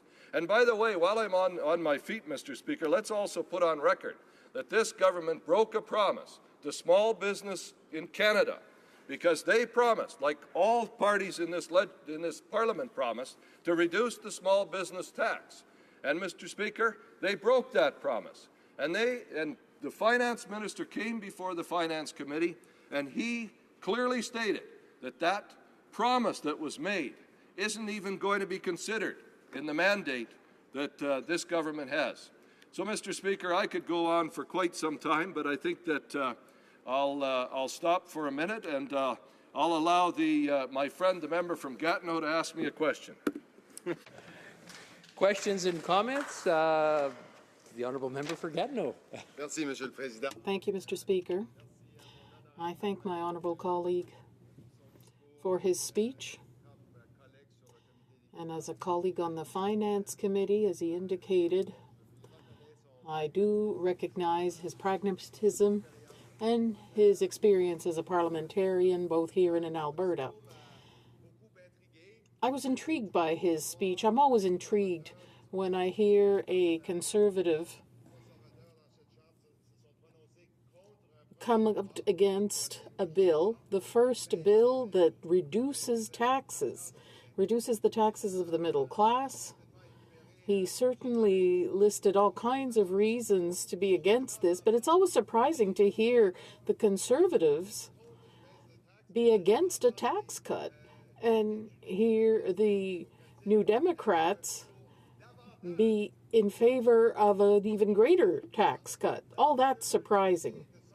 What the member doesn't seem to understand yet, and what we have clearly stated during the election campaign, is that our decisions were going to be taken for the benefit of the middle class, be it in terms of retirement pension plans for parents, people who work hard every day, like people in my riding, and I'm sure people in his riding too. We will make our decisions in order to strengthen the Canadian middle class. So, I believe my honourable colleague is fair and equitable and pragmatic. Does he at least admit that our decisions help the middle class in my riding and his? Signal Hill. Well, Mr. Speaker, I thank the honourable member from Gatineau for his question, and I must acknowledge that of the Finance Committee, we have had a good working relationship over the past 6 months. I quite often don't agree with the member, but I will say this, that he is open to listen. And so while he's listening, Mr. Speaker, I will say this. I did not campaign in the election in 2015 to give myself a tax cut. And that's what this particular government has done. They've given every member that's over there a tax cut. What I would have campaigned on, Mr. Speaker, would be the ability to give all Canadians fairness when it comes to a tax system, and especially those Canadians, Mr. Speaker, because probably my fellow colleague on the Finance Committee is going to ask me about those Canadians who earn under $45,000 a year, Mr. Speaker, many of whom live in the member of Gatineau's riding, I'm sure. They get nothing from this budget, Mr. Speaker. Questions and comments. The honourable member for Rimouski, Neigette, Témiscouata, Basque. Thank you, Mr. Speaker. I think that my colleague from Calgary had some kind of premonition that I would get up and ask him a question, but anyway, I'd like to respond to an argument from the member from Gatineau. It's not that we're in favor of more tax cuts. We want a better tax cut for the middle class. That's not what's proposed in C2. We want a tax cut that starts when people earn $11,000 a year rather than $45,000, so it could cover 80% of Canadians instead of only 9 million out of some 25 million or so taxpayers. But I'd like to correct my colleague from Calgary. The question I wanted to put to him is that, yes, indeed, we disagree on some aspects of this bill. We agree on reducing the ceiling. The Conservatives want a $10,000 ceiling. But where we can agree is that our definition of the middle class is not the same as the Liberals. If we look at the tax cut that's promised in this bill, we see that people earning under $23 an hour will have no tax cut at all. So I'd like to hear my colleague about that. What is the definition of the middle class, and why are the Liberals trying to score political points on an issue that does not correspond to reality at all? Well, thank you, Mr. Speaker, and again, thank my colleague. And we have had some good debates at the Finance Committee on these issues that he raised. And clearly, as I said earlier, that I didn't campaign on a tax cut for myself or those who are in our income category. And, the member raised a good question. We tried to ask the Minister of Finance at the Finance Committee to please explain to us, what does middle class mean? I personally I'm actually quite offended by the term middle class. I always, when I hear a term like middle class, think about the class structure of Britain of thousands of years ago. I like to refer to people in income groups, Mr. Speaker. I don't think we have a middle class, a lower class, an upper class. I think we have an income class, Mr. Speaker. And from day one, when this Prime Minister talked about the middle class, it offended me, because I don't consider myself to be in a class system, and he has placed me there simply by the amount that I earn, Mr. Speaker. Questions and comments? The honourable member for Fleetwood Port Kells. Thank you, Mr. Speaker. I was intrigued to hear the honourable member talk about what he would do if he was, leading a campaign and the questions he'd ask. There's a job opening there. Maybe you'll get your chance. However, having said that, the question on Kinder Morgan especially is a big one in Metro Vancouver. And we recognize there's a huge divide between sentiments on the West Coast and sentiments in Alberta. Your thoughts, how do we close the gap between clearly opposition on one side and the proponents on the other? The honourable member for Calgary Signal Hill. Well, I would like to get really worked up about this, Mr. Speaker, because I think that it's, we talk about being a country, and we talk about, the Prime Minister has said, as Canadians we help each other. But yet when we've got projects of a national nature, we have people playing politics with it. Whether it's our friends from the Bloc Québécois who keep raising issues in this House about Energy East, or it's the Mayor of Vancouver who comes to Ottawa to campaign against Kinder Morgan. But, I think one of the things that needs to be pointed out in this House, Mr. Speaker, is that, and I think it needs to be put on the record. As Energy Minister in Alberta a few years ago, I had an opportunity to tour the Kinder Morgan facility at Burnaby. And one of the things that was mentioned to me was, the current pipeline from Alberta to British Columbia, to Burnaby, provides all of the fuels for all of the vehicles that currently operate in the Lower Mainland. And it's okay to ship Alberta oil to Vancouver to refine, to service the Lower Mainland. But all of a sudden, for Vancouver's mayor, it's not good enough that we can ship additional oil to export. So why is that fair, Mr. Speaker? How Canadian is that, Mr. Speaker? It's good enough for us, but it's not good enough to sell. Questions and comments? Questions et commentaires? L'honorable député de Rosemont-la-Petite. The honourable member for Rosemont-la-Petite-Patrie. Thank you very much, Mr. Speaker. I have two comments. With regard to social classes, I think we should agree that that still exists. He can come and visit Montreal. Between Hochelaga and Westmount, there's a huge class difference. My colleague said the governments don't create jobs, only the private sector does. I know that's part of the conservative doctrine, but that's a bit simplistic. There would be no healthcare workers without our healthcare system, no academics without our universities, no teachers without our schools. Everybody has to work together to grow our economy. The Conservatives gave millions in tax relief to corporations without creating any jobs. They did nothing to help small, medium-sized business, whereas the NDP was asking for that. Will they ask the Liberals to accept the NDP proposal to reduce small business tax to 9%? To make sure this particular member understands it wasn't just an NDP proposal to reduce the small business tax. We clearly campaigned on that, and so did the Liberals. The Liberals broke the promise, so it's one thing we probably share with the NDP. But let me make sure that this member is clear. 1.3 million net new jobs during the Conservative government's administration. And when the member talks about that health care and education jobs are all public sector jobs, he's wrong. Mr. Speaker, we got thousands of people who work in the private sector. There isn't a doctor in Quebec, I don't believe, that works for the public health care system. He's a private businessman, Mr. Speaker.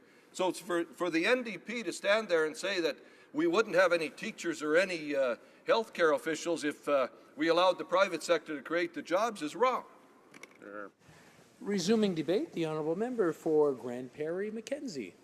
Well, thank you, Mr. Speaker, and I will be splitting my time with my colleague from Carleton, so I ask that members stick around because I'm going to give a speech, but he's going to give an excellent speech, Mr. Speaker. So I do thank you, Mr. Speaker, for the opportunity to get up and speak with regards to this bill and talk about the government's financial record and really the challenges that I see presented with their financial vision.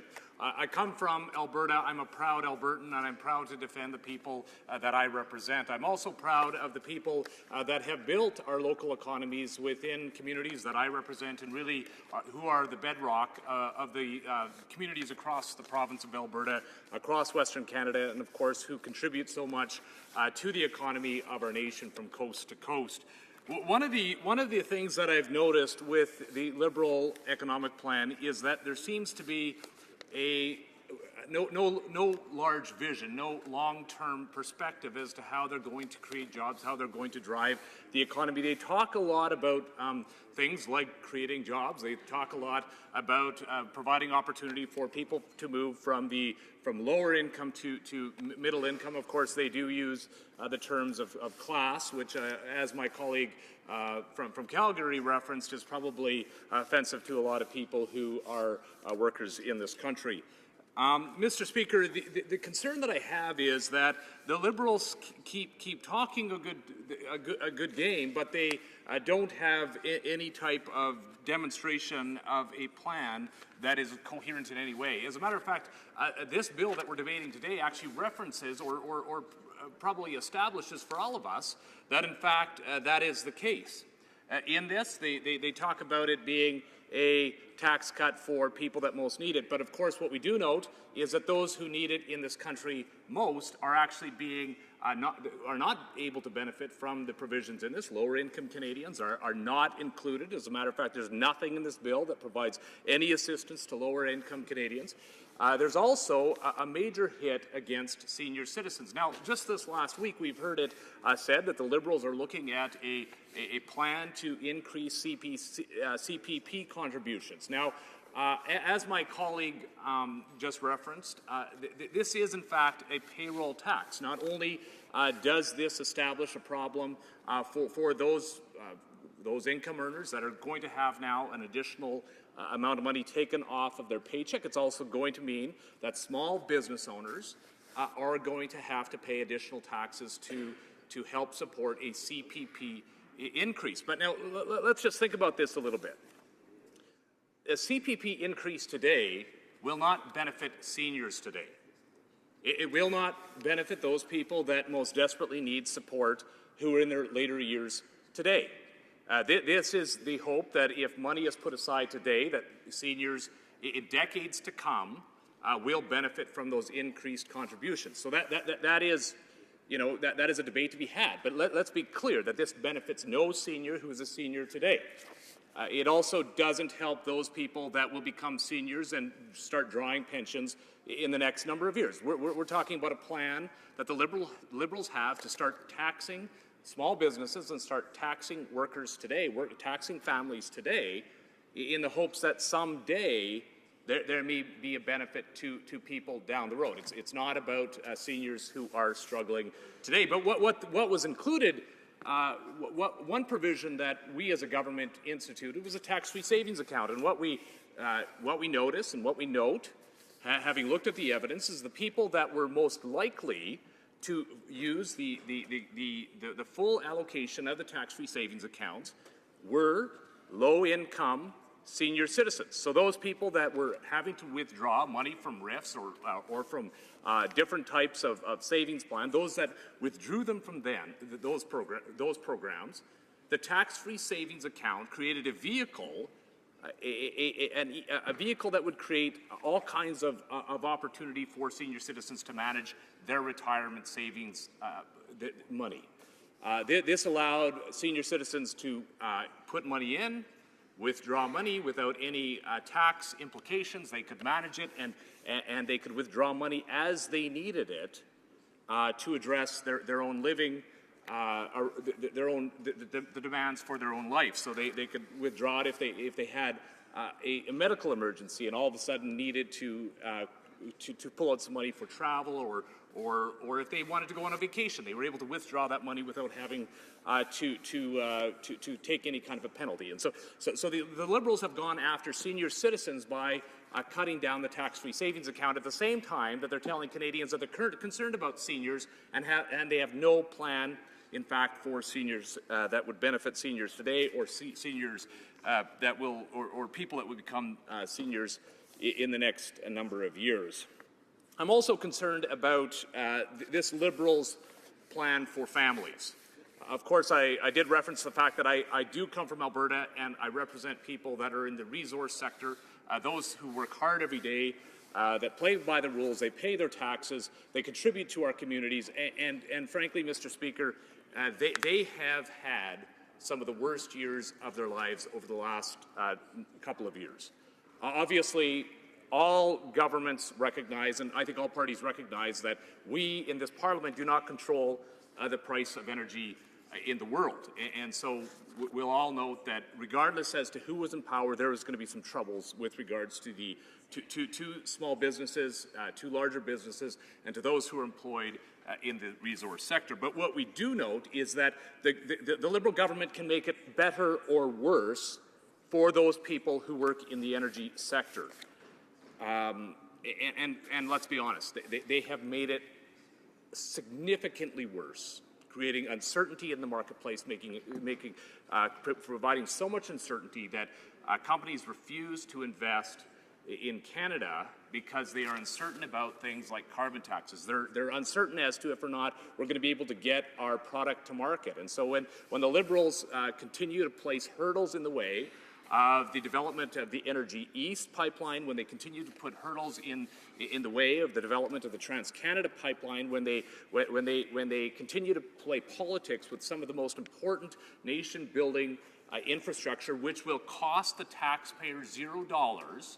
So this is private sector investment to create nation-building infrastructure. When the Liberals continue to create hurdles to see that infrastructure built, my constituents are hurt. And the reason that they're hurt is because many of them are employed in the energy sector, or many of them have businesses who are secondary industries within the resource sector, who are looking towards the future, and the companies are saying, we're not going to invest in a place where there's so much uncertainty. So the Liberals' announcements that they're going to continue to create difficulty for pipelines to be built, the Liberals' commitment to continue to advance a carbon tax, a job-killing carbon tax.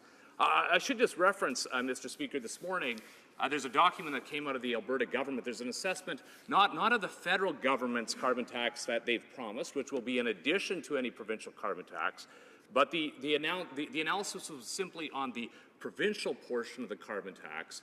The government's analysis itself says that it will cause 15,000 job losses. It will take $4 billion out of the household income of Albertans. So not only is the government taxing them more, they're also going to reduce their income. So if there's going to be a $4 billion taken out of the household income of Albertans with the provincial carbon tax, one can only imagine how much additional money will come out of the household incomes of Albertans when the Liberals get their hands on a cash grab from the province of Alberta as well. So the Liberals' plan has been completely incoherent. We've established that with saying they're going to support seniors and yet taking vehicles away for seniors to actually save. They've said that they're going to help people, move from lower income to higher income, and yet they're taxing those families at every turn, creating disincentive for investments in provinces like Alberta and provinces that depend on the energy sector. They're continuing to increase payroll taxes on those same small business owners, creating disincentive to create more jobs.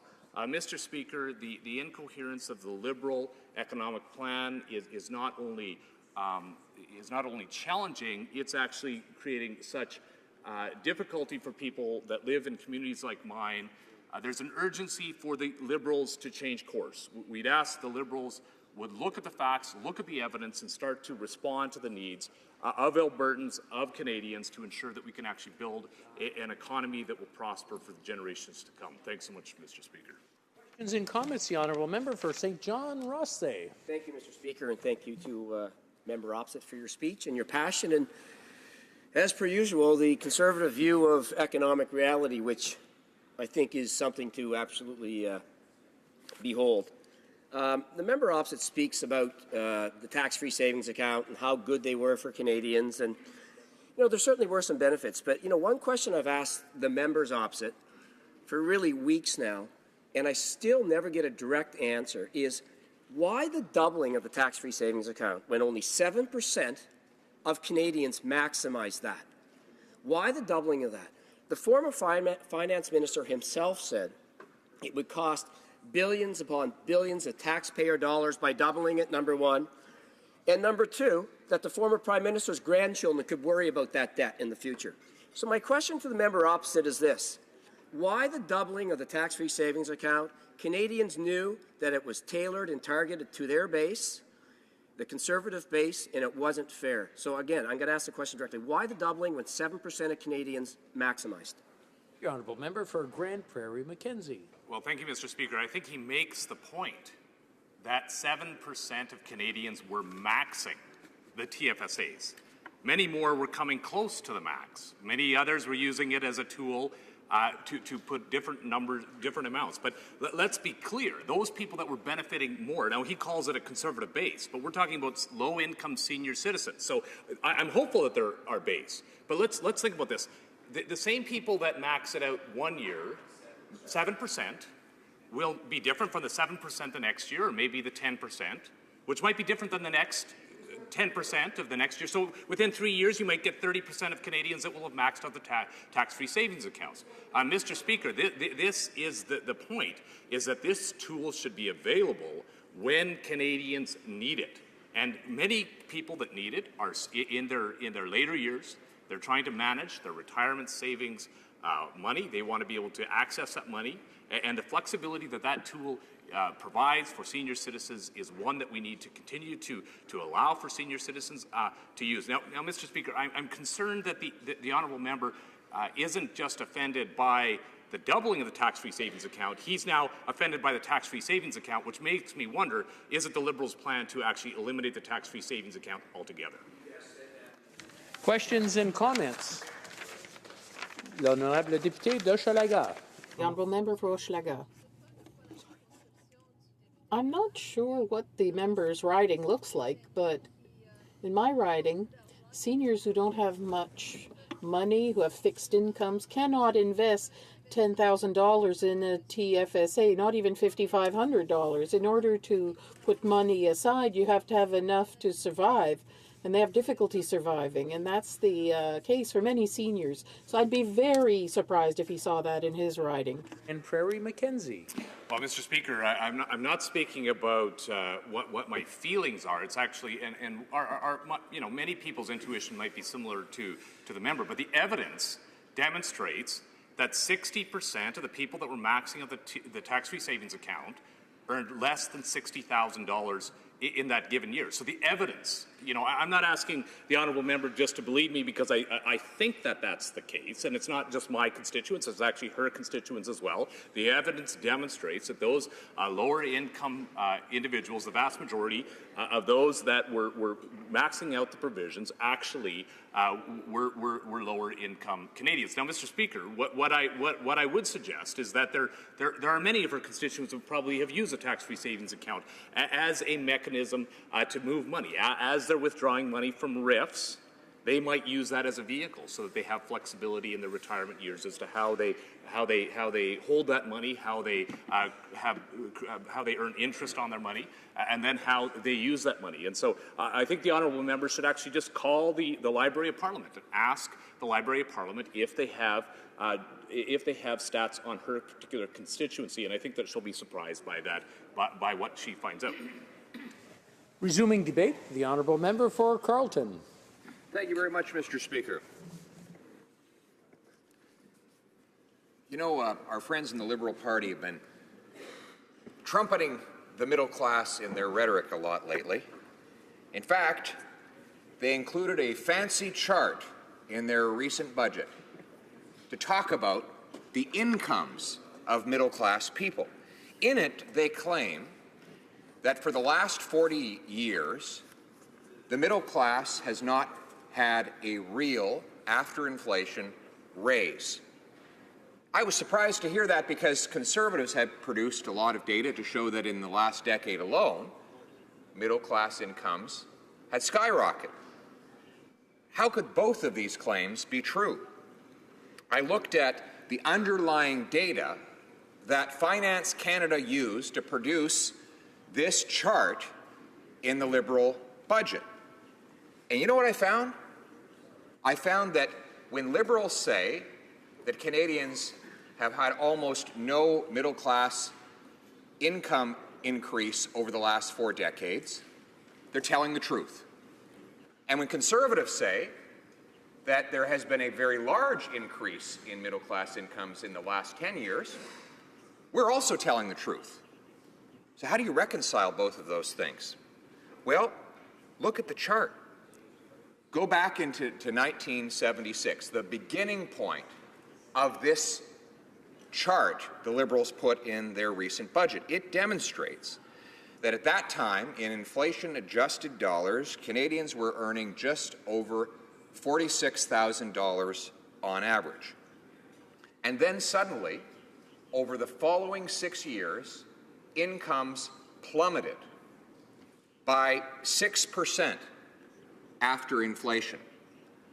That drop was the biggest of the last half-century, and it was presided over by Pierre Elliott Trudeau, whose policies of high taxes, spiraling debt, and taxpayer giveaways to large corporations sent our economy reeling. It caused a massive national recession and enormous job loss, particularly in Western Canada, but caused a job loss contagion that spread right across the country and led us to the biggest pay cut for the middle class in a half century. It then took 30 years for incomes to recover to the level they had been back in 1976. And it just so happens that that recovery occurred under the previous Conservative Prime Minister. What happened in the last 10 years then? Well, according to data right out of page 11 of the Liberal budget, incomes for middle-class Canadians rose by a staggering 11% after inflation, from $44,700 to $49,602. That's a $5,000 after inflation increase in median incomes. In fact, the pay increase that occurred under our most recent Conservative Prime Minister was larger than income growth under Prime Minister Trudeau, Clark, Turner, Mulroney, Campbell, Chrétien, and Martin combined. Again, according to data right out of the Liberal budget. But let's break it down further. The government has said that it is a big champion of women in the workforce. In fact, the Prime Minister likes to brag that he is a, quote, feminist. Well, I'd like to look at the data that his budget presents about incomes for women.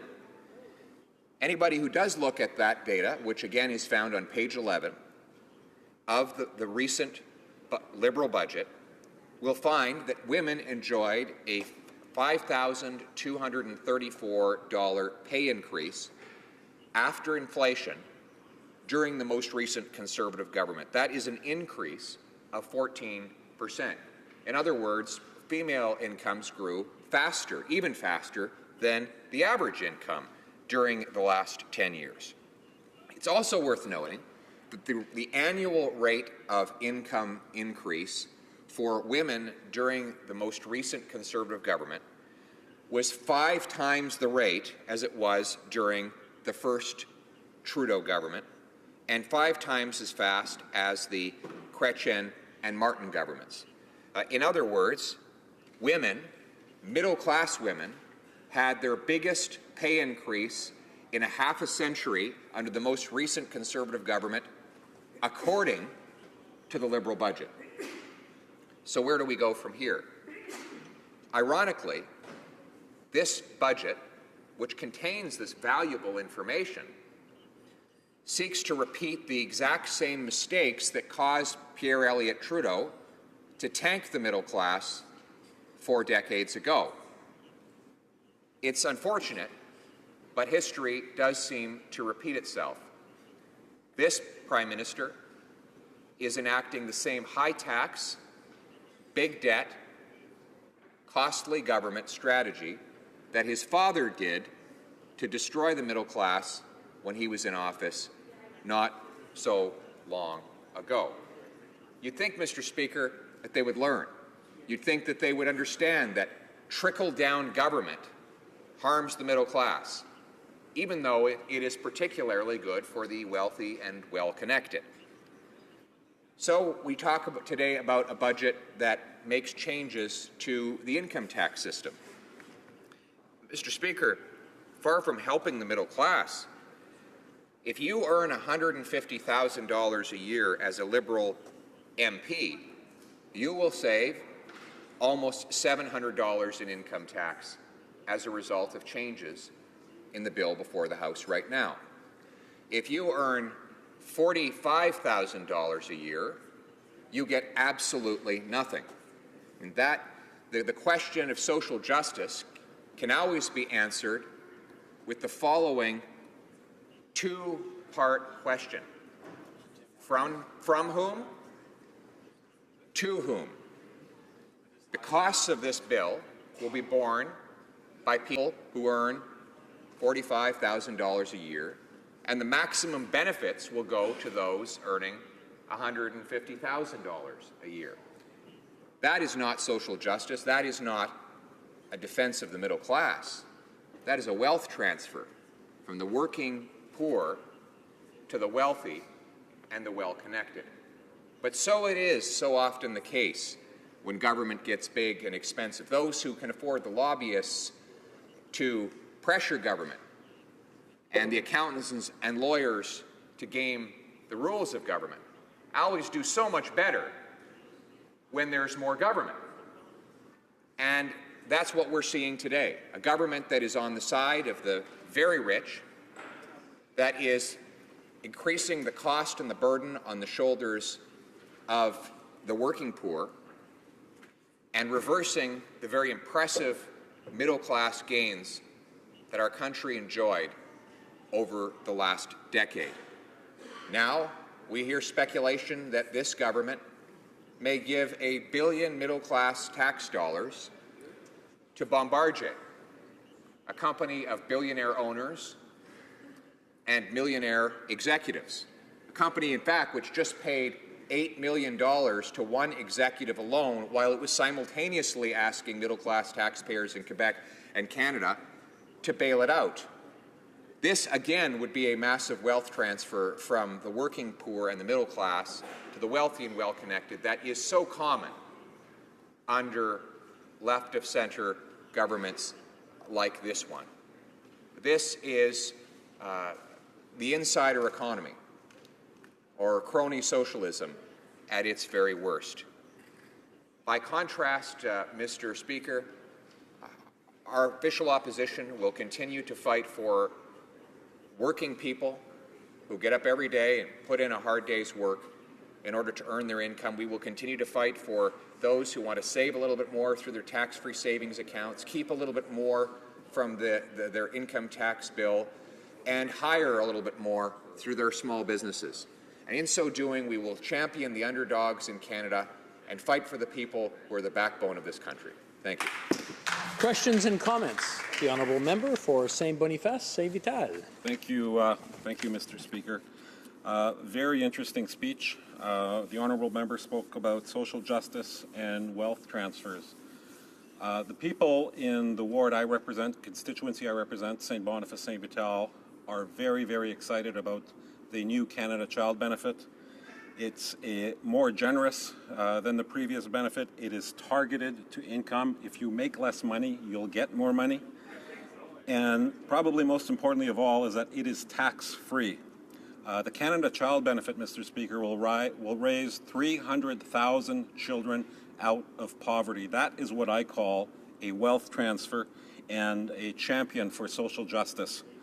In addition to the Canada Child Benefit, we are launching Canada's largest ever infrastructure program as part of this budget. In addition to that, speaking of middle class, and I understand perhaps it was not him, perhaps it was an earlier speaker that do not like to talk about class, but income levels. If you make between $40,000 and $90,000 and you're a Canadian citizen, you will get a 7% tax cut. That is in the budget. My question to the honourable member is, how can anybody be against a 7% tax cut for earners between $40,000 and $90,000? Honourable member for Carleton. If only it were true. In reality, earners, the members' numbers are inaccurate. If someone earns $44,000, they will get a 0% income tax cut from this budget. The very small tax relief that does exist really only peaks for people who earn over $100,000. And even for them, it works out to about $700 a year. But you need to earn about as much as the honourable member does to enjoy that maximum tax relief under this budget. But the working poor get exactly nothing, which is unfortunate because it reverses the trend of the previous government, according to the Parliamentary Budget Officer, the independent and nonpartisan Parliamentary Budget Officer. The previous government cut taxes by about $30 billion per year, and that tax relief was overwhelmingly in favor of lower and modest income earners. In fact, for many low-income and impoverished workers, the previous Conservative government cut their taxes by 100%, meaning that they don't pay anything at all. That helps them get over the welfare wall. That is to say, it ensures that work always pays more than welfare.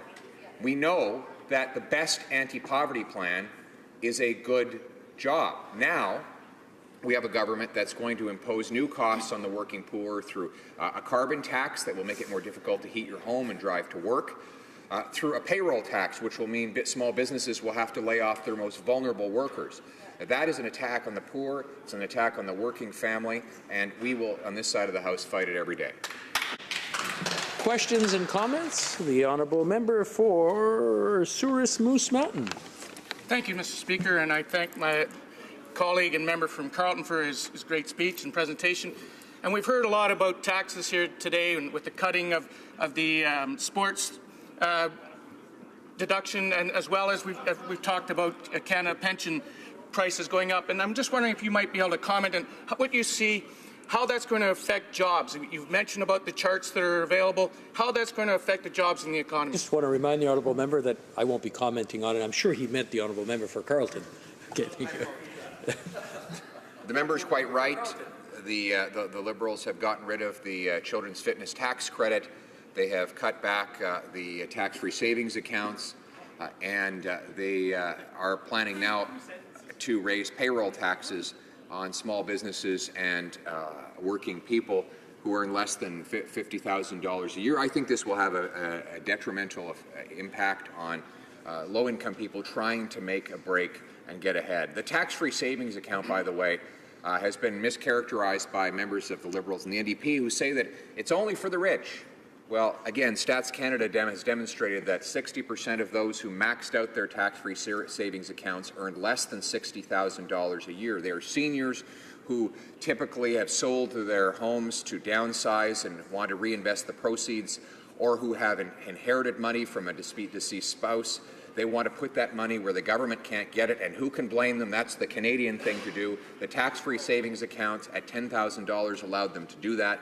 The government has raised taxes on those people. We'll hopefully try to convince them to change their minds on that. Thank you.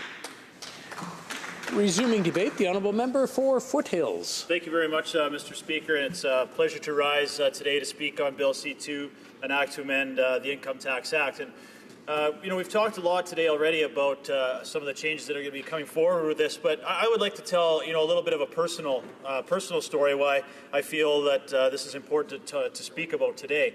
I remember vividly in 2006, my wife and I, in a small southern Alberta town, I would say we were a low to middle income family. We had 3 children, one in hockey, one in volleyball, one in dance. And I remember when the Child's Fitness Tax Credit was first introduced by the Conservative government, and what a godsend that was to me and my family to be able to cover a substantial part of the costs for my children's activities. And then when we last year doubled, or put forward to double, the Children's Fitness Tax Credit from $500 to $1,000, I know I went to as many doors as possible in my riding to talk about this program with my residents, and it was incredible how many families, especially young families, young parents, spoke to us about how important this program was for them and their family to ensure that they were able to keep their children healthy and active and enjoying some of the activities that they enjoy. There's a reason that programs such as Kids Sport, the United Way, Boys and Girls Clubs are so popular, is because it's a reality that lower income families have a difficult time being able to afford the cost of some of those programs. So the Children's Fitness Tax Credit was a program that I think impacted just about every single Canadian family with children. It was extremely disappointing to see that the Liberal government has eliminated that program, and I know I've had profound feedback from residents in my Foothills riding who are extremely upset with that change. Now, we'll hear from the members opposite that the reason that they've gotten rid of programs like the Child's Fitness Tax Credit, the students' post-secondary school book tax credit, was that they were going to be more generous on the side of other programs in the middle-class tax cut. It was going to be revolutionary for Canadian families. This was going to be something that was a life-altering change for Canadian families. But let's put it in perspective. According to Finance Canada, the average impact to Canadian family with this middle-class tax cut is $6.34 a week. $6.34 a week. That's less than $1 a day is what the impact on the average Canadian is going to be on this tax cut. Well, you're eliminating a child's fitness tax credit, the universal child care benefit, and those types of programs. So I find it interesting that the Liberals find $1 a day to be revolutionary. I'm pretty positive that I can say in my family $1 a day is anything but revolutionary. And I found it, you know, we were kind of joking a little bit in question period today, but I found it interesting that the Minister of International Development was laughing at the fact that we were asking about $17 for a glass of juice. Yeah. We are here on this side of the House protecting the Canadian taxpayer. Every single dollar has an impact on their lives, their jobs, and their families. $17 on a glass of juice or $5,000 on 2 days on tips and gratuities, I think is certainly worth asking about. And for them to say that $6.34 a week, $1 a day, is somehow revolutionary and is going to lift up 9 million families out of poverty or 9,000 children out of poverty or whatever the number is, I think is pretty coy. Good point. The money we will either have or drawn from reduced from these public services and the tax base, and I would say that the spending plans of this Liberal government are risky at best. And like I said, we have seen no concrete proof that these tax cuts that they've said that they're going to have, which again, they initially said during the election were going to be revenue neutral, are in fact anything but. This tax breaks that they introduced was going to be revenue neutral, was going to be revolutionary, but in fact it's going to cost Canadians more than $8 billion a year, or $8 billion over the next 6 years.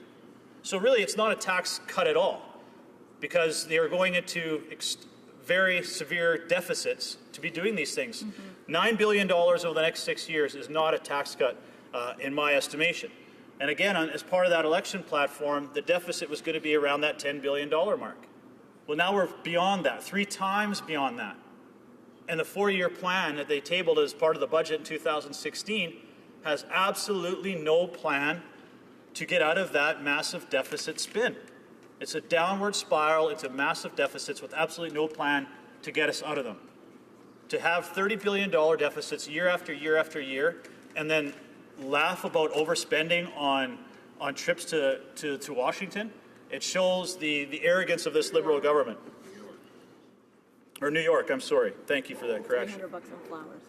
The Liberal government has said they want to cut the tax-free savings account. So again, we're going to be talking today about the impact on what this really truly means for Canadians. The tax-free savings account, I know from speaking to my residents in Foothills in southern Alberta, was something many of them embraced. It was something that they felt was an outstanding opportunity for them to save. And in fact, 11 million Canadians were accessing the tax-free savings account. But instead, the Liberal government has taken away another option for Canadians to save, a voluntary option for them to save for whatever they feel is most important to them. It could be a house, your children's education, or yes, for your retirement. But instead, for reducing that tax-free savings account from $10,000 to back down to its original number of $5,500, they would like to replace that with a mandatory CPP tax, which will be a tax of more than $4,000 for the average Canadian worker, as well as an additional tax on small business owners. So when you're saying you're going to be having these benefits, well, if I don't have a job, I'm not paying any taxes. I'm going to be more of a burden on the social system. They also want to add a job-killing carbon tax. We've talked about that several times this week. In Alberta, in last month alone, in the month of May, we lost another 24,000 jobs. 24,000 Albertans are now out of work. Our unemployment rate in Alberta is now 7.9%, the highest it's been since the National Energy Program was brought forward by the Liberals in the 1980s, with no future or no relief in sight. And I talked about a question period today. Ritchie Brothers, one of the largest auction houses or auction operations in Alberta, last month had what was supposed to be a 2-day auction sale, ended up being 5 days. And they sold more than $240 million in industrial commercial equipment that went straight south to the United States. So with that equipment that goes south to the United States, so do the jobs that go with that equipment also went south or disappeared in Canada entirely. Over the past year, $500 million in oil sands equipment has been sold, and the vast majority of that has gone south of the border. On top of that, $50 billion in investment has left Alberta. That shows the impact that Albertans are feeling right now. We expect our unemployment rate to exceed 8% over the next year. I don't think this is the time to be joking about a $1 a day middle-class tax cut, which actually only benefits those making over $100,000, and many of those have now lost their jobs entirely, or to be joking about introducing a carbon tax, which will increase the costs of literally everything that your average Canadian is trying to pay. And then to bring in a mandatory CPP tax while taking away an option that Canadians have to make the choices that they feel are best for them, and that was the tax-free savings account. I appreciate it. It's still going to be there, but it's not going to be there to nearly the extent that we had offered it before. So let's just put that in perspective. Over the last 6 months, the Liberal government has talked about a middle-class tax cut, which is not really a tax cut at all because it's not revenue neutral. It's going to cost close to $9 billion over the next 6 years. They want to bring a mandatory CPP tax on which will impact Canadians and small business owners, our job creators. And now they're talking about a carbon tax, which was really a tax on top of a tax because 80% of Canadian jurisdictions already have a carbon tax at the provincial level. Right. So why are we going to be adding yet another tax on Canadians? But let's put that in perspective. Over our 10 years in government, we reduced taxes more than 150 times. Canadians had the lowest tax burden that they've had in 50 years.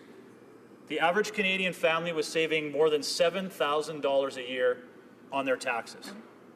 Well, those tax advantages are now going to be gone just simply with almost entirely with the increase in a CPP tax, which will cost more than $4,000 for the average Canadian. Now, we'll also hear today, I'm sure, that the argument from my colleagues on the other side will be that the tax-free savings account was simply just a tax haven for the wealthy. But I think we also heard from my esteemed colleague from Carleton that that's just simply not the case. People earning $80,000 a year or less accounted for 80% of those who had a tax-free savings account. And of 60% of the individuals who contributed the maximum $5,500, the vast majority of them had an annual earnings of less than $60,000. So to me, as a Canadian, I don't feel that $60,000 a year is wealthy or anything close to wealthy. I think that is just your average, hardworking Canadian who's making certainly difficult decisions for whatever he feels is best for them and his family or her family, whether it's a down payment on a house, saving for my child's education, or like I said, certainly for my retirement. I believe that reducing the tax-free savings account is a step backwards, and this is not something that I think is going to benefit Canadians. This was a saving mechanism that was extremely flexible, and it allowed Canadians to make the choices that they felt were best for them and their families. Now, Mr. Speaker, I want to jump ahead a little bit here and talk about again what our Prime Minister said during the election, and I wanted to quote the Prime Minister here. And during the election, he said this quote repeatedly, that the $3 billion tax cut for middle-class earners was for a $3 billion increase on high-income earners. And we've said that before, that this just simply isn't the case. This is actually going to cost Canadians close to $9 billion a year. And that just shows that in 6 months, it's been broken promise after broken promise after broken promise by this Liberal government. And they are simply going out to try and regress some of the tax advantages and things that we were able to change. So, Mr. Speaker, in conclusion, I would encourage all members of the House to vote against Bill C-2 because it reverses some of the great tax advantages that we were able to offer Canadians over the last few years, including the lowest tax burden on Canadians in 50 years. Thank you, Mr. Speaker. It being 1:30, the House will now proceed to the consideration of private members' business as listed on today's order paper. Affaires émanant des députés, private members' business, resuming consideration at second reading of Bill C-229, Life Means Life Act, standing in the name of Mr. Liepert. Resuming debate, the honourable member for Edmonton West. Thank you, Mr. Speaker. I'm pleased today to speak for Bill C-229, also known as the Life Means Life Act. I'd like to thank my honourable colleague, the member from Calgary-Signal Hill, for putting this important bill forward. I think, Mr. Speaker, that most of us would agree that Canada is a peaceful and safe country. However, we must also acknowledge that there are some in our country who seek to do us harm. These individuals seek to harm others and make us feel unsafe in our homes, on our streets, and in our communities. We judge people to be innocent until proven guilty beyond a reasonable doubt. That principle should never change. However, when someone is proven guilty beyond a reasonable doubt of heinous crimes such as brutal multiple murders, or murders so brutal that they upset us just about hearing about them, then that person must be seriously punished for their actions. For too long in this country, those individuals convicted of heinous crimes are able to apply for release after serving just a portion of their sentence instead of being locked up for the rest of their lives. Mr. Speaker, when you consider the finality of murder, the ending of someone's life, I think many will agree that it is too light of punishment.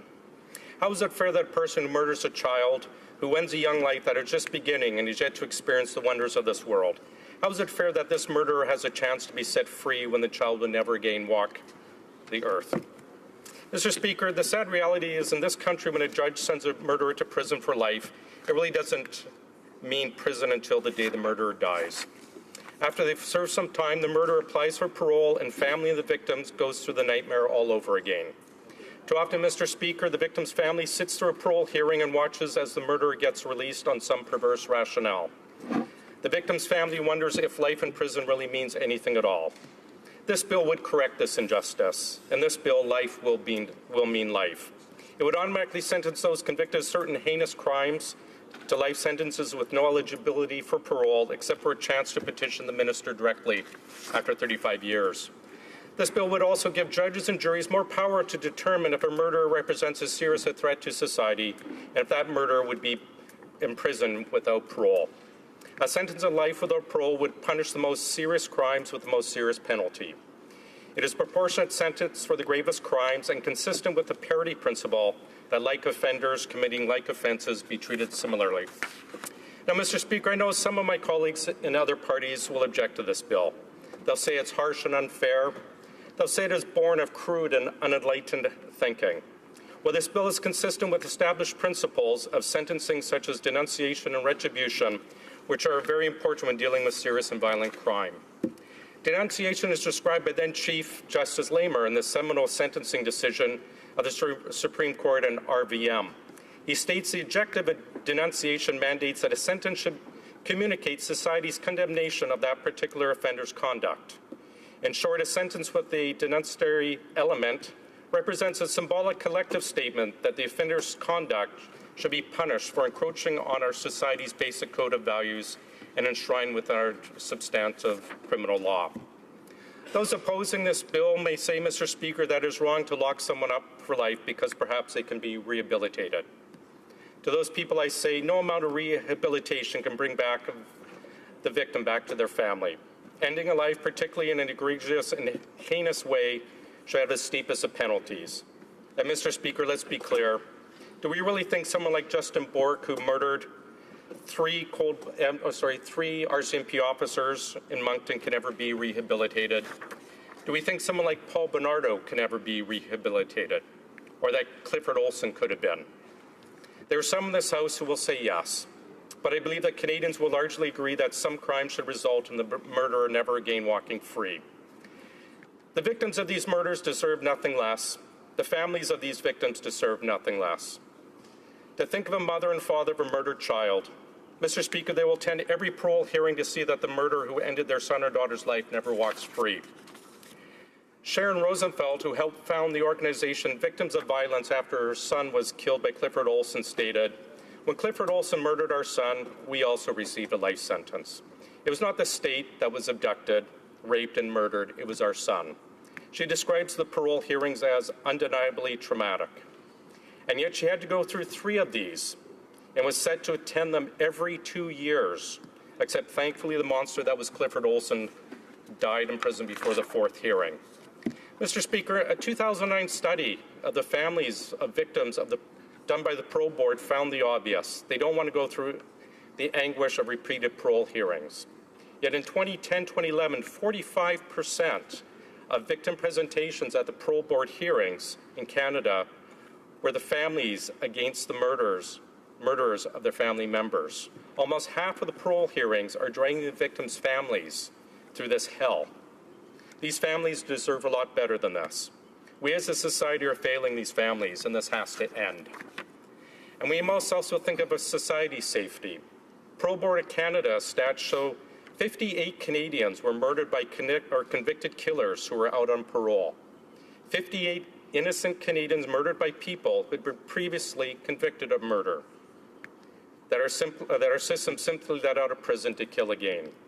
Further stats show 3 out of every 100 paroled murderers are sent back to prison for committing violent offenses such as rape and kidnapping. Almost a full quarter of murderers paroled between 1994 and 2008 were sent back for reoffending. We have forgotten the victims of these murders and those that survived them, the families. With this bill, Mr. Speaker, that ends. With this bill, Mr. Speaker, imprisoned heinous murderers stay in prison where they belong. I'm proud to stand and support this bill put forward by my colleague from Calgary Signal Hill. It's time that we say, life means life. Thank you, Mr. Speaker. The honourable member for Cowichan-Mellahut. Thank you, Mr. Speaker. I'm pleased to rise to speak on Bill C-229, introduced by the member for Calgary Signal Hill. Let me be clear from the outset that we in the NDP oppose this bill. C-229 is based on a measure from the dying days of the last Parliament. This was not a bill that was on the agenda of the previous government during its 10 years on that side of the House. Instead, it was introduced in the pre-election period at a flashy campaign-style event.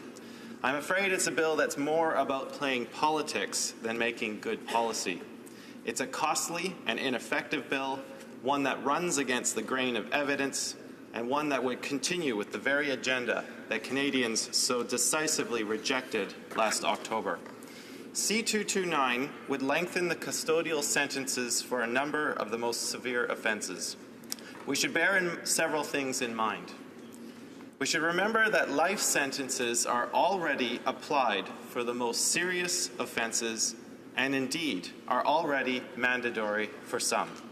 We should remember that the mechanisms such as parole board assessments and dangerous and long-term offender designations already keep the worst offenders behind bars if they continue to represent a threat to society. And when looking at offenders that do not continue to pose such a danger to society, we should remember that overwhelming evidence concludes that punitive sentences do not make communities safe.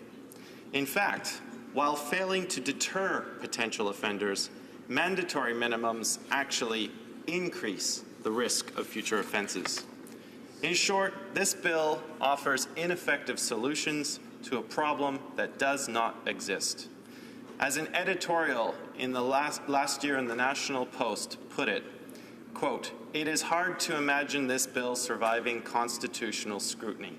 It is so disproportionate, so lacking in evidence, either of its necessity or effectiveness."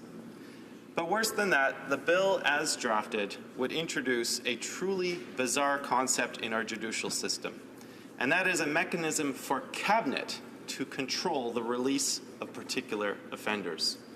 Canadians know that these decisions should be made by professional assessment, not at political discretion. We believe that the only responsible approach is for parole decisions to be based on careful assessment of risk that an offender poses to the community and to public safety.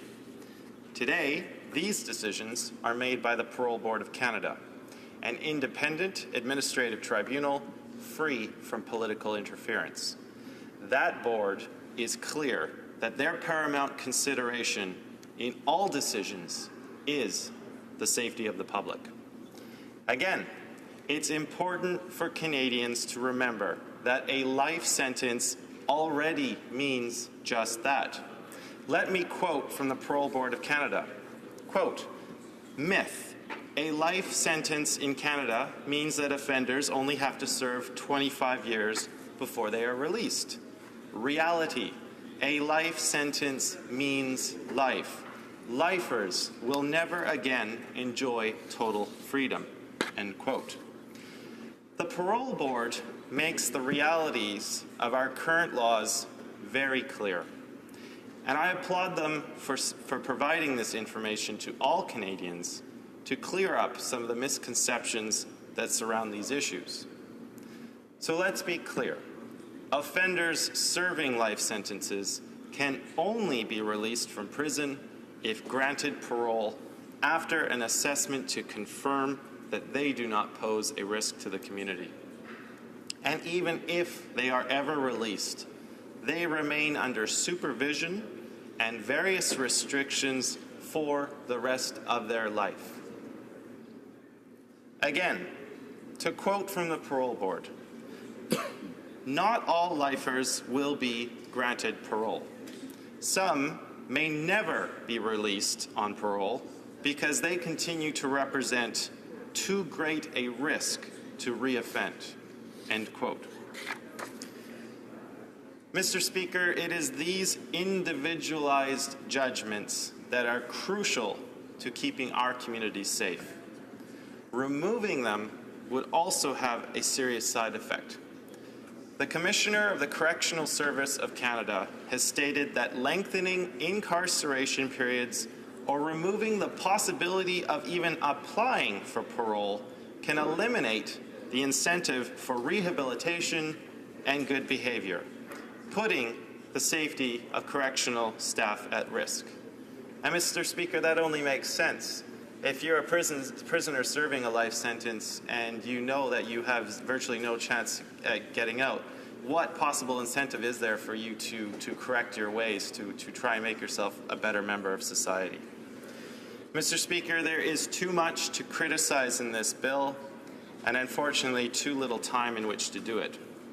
But let me turn to what we should be doing to not only improve public safety, but also increase the transparency and public trust in our judicial system.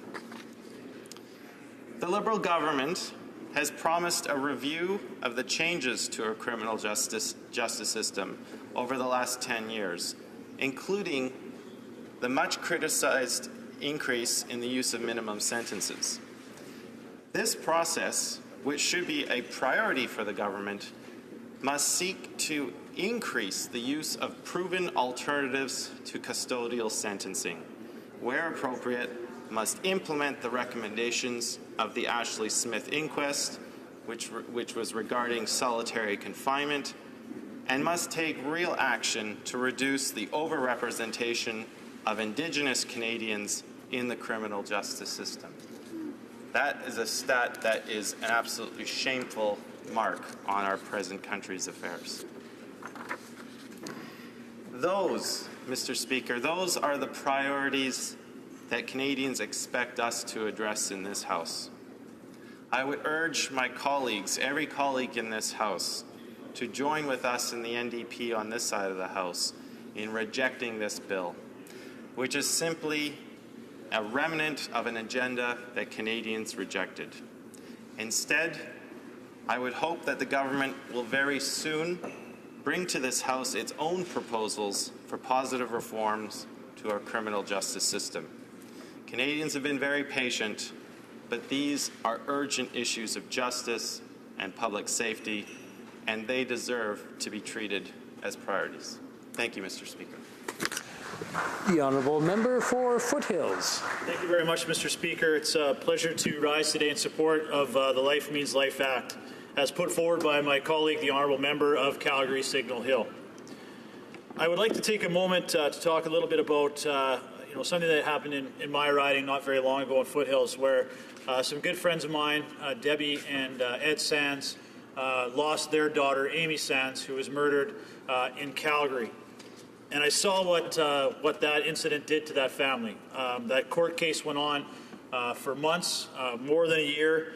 And each and every time I spoke with Ed and Debbie after they attended the court hearings and the proceedings, you could see each and every time the toll it took on the two of them and their family. And that really left a lasting impression with me, is that even speaking to them today, and Debbie Sands has just published a book called A Moth to the Flame about her daughter and what transpired in her life, but also, unfortunately, culminating in her murder, was the lasting impact that this has had on the Sands family and the Okotoks community as a whole. And it reiterates the fact that I think, for me, the essence in the Life Means Life bill is that it is a protection for the families of victims, that they will not have to relive these nightmares over and over and over again by having to continually go to parole hearings, whether it's every 2 years or every 5 years, especially when it's of little, a faint hope that this perpetrator would ever be granted parole. But regardless of that, the system does not protect the victims. Unfortunately, I'm sure the Sands family, for likely decades from now, will have to be going through this process, unfortunately, over and over again. But I'd like to also talk about the essence of this bill. And by eliminating parole eligibility for high treason and for the most heinous murders, the criminal law amendments in this bill would ensure the worst offenders spend the rest of their lives in prison. Mr. Speaker, this bill helps protect Canadians because it ensures the most violent offenders remain locked up for their entire natural lives. And as I said, Mr. Speaker, for me, one of the most important things of this is it protects the victim's family. For example, let's consider Sharon Rosenfeld, the mother of one of Clifford Olson's victims, who along with her family had to go to parole hearings every 2 years to hear Clifford Olson tell them why he should be released. They had to relive that trauma of losing their son every 2 years, over and over again. Mr. Speaker, the Life Means Life Act also provides a more clear proportionality in sentencing between first and second-degree murder. Through various acts of Parliament, we have made some second-degree murders fit under the same sentencing regime as first-degree murder, including having 25 years without parole. Now let's use Robert Picton as an example, who murdered several women in his British Columbia pig farm in a case that certainly garnered international attention. In the absence of proof of planning and deliberation, he was convicted of second-degree murder, but subjected by the court to 25-year parole eligibility period under Section 745.4 of the Criminal Code. Mr. Speaker, the bar for first-degree murder is understandably high, as it should be. To get a conviction requires the strongest possible proof on behalf of the state. The penalty, therefore, for those convicted should be equally as strong. Mr. Speaker, Canadians often are surprised to learn when a court of law gives a life sentence, it actually does not mean the person convicted goes to prison for life. Far from it in most cases. This bill that we're talking about today, the Life Means Life bill, I'm sure we're going to hear from our colleagues, or we have heard from our colleagues across the floor, that it is something that is unreasonable, that is something that would be different than maybe other countries, especially Western democracies would have. But I digress. That is just simply not the case. Bill C-229 would align Canada's criminal justice system with those of other parliamentary democracies, such as the United Kingdom, Australia, and New Zealand. The system in the United Kingdom is actually quite interesting, and I'd like to share a little bit about how that system works. While we set a minimum parole eligibility dates here in Canada, England does it somewhat differently. In England, the court determines the seriousness of the murder and selects an appropriate time for parole eligibility. They usually start with 15 years, but more serious murders will naturally go up to 25, 30, or even more, including an entire life of parole before they are granted parole. The court then considers aggravating and mitigating factors and adds or subtracts time to the 15-year starting point as warranted. The English system has the ability to hand life without any chance of parole down for the most serious of crimes. Their law, similar to this bill, gives only the minister the ability to grant parole on compassionate grounds. In England, there are 4 different categories of murder for which the sentences are exceptionally high. The first is multiple murder involving premeditation, abduction, or sexual or sadistic elements.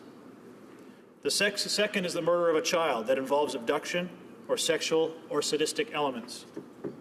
The third is murder to advance a political, religious, or ideological cause. Finally, the fourth is murder by any offender previously convicted of murder. Mr. Speaker, as you can see, what is being proposed by my colleague is not unreasonable.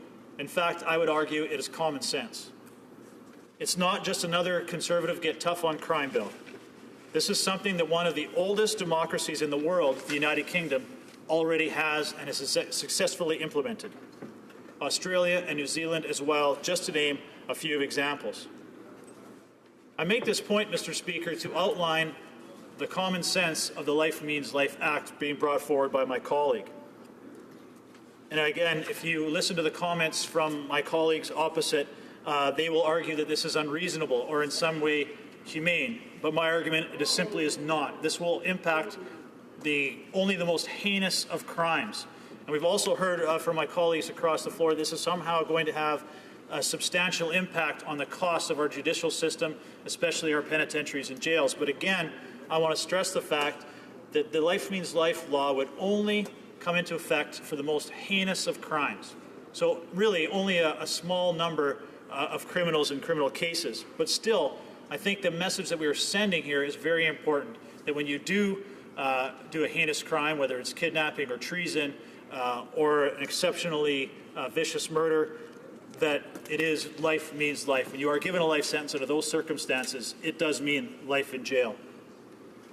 Now, Mr. Speaker, I would like now to turn my attention away from a comparison of this bill to its counterparts in other countries and instead make a plea to my honourable colleagues. I ask those of you across the way who are dead set against this bill to think for a moment again of the victims' families. Think for a moment of those families who have loved ones who have been taken away by the hand of a murderer. A murderer, Mr. Speaker, who planned those actions in cold blood. Not of outrage, not of spite, but in hard, cold calculation. Try to imagine, as I am, as a father, a mother, a sister, a brother, and you lose a loved one or a child. Would you really want to have to relive their death over and over again at a parole hearing after parole hearing? Would you really want to have the fear of the murderer being released back in a community hanging over your head?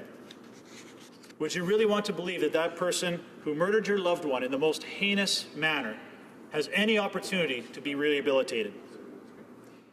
I would argue that I don't think my colleagues on the other side would believe that, Mr. Speaker. None of us would.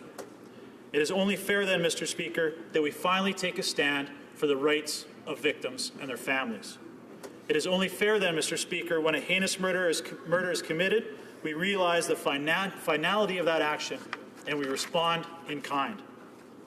It is only fair then, Mr. Speaker, we recognize the loss of family members, of friends, and of loved ones. The Life Means Life Act finally puts victims and their surviving families ahead of the rights of the murderer. It finally acknowledges there are some amongst us who should never be allowed to walk freely amongst us again. This finally, Mr. Speaker, means that a life sentence actually means life in prison. Thank you very much, Mr. Speaker. Resuming debate, the honourable member for Yellowhead.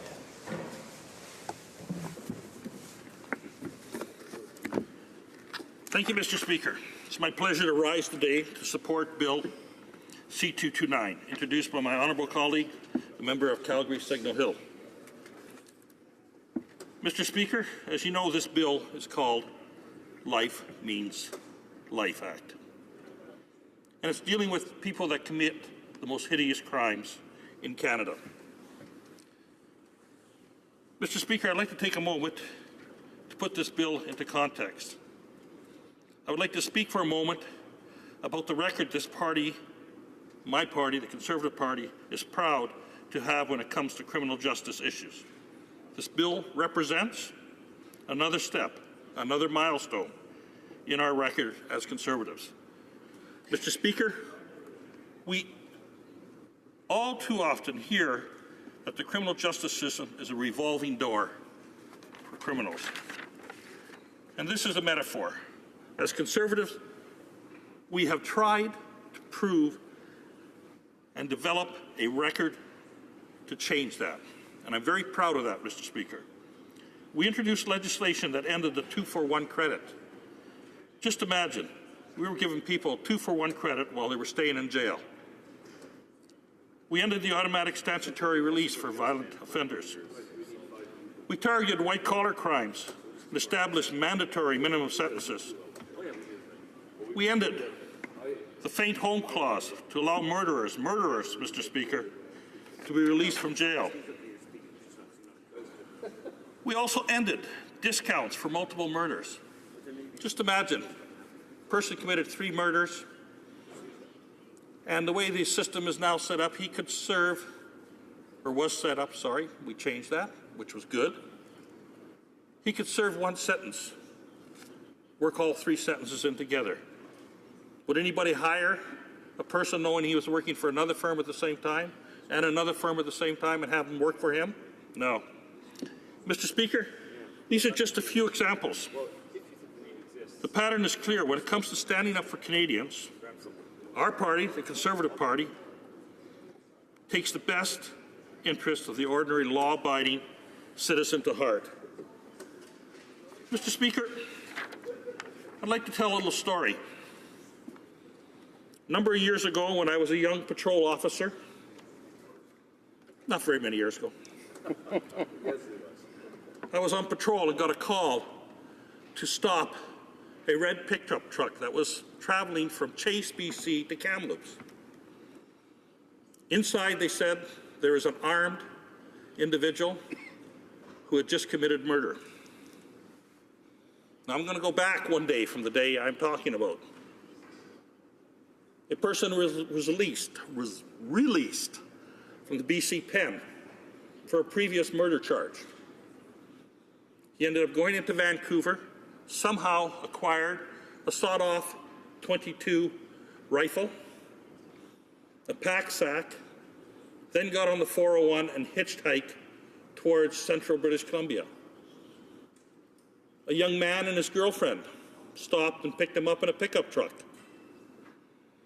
They continued on for about 4 hours till they got to Kamloops, where they thought he was going to get off, at which point he pulled the .22 out of his satchel and said, "Keep driving." He forced the young man and the young lady to drive towards Chase, a community about 1 hour away. Imagine the fear in the eyes of those 2 people. He then made the driver pull off the side of the road, just a short distance off the Trans-Canada Highway, a distance short enough you could hear the traffic going by. They were pleading, where he coldly, and I say very coldly, turned and shot the young man in the head. He then proceeded to rape the young woman several times throughout that afternoon and into the night. And then in the morning, when he got tired, he beat her what he thought was to death. He then calmly walked back to the Trans-Canada Highway and started to hitchhike back into the interior of British Columbia. Thank God, a service station owner saw him get into another pickup truck, the red one I mentioned earlier. Thank God, the young lady recovered, and she was able to stumble from where she was to the service station and relate the hideous crime that had taken place. Back to the day. I'm on a motorcycle, the only person on the highway, no one to back me up, and I have a red pickup coming towards me. I pulled that pickup over. In those days, I used to carry a sawed-off shotgun on my motorcycle. I had it loaded. I stopped the truck, no one around, just me, pickup truck, a driver, and a passenger. The driver stopped the truck. I jumped up on the bumper, on the hood, and watched this guy on the right side of the truck look at me, cold eyes, as he reached down and started to pull his .22 up to begin a gunfight. Thank God, within those moments, I was pulling back on the trigger. Triggers! I was going to have them both barrels. And I heard another member say something. I can't repeat that in the House, Your Honor. But the guy froze. We took him into custody with no problem. You can't rehabilitate a person like that, Mr. Speaker. That man was cold, vicious, loved to kill. Think about that young man in the pickup truck. No more birthdays, no more anniversaries. Maybe him and that girl may have got married. They may have had children, probably had grandchildren by now if it didn't happen. And the trauma that that young lady has had to go through for so many years and will have to continue to do so. People who commit the most heinous of crimes need to be protected from society. Mr. Speaker, I've investigated, actually I don't want to count because there's just too many murders that I've been involved in. I've watched young kids as young as 13 shoot their brother. Family domestic fight where someone gets up shot. Thank you, Mr. Speaker. And I'm not talking about these people. Those people probably can be rehabilitated. But there are people out there, Mr. Speaker, that are born killers. They want to kill. We need to protect them from public. We have that ability to do that when we go to trial and the evidence comes out. I'm going to give you another real quick story because I know I'm running out of time. But here was a gentleman that got released from the United States pen for murder. Found himself a girlfriend. They went to a motel room. This is the evidence that came out. Went to a motel room, bought a map of Canada, and threw a dart. It landed at Fort St. James, British Columbia. They then hitchhiked across Canada to Fort St. James for one motive, to kill people. The first game was to start with the RCMPs. They actually came to the RCMP detachment and stole the vessel from one of our members so they knew they would get us into a heated chase. A 6-day search of them trying to get us and us getting them, with the ultimate motive was they wanted to kill people. We tried to keep them away from the public, but they went there. When the evidence came out, we caught them. We got them alive. It took a great effort. We brought them in. Their sole purpose was to kill people. We fought as RCMP officers to keep them away from the public. We did. We ran them aground. We ran them dry. We ran them tired. But there are people out there, Mr. Speaker, and my honourable member knows that. He brought this bill forward because some people cannot be rehabilitated. And that evidence will come out in the court trials. Thank you, Mr. Speaker. And when that evidence comes out, let us trust. It may be a jury, it may be a judge trial alone, but let's trust the people in those judicial opportunities to make that decision in and place that person as a hideous crime and put that person in jail for life so that no other person will be harmed later on. Thank you, Mr. Speaker. Resuming debate, the Parliamentary Secretary to the Minister of Natural Resources. Thank you, Mr. Speaker. Mr. Speaker, I'm pleased to join the debate today on Bill C-229. For the reasons I will briefly outline, I will not be supporting this proposed legislation. Bill C-229 aims to change the law concerning the amount of time an offender who has been sentenced to a life sentence would remain in prison. It proposes mandatory and discretionary sentences of life without parole for offenders who have been convicted of murder in certain circumstances. Bill C-229 would make imprisoned without parole mandatory for high treason, for planned and deliberate murder if committed during a sexual assault, kidnapping or terrorism offense, or where a victim is a police officer or correction official, or if committed in a particularly brutal way. Second, the bill would provide judges with the discretion to impose a life sentence on imprisonment without parole for any other first-degree murder, as well as for any second-degree murder where the offender was previously convicted of murder or of an intentional killing under the Crimes Against Humanity and War Crimes Act. Finally, the bill would amend the Corrections and Conditional Release Act to provide that an offender sentenced to life imprisonment without parole may apply for an executive release by the Governor in Council after having served 35 years in custody. If released by the Governor in Council, the offender would be subject to conditions similar to parole conditions, and the offender's sentence would be continued to be administered under the jurisdiction of the Correctional Services of Canada and the Parole Board of Canada. Meaning that if the offender committed another crime, they would go back to prison. Mr. Speaker, I'm opposing Bill C-229 for two reasons. First, because the amendments proposed are, in my view, unnecessary and would be unprecedented in Canadian law with respect to their harshness and treatment of offenders. And second, because I am very concerned about the charter risks associated with this initiative. To be clear, there is no disagreement that the most serious offenders, murderers, should be dealt with accordingly by criminal law. However, in my view, the law already does just that.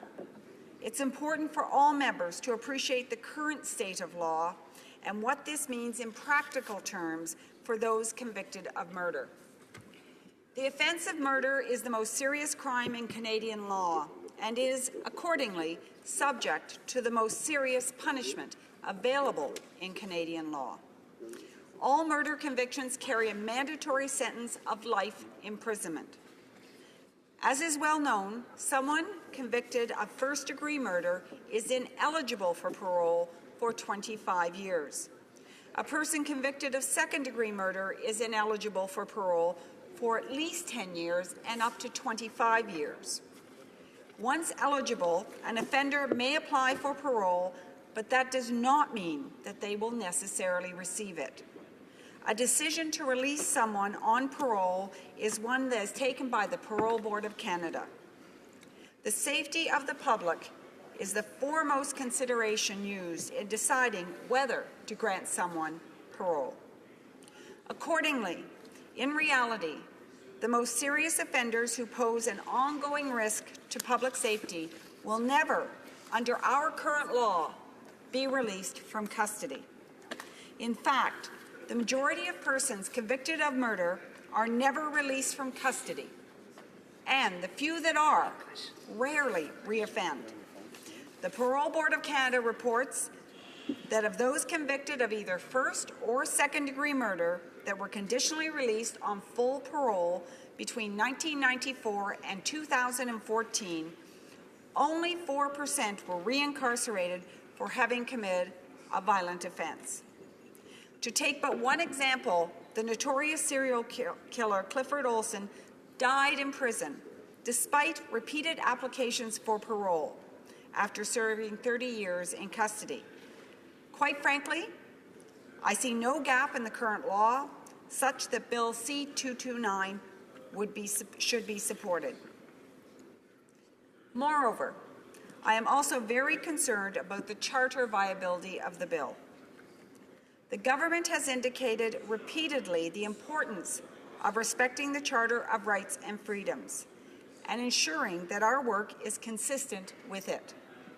I believe that if we were to support this bill, we would not be respecting the Charter, particularly an offender's Section 7 and 12 Charter rights.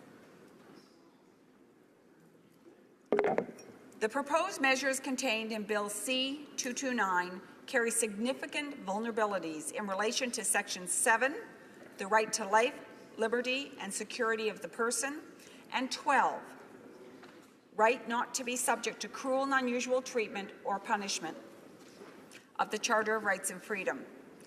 This is due, in part, to the proposal in this bill for increased parole eligibility date for all offenders convicted of first-degree murder from 25 years to 35 years. Canadian legal principles do not contemplate the creation of a sentencing regime under which there would be absolutely no possibility of legal consideration during an extended sentence of the merits of an offender's continued incarceration. Based on existing case law, it seems to me that the proposal to detain beyond 25 years would raise significant charter issues. As parliamentarians, we can be firm in our responses to serious criminal behaviour. We can take measures to improve the safety of our citizens and our communities. but we must ensure that we do so in a manner that is fair and respects the constitutionally guaranteed rights of all Canadians.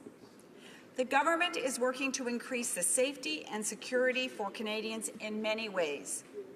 Bill C-229 would not make our communities safer. I am confident in the ability of the Parole Board of Canada to make appropriate decisions regarding which individuals may or may not be released from prison and what type of restrictions may be placed on their liberty. The existing sentencing provisions for those convicted of murder and the related parole system reflects an appropriate balance that effectively prevents the most serious offenders from ever being released on parole. Mr. Speaker, life without parole for most offenders, as proposed, is unprecedented in Canadian law and will generate criticism and increase costs. I am opposing Bill C-229 as it would not improve public safety and is not a bill that will achieve the objective of a justice system that Canadians can be proud of. I urge all members to join me in voting against this unnecessarily punitive legislation. Thank you, Mr. Speaker. Resuming debate, the honourable member for Lakelands. Thank you, Mr. Speaker. I wholeheartedly support my colleagues' initiative about life means life sentencing, and to share with my colleagues here why I support life means life, I want to tell you the victim impact statement of a lifelong friend of mine about the 2011 murder of my lifelong and besthood child friend, her sister, people who to me are friends who are family. And Paula, my friend, has not yet read her victim impact statement into sentencing, but will be doing so, and she asked me to share this with you. Dana Jane Turner has been my little sister and since October 28, 1979. I have 4 other sisters and 2 brothers. I'm the oldest of the 8 children, and Dana is my second sibling. Paula, Leah, Dana, Brendan, Jessica, Russell, Kara, and Sarah. From the moment that Dana was missing, I felt sick to my stomach. I had an all-consuming feeling Dana was cold and outside, and I had no idea where to look for her. My friends, family, and I immediately started hanging missing persons posters around Alberta, and we all prayed for her safe return. I quickly became the liaison between the RCMP and my family, relaying updates back and forth on a very regular basis. I made 2 appearances on the news, hoping that someone would know something about where Dana was and that she would be brought home. I remember the morning in October when the RCMP called me at work to let me know they wanted to meet me face to face. I knew that I was going to be served the most terrible news of my life and that I would have to share this news with my dad and family in Newfoundland. I wanted one more day to pretend that Dana was still alive, that life would go back to normal, and we would not be here today. That was not the case. To articulate the impact Dana's murder has had on my life is very overwhelming and almost impossible to put into words. I've written this statement over and over in my head for more than 4 years, but have never been able to commit it to paper, as the impacts are gut-wrenchingly painful, constant, and ever-changing. The emotional and physical impacts of losing my sister in this tragic manner has forced me to live a life I did not choose, and I've become a person at times I don't even recognize as myself. I find it impossible to say that even one part of my life has not changed since Dana's murder. Dana's death has left me often depressed, anxious, suspicious, scared, and angry. Dana's murder required me doing things that I would never wish on anyone. I, along with the help of my parents and siblings, had to go through Dana's belongings item by item, box by box, sorting through her clothes, baby memorabilia, mail, and personal belongings, all of which made me feel like I was stealing and violating her privacy. I had to decide what items to keep for her children when they got older, and sold the rest at a garage sale, almost giving it away like everything she had worked for. Her whole life was suddenly garbage. I made phone calls to and met with Dana's pastor and helped arrange her memorial. I had to print large photos of her to place on a table at the front of the church, as there wasn't a body to put in a casket, as her remains stayed with a medical examiner for evidence. About a year later, when Dana's remains were released to our family and we were able to have a funeral for my sister, I will always be haunted by the image of my father falling to the ground at her casket in a small room at the funeral home, and there wasn't anything I could do to comfort him. I wanted to hold Dana's hand and say goodbye, but when I felt in Dana's casket for her hand, I wasn't able to find it in the vacuum-sealed bag of bones that was placed under a satin sheet where an inflated pillow was where her head would have been.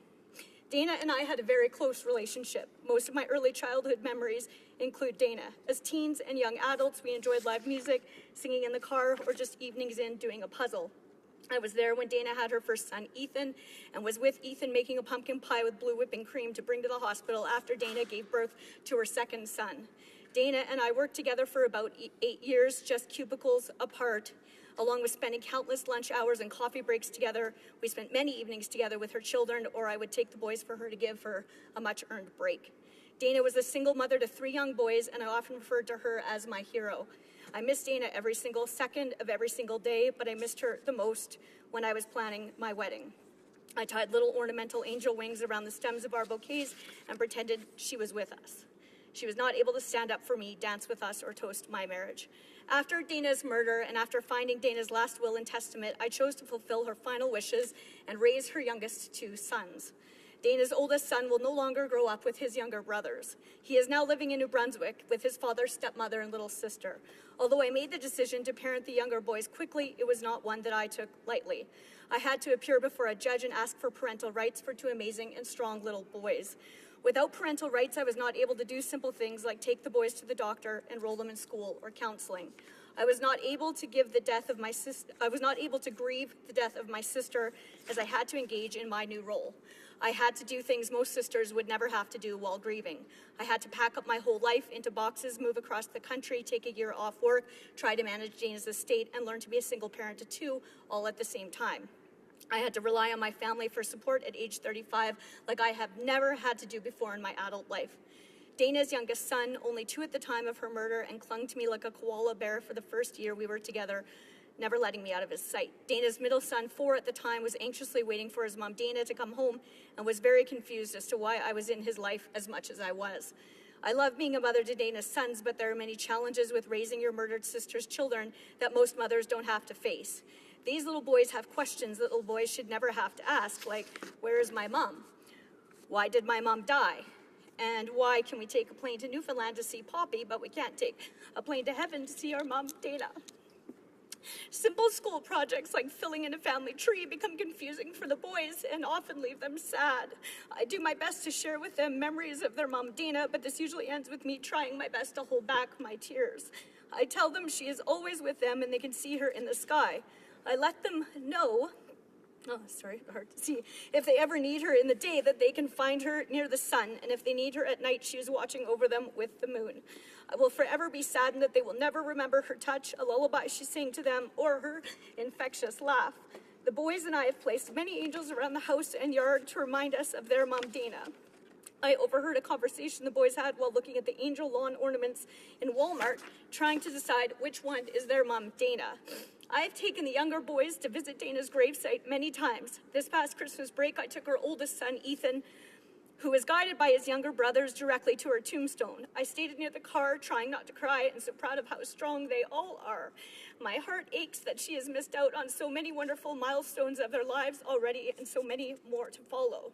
I'm doing my best to raise good boys that will grow up to be good men. Because of Dana's murder, I will also mourn the loss of my own identity. I was once an independent, carefree soul with a love for adventure. I had very close friends that I used to enjoy spending time with for many years. I no longer contact them as much as I used to. They all know I've changed as a person, and now that I'm a parent, I have even less in common with many of them than I did before.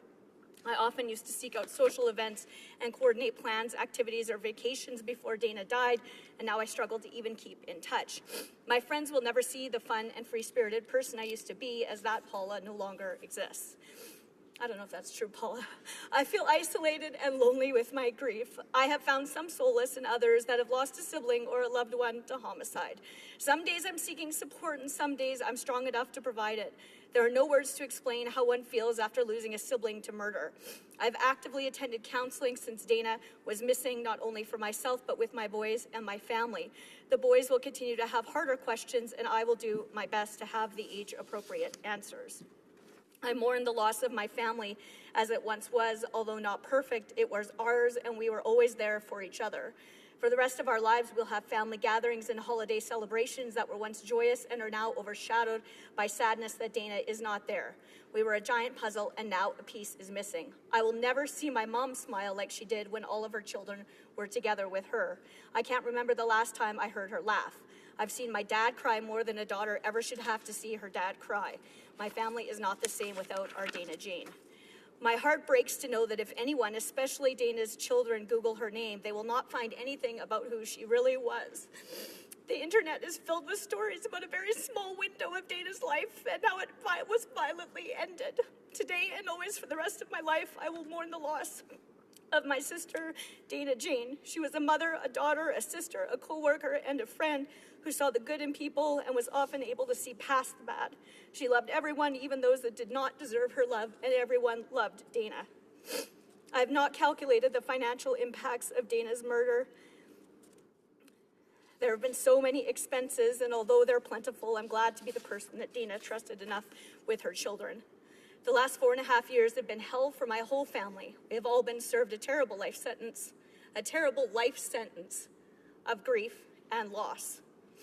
I'm looking forward to my family not saving vacation days and money to spend here in Red Deer in the same room as my sister's killer, but instead trying to find our new normal. That's during the trial.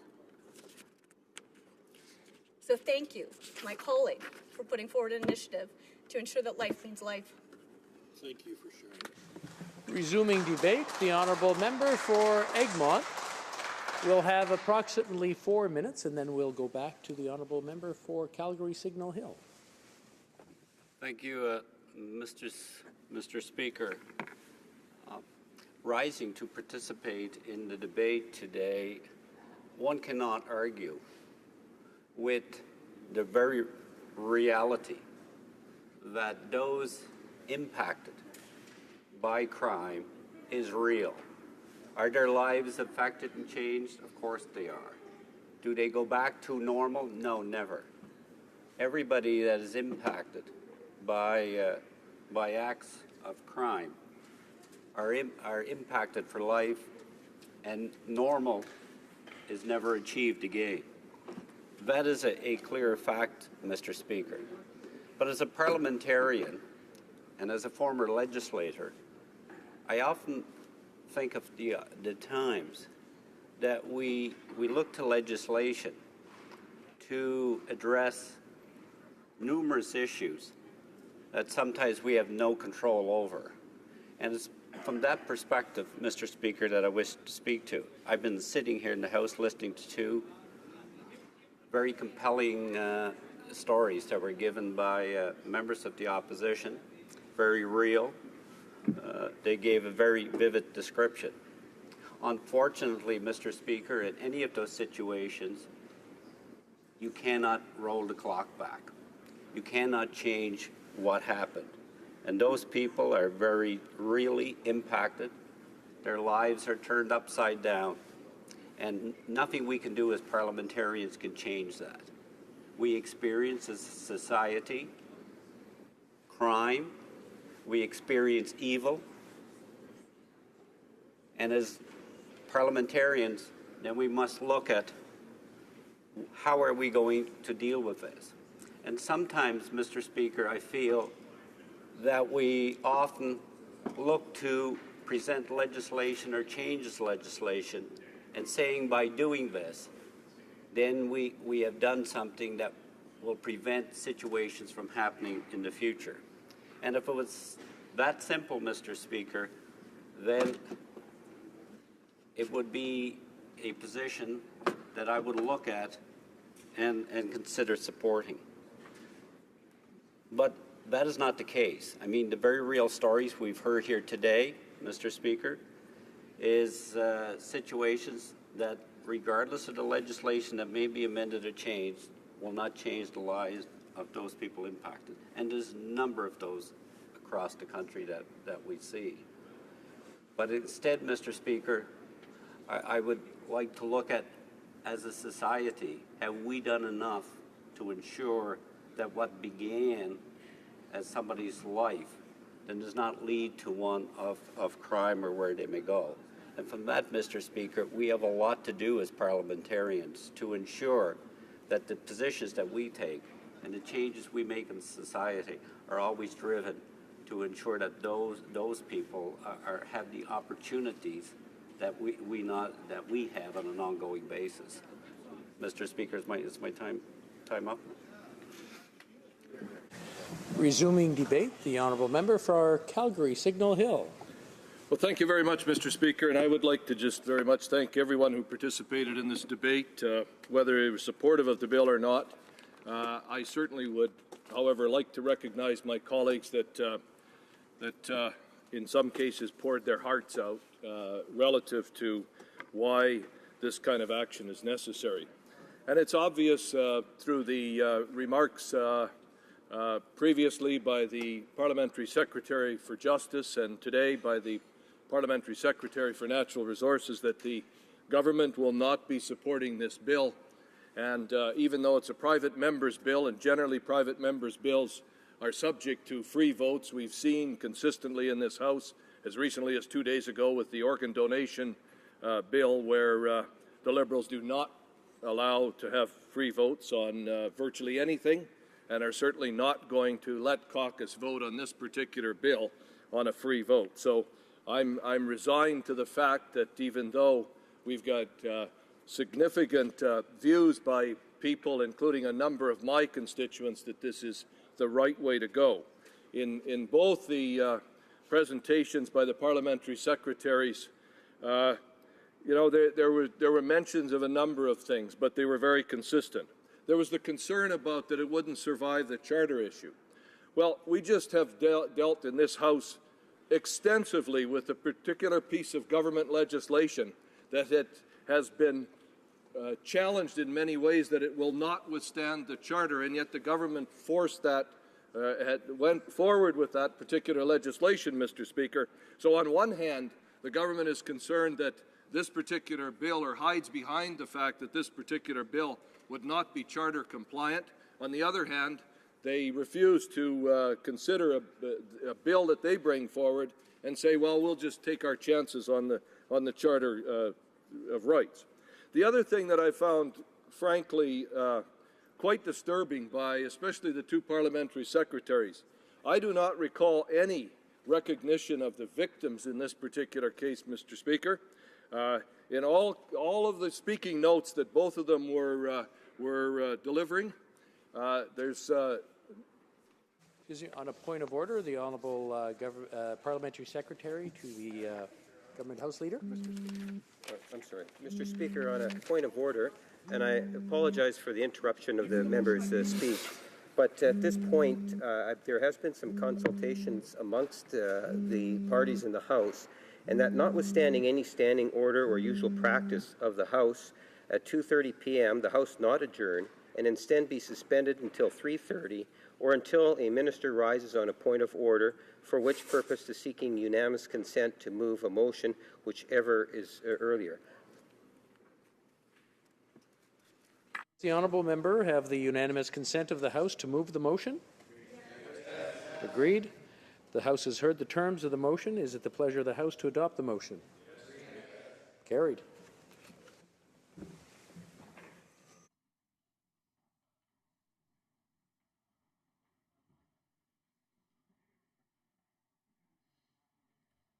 The honourable member for Calgary Signal Hill. Excuse me, I just want to remind the members that we're still proceeding. The honourable member for Calgary Signal Hill has the floor. Thank you. Thank you, Mr. Speaker. I'll try and remember where I left off, but I believe what I was talking, what I was mentioning was the fact that in neither of the presentations by the parliamentary secretaries was there recognition of the victims of these particular heinous crimes, Mr. Speaker. What we have in all instances, it's victims who have to go through that parole process time and time and time again. And one of the concerns that I have is that I know that the Parliamentary Secretary for Justice, in his remarks, referenced the fact that this particular initiative is not supported by neither the Elizabeth Fry Society or the John Howard Society. Well, Mr. Speaker, what I've seen of these two organizations, to me, that is absolute evidence that this is on the right track, Mr. Speaker. So, one of the other things that was mentioned today by the Parliamentary Secretary for Natural Resources, and I believe was also mentioned by the Parliamentary Secretary to the Minister of Justice, was the fact that there would be increased costs associated with this, Mr. Speaker. Well, you know, sitting through the debates we've had on this particular budget that this government brought forward, costs seem to be the last thing that this government is concerned about. So we're hiding behind a bunch of weasel words, Mr. Speaker, in order to defeat what I believe is a bill that, Mr. Speaker, time has come. Yes, as has been mentioned by some of my colleagues, clearly the government will oppose this because it's, in their words, another tough on crime initiative by the Conservatives. And you know what? Yes, it is another initiative by the Conservatives to be tough on crime. But damn it, Mr. Speaker, it's time that the Liberal government stopped being soft on crime, Mr. Speaker, and allowed a free vote of their members to approve this bill. Thank you, Mr. Speaker. It being 2:30, the time provided for debate has expired. Accordingly, the question is as follows. Mr. Liepert, seconded by Mr. Trost, move that Bill C-229, an act to amend the Criminal Code and the Corrections and Conditional Release Act, and to make related and consequential amendments to other acts, be now read a second time and referred to the Standing Committee on Justice and Human Rights. Is it the pleasure of the House to adopt the motion? Yes.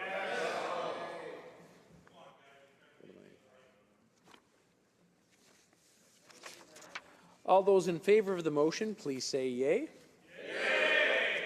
All those opposed to the motion, please say nay. Nay. In my opinion, the nays have it.